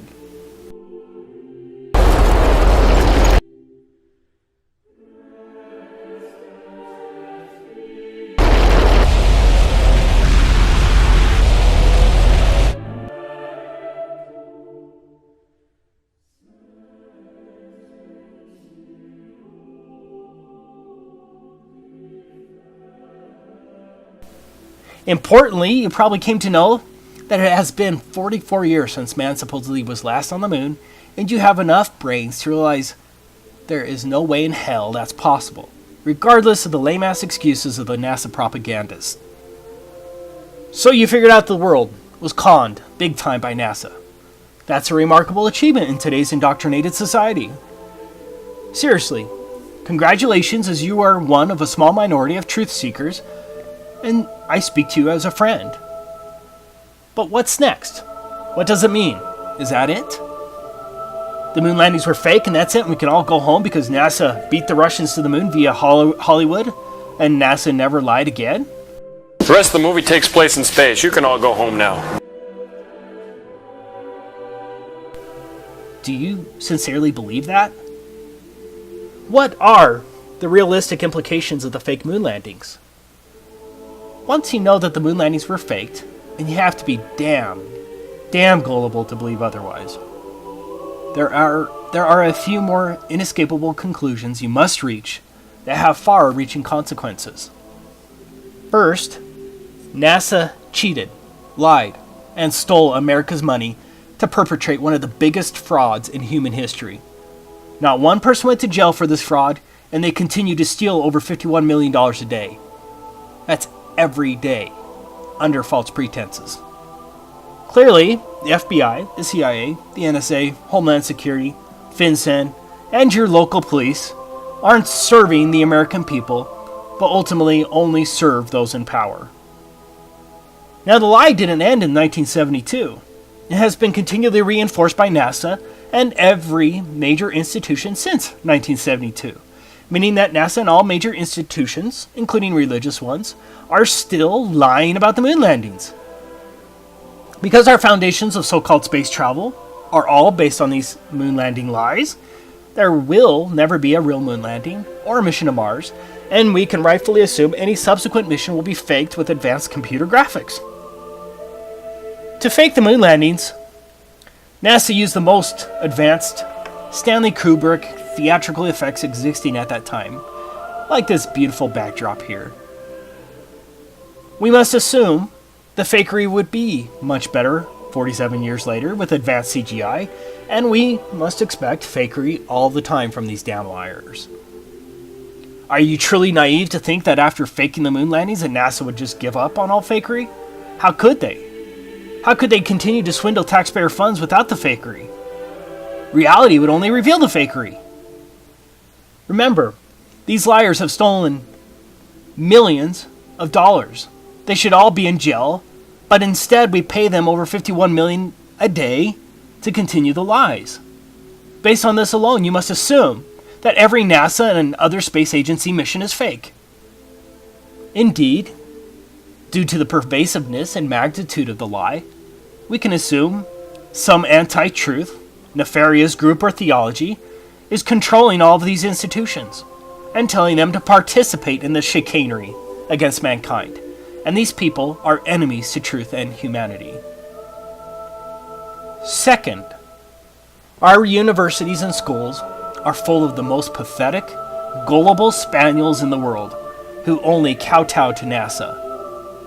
Obviously, NASA didn't hire every PhD, professor, engineer, astrophysicist, astronomer, scientist, etc. to perpetrate the moon landings fraud. It does mean that these academics are dumbass conformists who only know how to parrot what they're told. The more degrees they get, the more indoctrinated they become. It's a direct correlation. No, millions weren't in on the moon landings conspiracy. Does that sound familiar? Again, our universities and media-declared smart persons, who aren't direct sellouts, are some of the most gullible fools in the world that can't question the most evident fakery and lack any semblance of an independent critical mind. Our esteemed professors and academics are real-life imbeciles and deserve absolutely no respect in this regard. Further, although this conspiracy had to be shockingly huge, it's only logical NASA did not send a general memo to every employee and contractor letting them all know that the moon landings were going to be faked. Clearly, NASA compartmentalized the operation as much as possible, as the military always does, to maintain this big conspiracy, but they did so knowing that they would have full cooperation of the U.S. government, its media, schools, and police force. Just remember, millions of supposed smart people have seen this Apollo 15 and Apollo 17 footage, and only a very small fraction have had the brains to see the fakery for what it is. But it certainly does not mean that millions were in on the moon landings conspiracy. Scholastic conformity and brainwashing are most effective on the so-called smart people, as they learn to swallow any load of rubbish from NASA, while media conformity and brainwashing are most effective on the less intelligent. Now, for my flat earth friends, when some NASA shill calls you a moron for arguing in support of the flat earth, just remember, these proclaimed smart people believe that this footage is real, and then you'll know who the true morons are.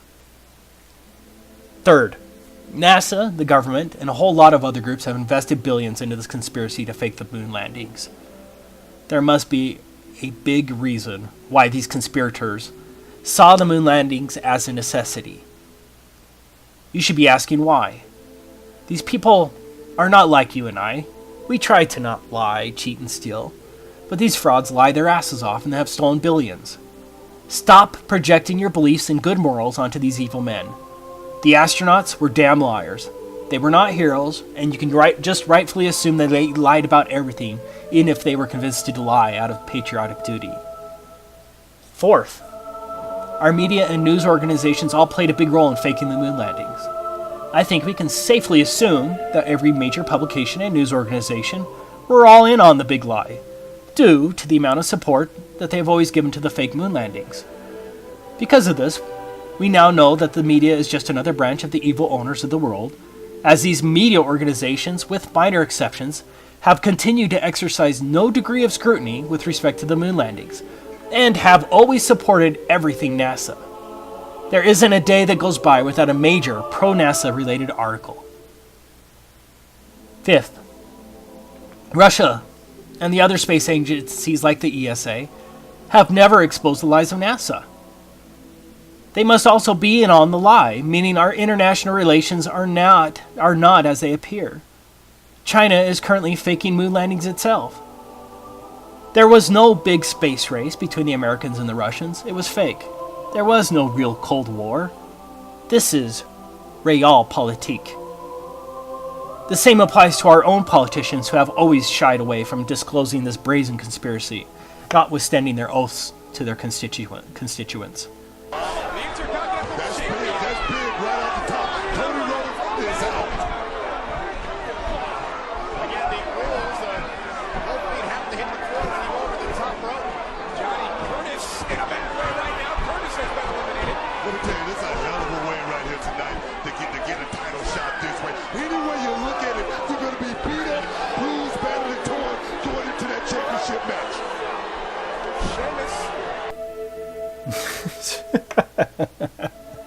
And no, NASA did not lie about the moon landings out of some noble cause to beat Russia in the space race, or Russia would have most certainly exposed the charade. Instead, all major countries continue the space fraud even today in lockstep. Just look at this Russian Luna probe that supposedly went to the moon prior to the Apollo missions. You know, the one with the big, you know what. Yes, that's an official drawing. You can rightfully assume, based on this drawing alone, that Russia lied their asses off about everything that happened in so-called space. Sixth, SpaceX and other major space-related corporations have only affirmed the moon landings and are similarly stealing taxpayer funds as contractors. SpaceX would necessarily know better, but hasn't ever questioned the official narrative. Elon Musk, who has publicly acknowledged the moon landings, is a complete fraud, probably just an actor. Just look at this fake footage.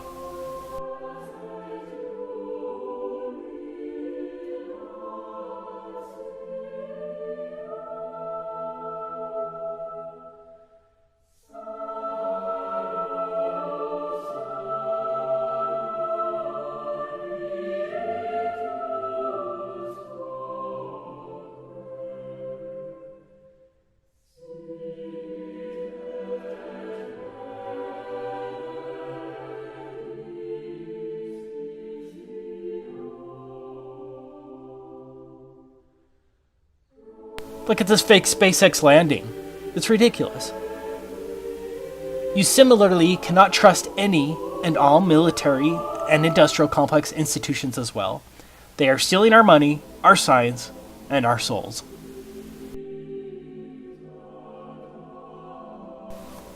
Seventh, NASA and all the other space thieves have hired a whole host of pro-moon landing shills to go out and spread the lies of NASA. Just Google fake moon landings and you'll see a whole host of propagandists trying to maintain the lie. This includes the Mythbusters. As you can see that with this fraudulent photo here, notice how the fake Mythbusters added shading to the photo to try to debunk the fact that there was studio lighting on the moon, and then entirely ignored these much more damning photographs, including this one that shows a studio lighting hotspot on the astronaut's heel. The moon landings hoax must include all other major institutions and universities who have come out in open support of the moon landings.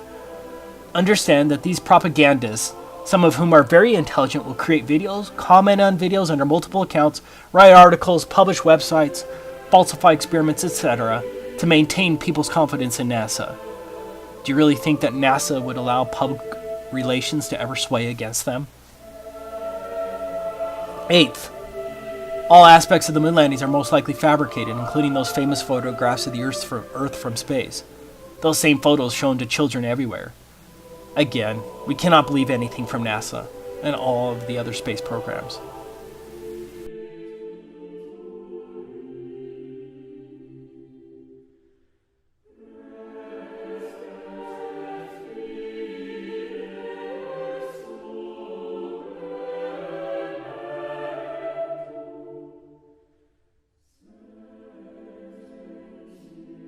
Watch this short clip about our non-existent pictures of the Earth. Simmons' job is... It's primarily taking data and making pictures out of it. That's what this is. A composite of data sets from several different instruments translated into a picture. To us, the really cool thing was the data set. Up until that point, there was no realistic color map of the globe. It is photoshopped, but it's has to be. It is photoshopped, but it's has to be. Ninth, we were sold the NASA space story from early childhood. We were brainwashed into believing in NASA and the fake moon landings for deceitful social manipulation purposes. This brainwashing is as effective on adults as children, and very few people will question the legitimacy of their own Santa Claus, based on a false belief that NASA would never lie to them. Due to the widespread and obvious lies on NASA, the burden of proof has switched entirely, as the burden is now squarely on NASA to prove everything they do with overwhelming evidence that cannot be faked. That's what happens to liars.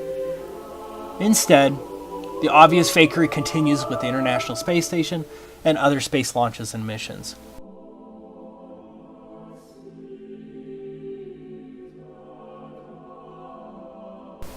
Finally, NASA absolutely 100% faked the moon landings. And there are many more proofs that I haven't talked about. Lifetime propaganda is important and doable for these thieves, and that should scare the hell out of everyone. We are taught to shun truth and make fun of anyone who questions NASA's narrative. Whenever you come across truth, it should initially shock your programmed conscience. We are slaves to these people who run this evil brainwashing program. If the moon landings were fake, which they most certainly were, then you must acknowledge that there is a large international conspiracy. It doesn't include millions, but it's big, and it runs the world.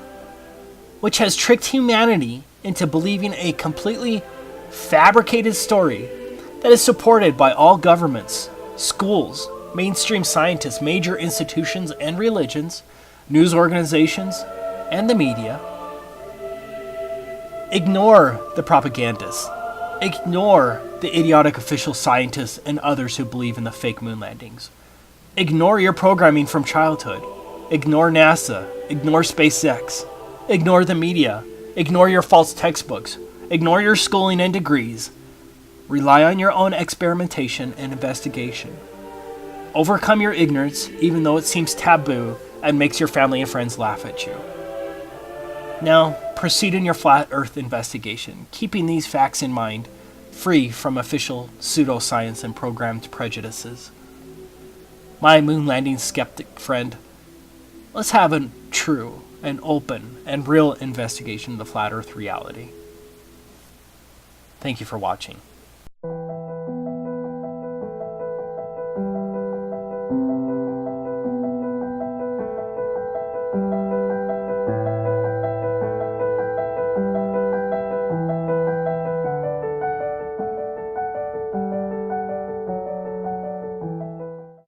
When you looked up at the sky, could you actually see the stars and the solar corona in spite of the glare? We were never able to see stars from the lunar surface or on the daylight side of the moon by eye without looking through the optics. I don't recall during the period of time that we were photographing the solar corona what stars we could see. I don't remember seeing any. Neil, you...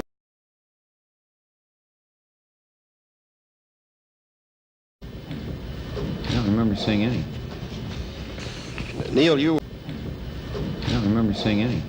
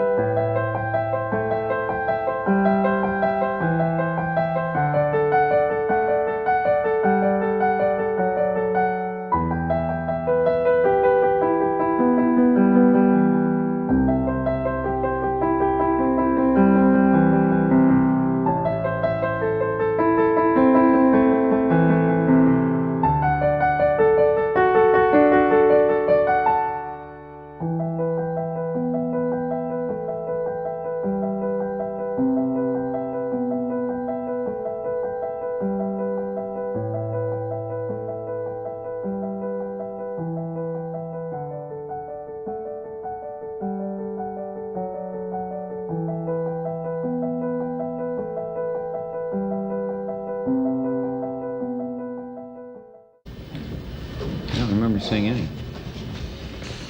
Those astronauts are not in space. It's written all over their stupid face.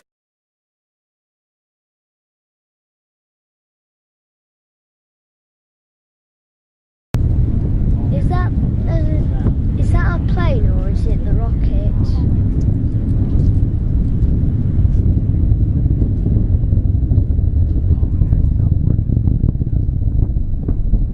Was that the rocket lifting off? Yep, that's it. That's a noise. I've never heard it before. It's drifting. That's bad. It's doing good so far. Is it? Is that what always happens? Does it always go like that? Yep. It looks bad to me. It's in space. Or is it? Is that it? Yep, I think that's it. Right in the middle. Oh no, it's going down!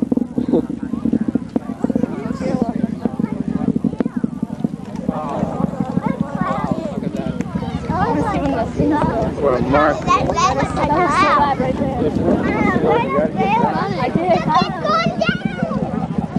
Peter, for Sandy, is it turning or is the Earth spinning? A rainbow.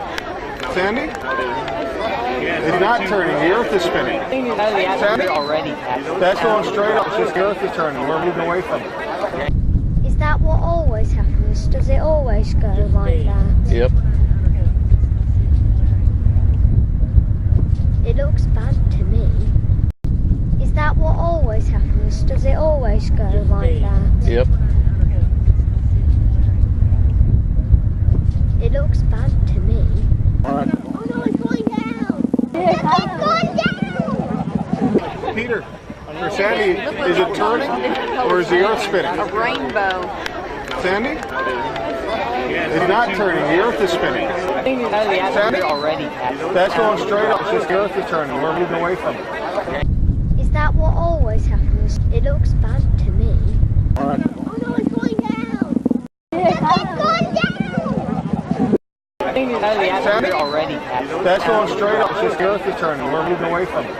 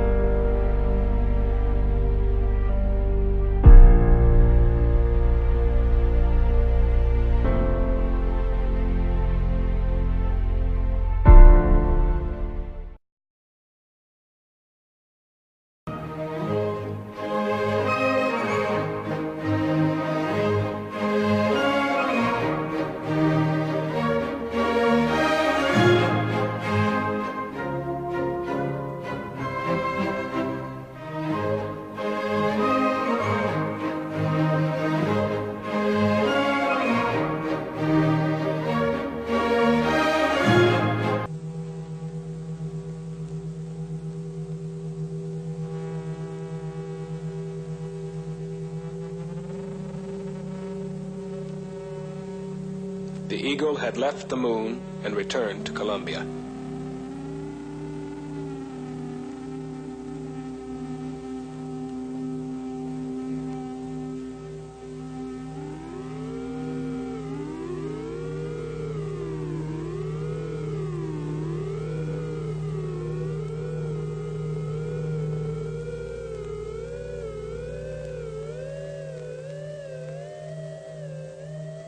Within this strange ship, 2 astronauts and a treasure.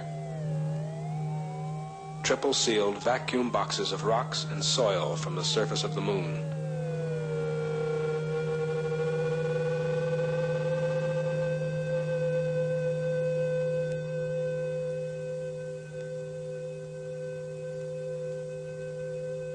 Locked within these rocks were secrets of the ages, to be studied and deciphered by the scientists of Earth. The age of the moon. The age of the sun. How the moon was formed.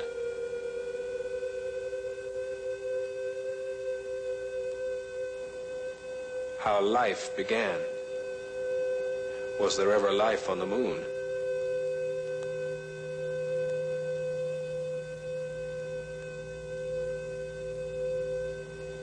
Was the moon once molten and volcanic, or has it always been cold and dead? Was it once part of the Earth? Or was it a wandering planet captured by the Earth eons ago?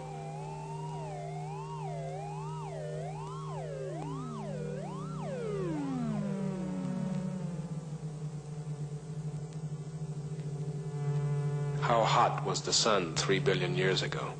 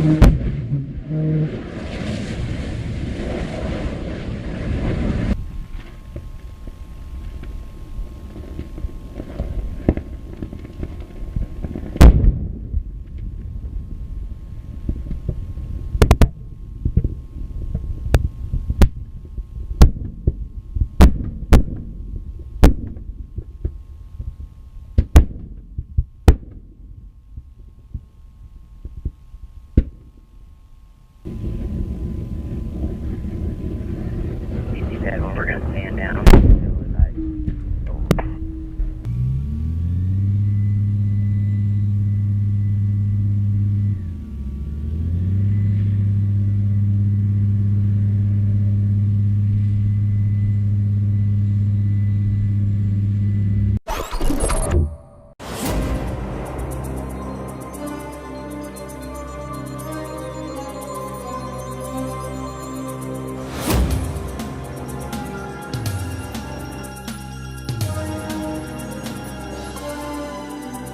Я, как оператор комбинированных съемок, считаю, что это была кукла, снятая на управляемой радиомотелью.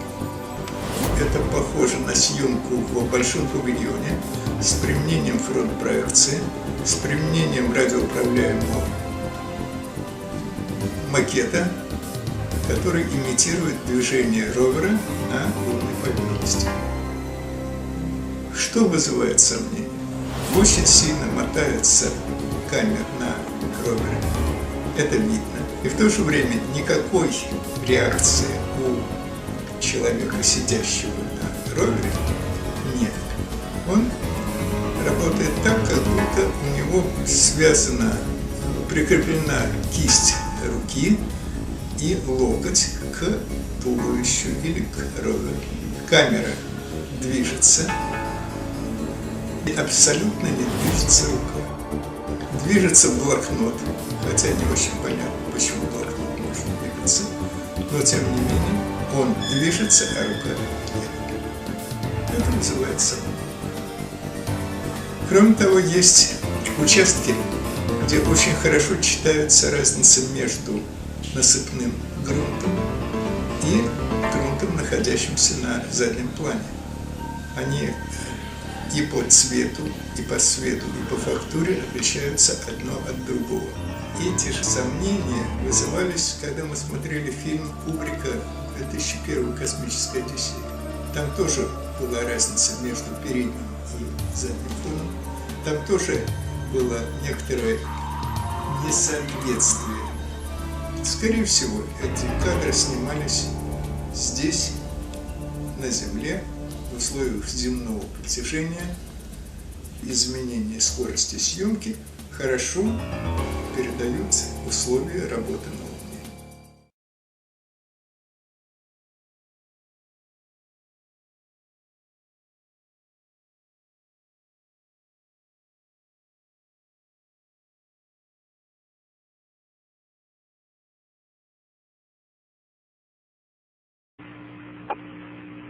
Give me that minute, aren't you, Houston? Yeah, sure am. You've got about 20 seconds. I just got a picture of one of the great moments in history, Houston. How's that?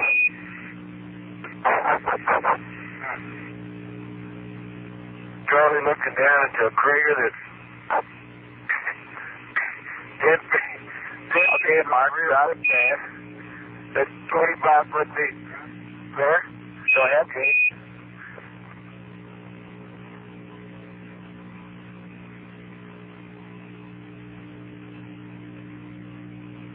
Okay, Houston. 317-525. 317-525-513. 320-526-513.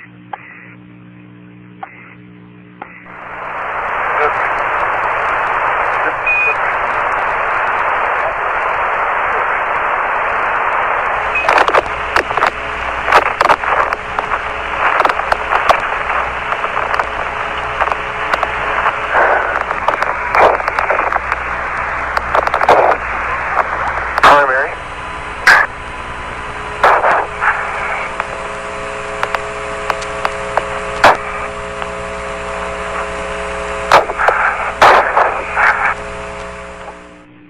You give me that minute, aren't you, Houston? Yeah, sure am. You've got about 20 seconds. I just got a picture of one of the great moments in history, Houston. How's that?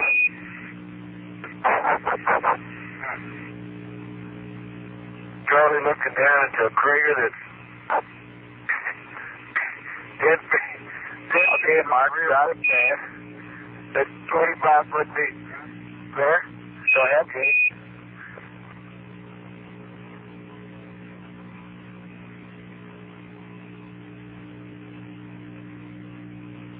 Okay, Houston. 317-525. 317-525-513.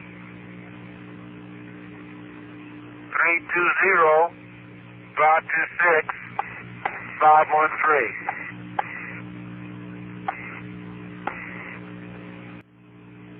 Boy, Houston, the beauty of this place is just absolutely incredible.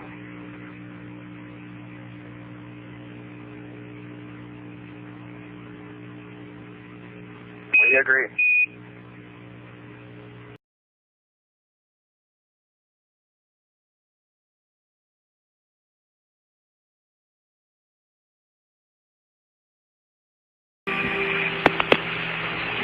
Oh, it's going in.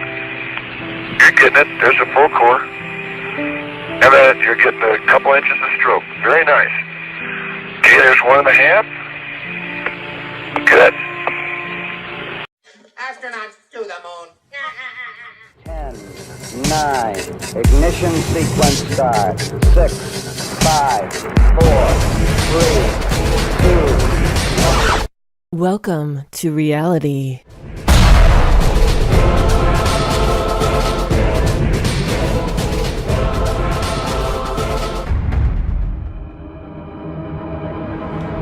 What's going on, everyone? It's Jaronism, back with another video for you today. Personally, I don't understand how anyone at all, could believe that we have been to the moon. It is a disgrace to science that they have decided to incorporate dogma into what should only be about truth, consisting of facts, not facts based on the words of men. This video is basically the same clip played over and over again, slower and slower, so you can see one of the best pieces of evidence, besides common sense, that proves either someone was walking around outside the Apollo 11 craft, or we didn't go to the moon. Use your brain to decide, or continue to let someone else dictate your reality. Enjoy the video.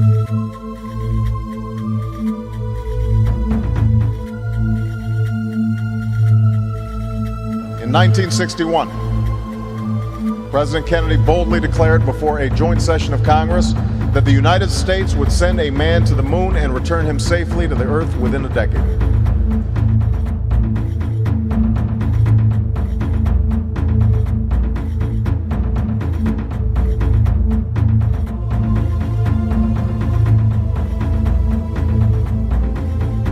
I just see it as a beginning. Not just this flight, but in this program, which has really been a very short piece of human history, an instant in history.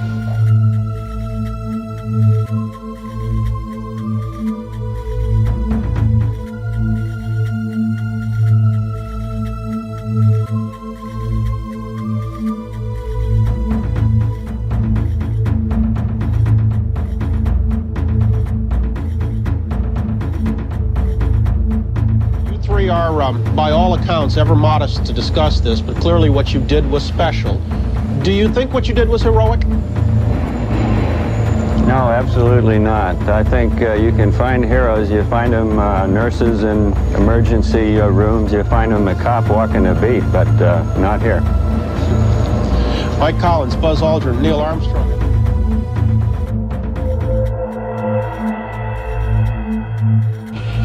Could you describe your emotions as regard that prime human emotion, fear?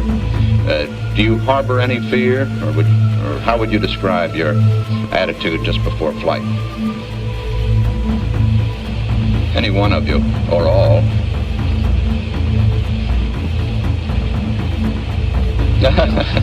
Well, I certainly wouldn't say. Why don't you draw straws? I wouldn't say, Walter, that fear is an unknown emotion to us. Fear is characteristic, particularly of a knowledge that there may be something that you haven't thought of and feel that you might be unable to cope with. I think our training and all the work that goes into the preparation for flight does everything it can toward erasing those kinds of possibilities. And I would say that as a crew, we among the three of us really have no fear of launching out on this expedition.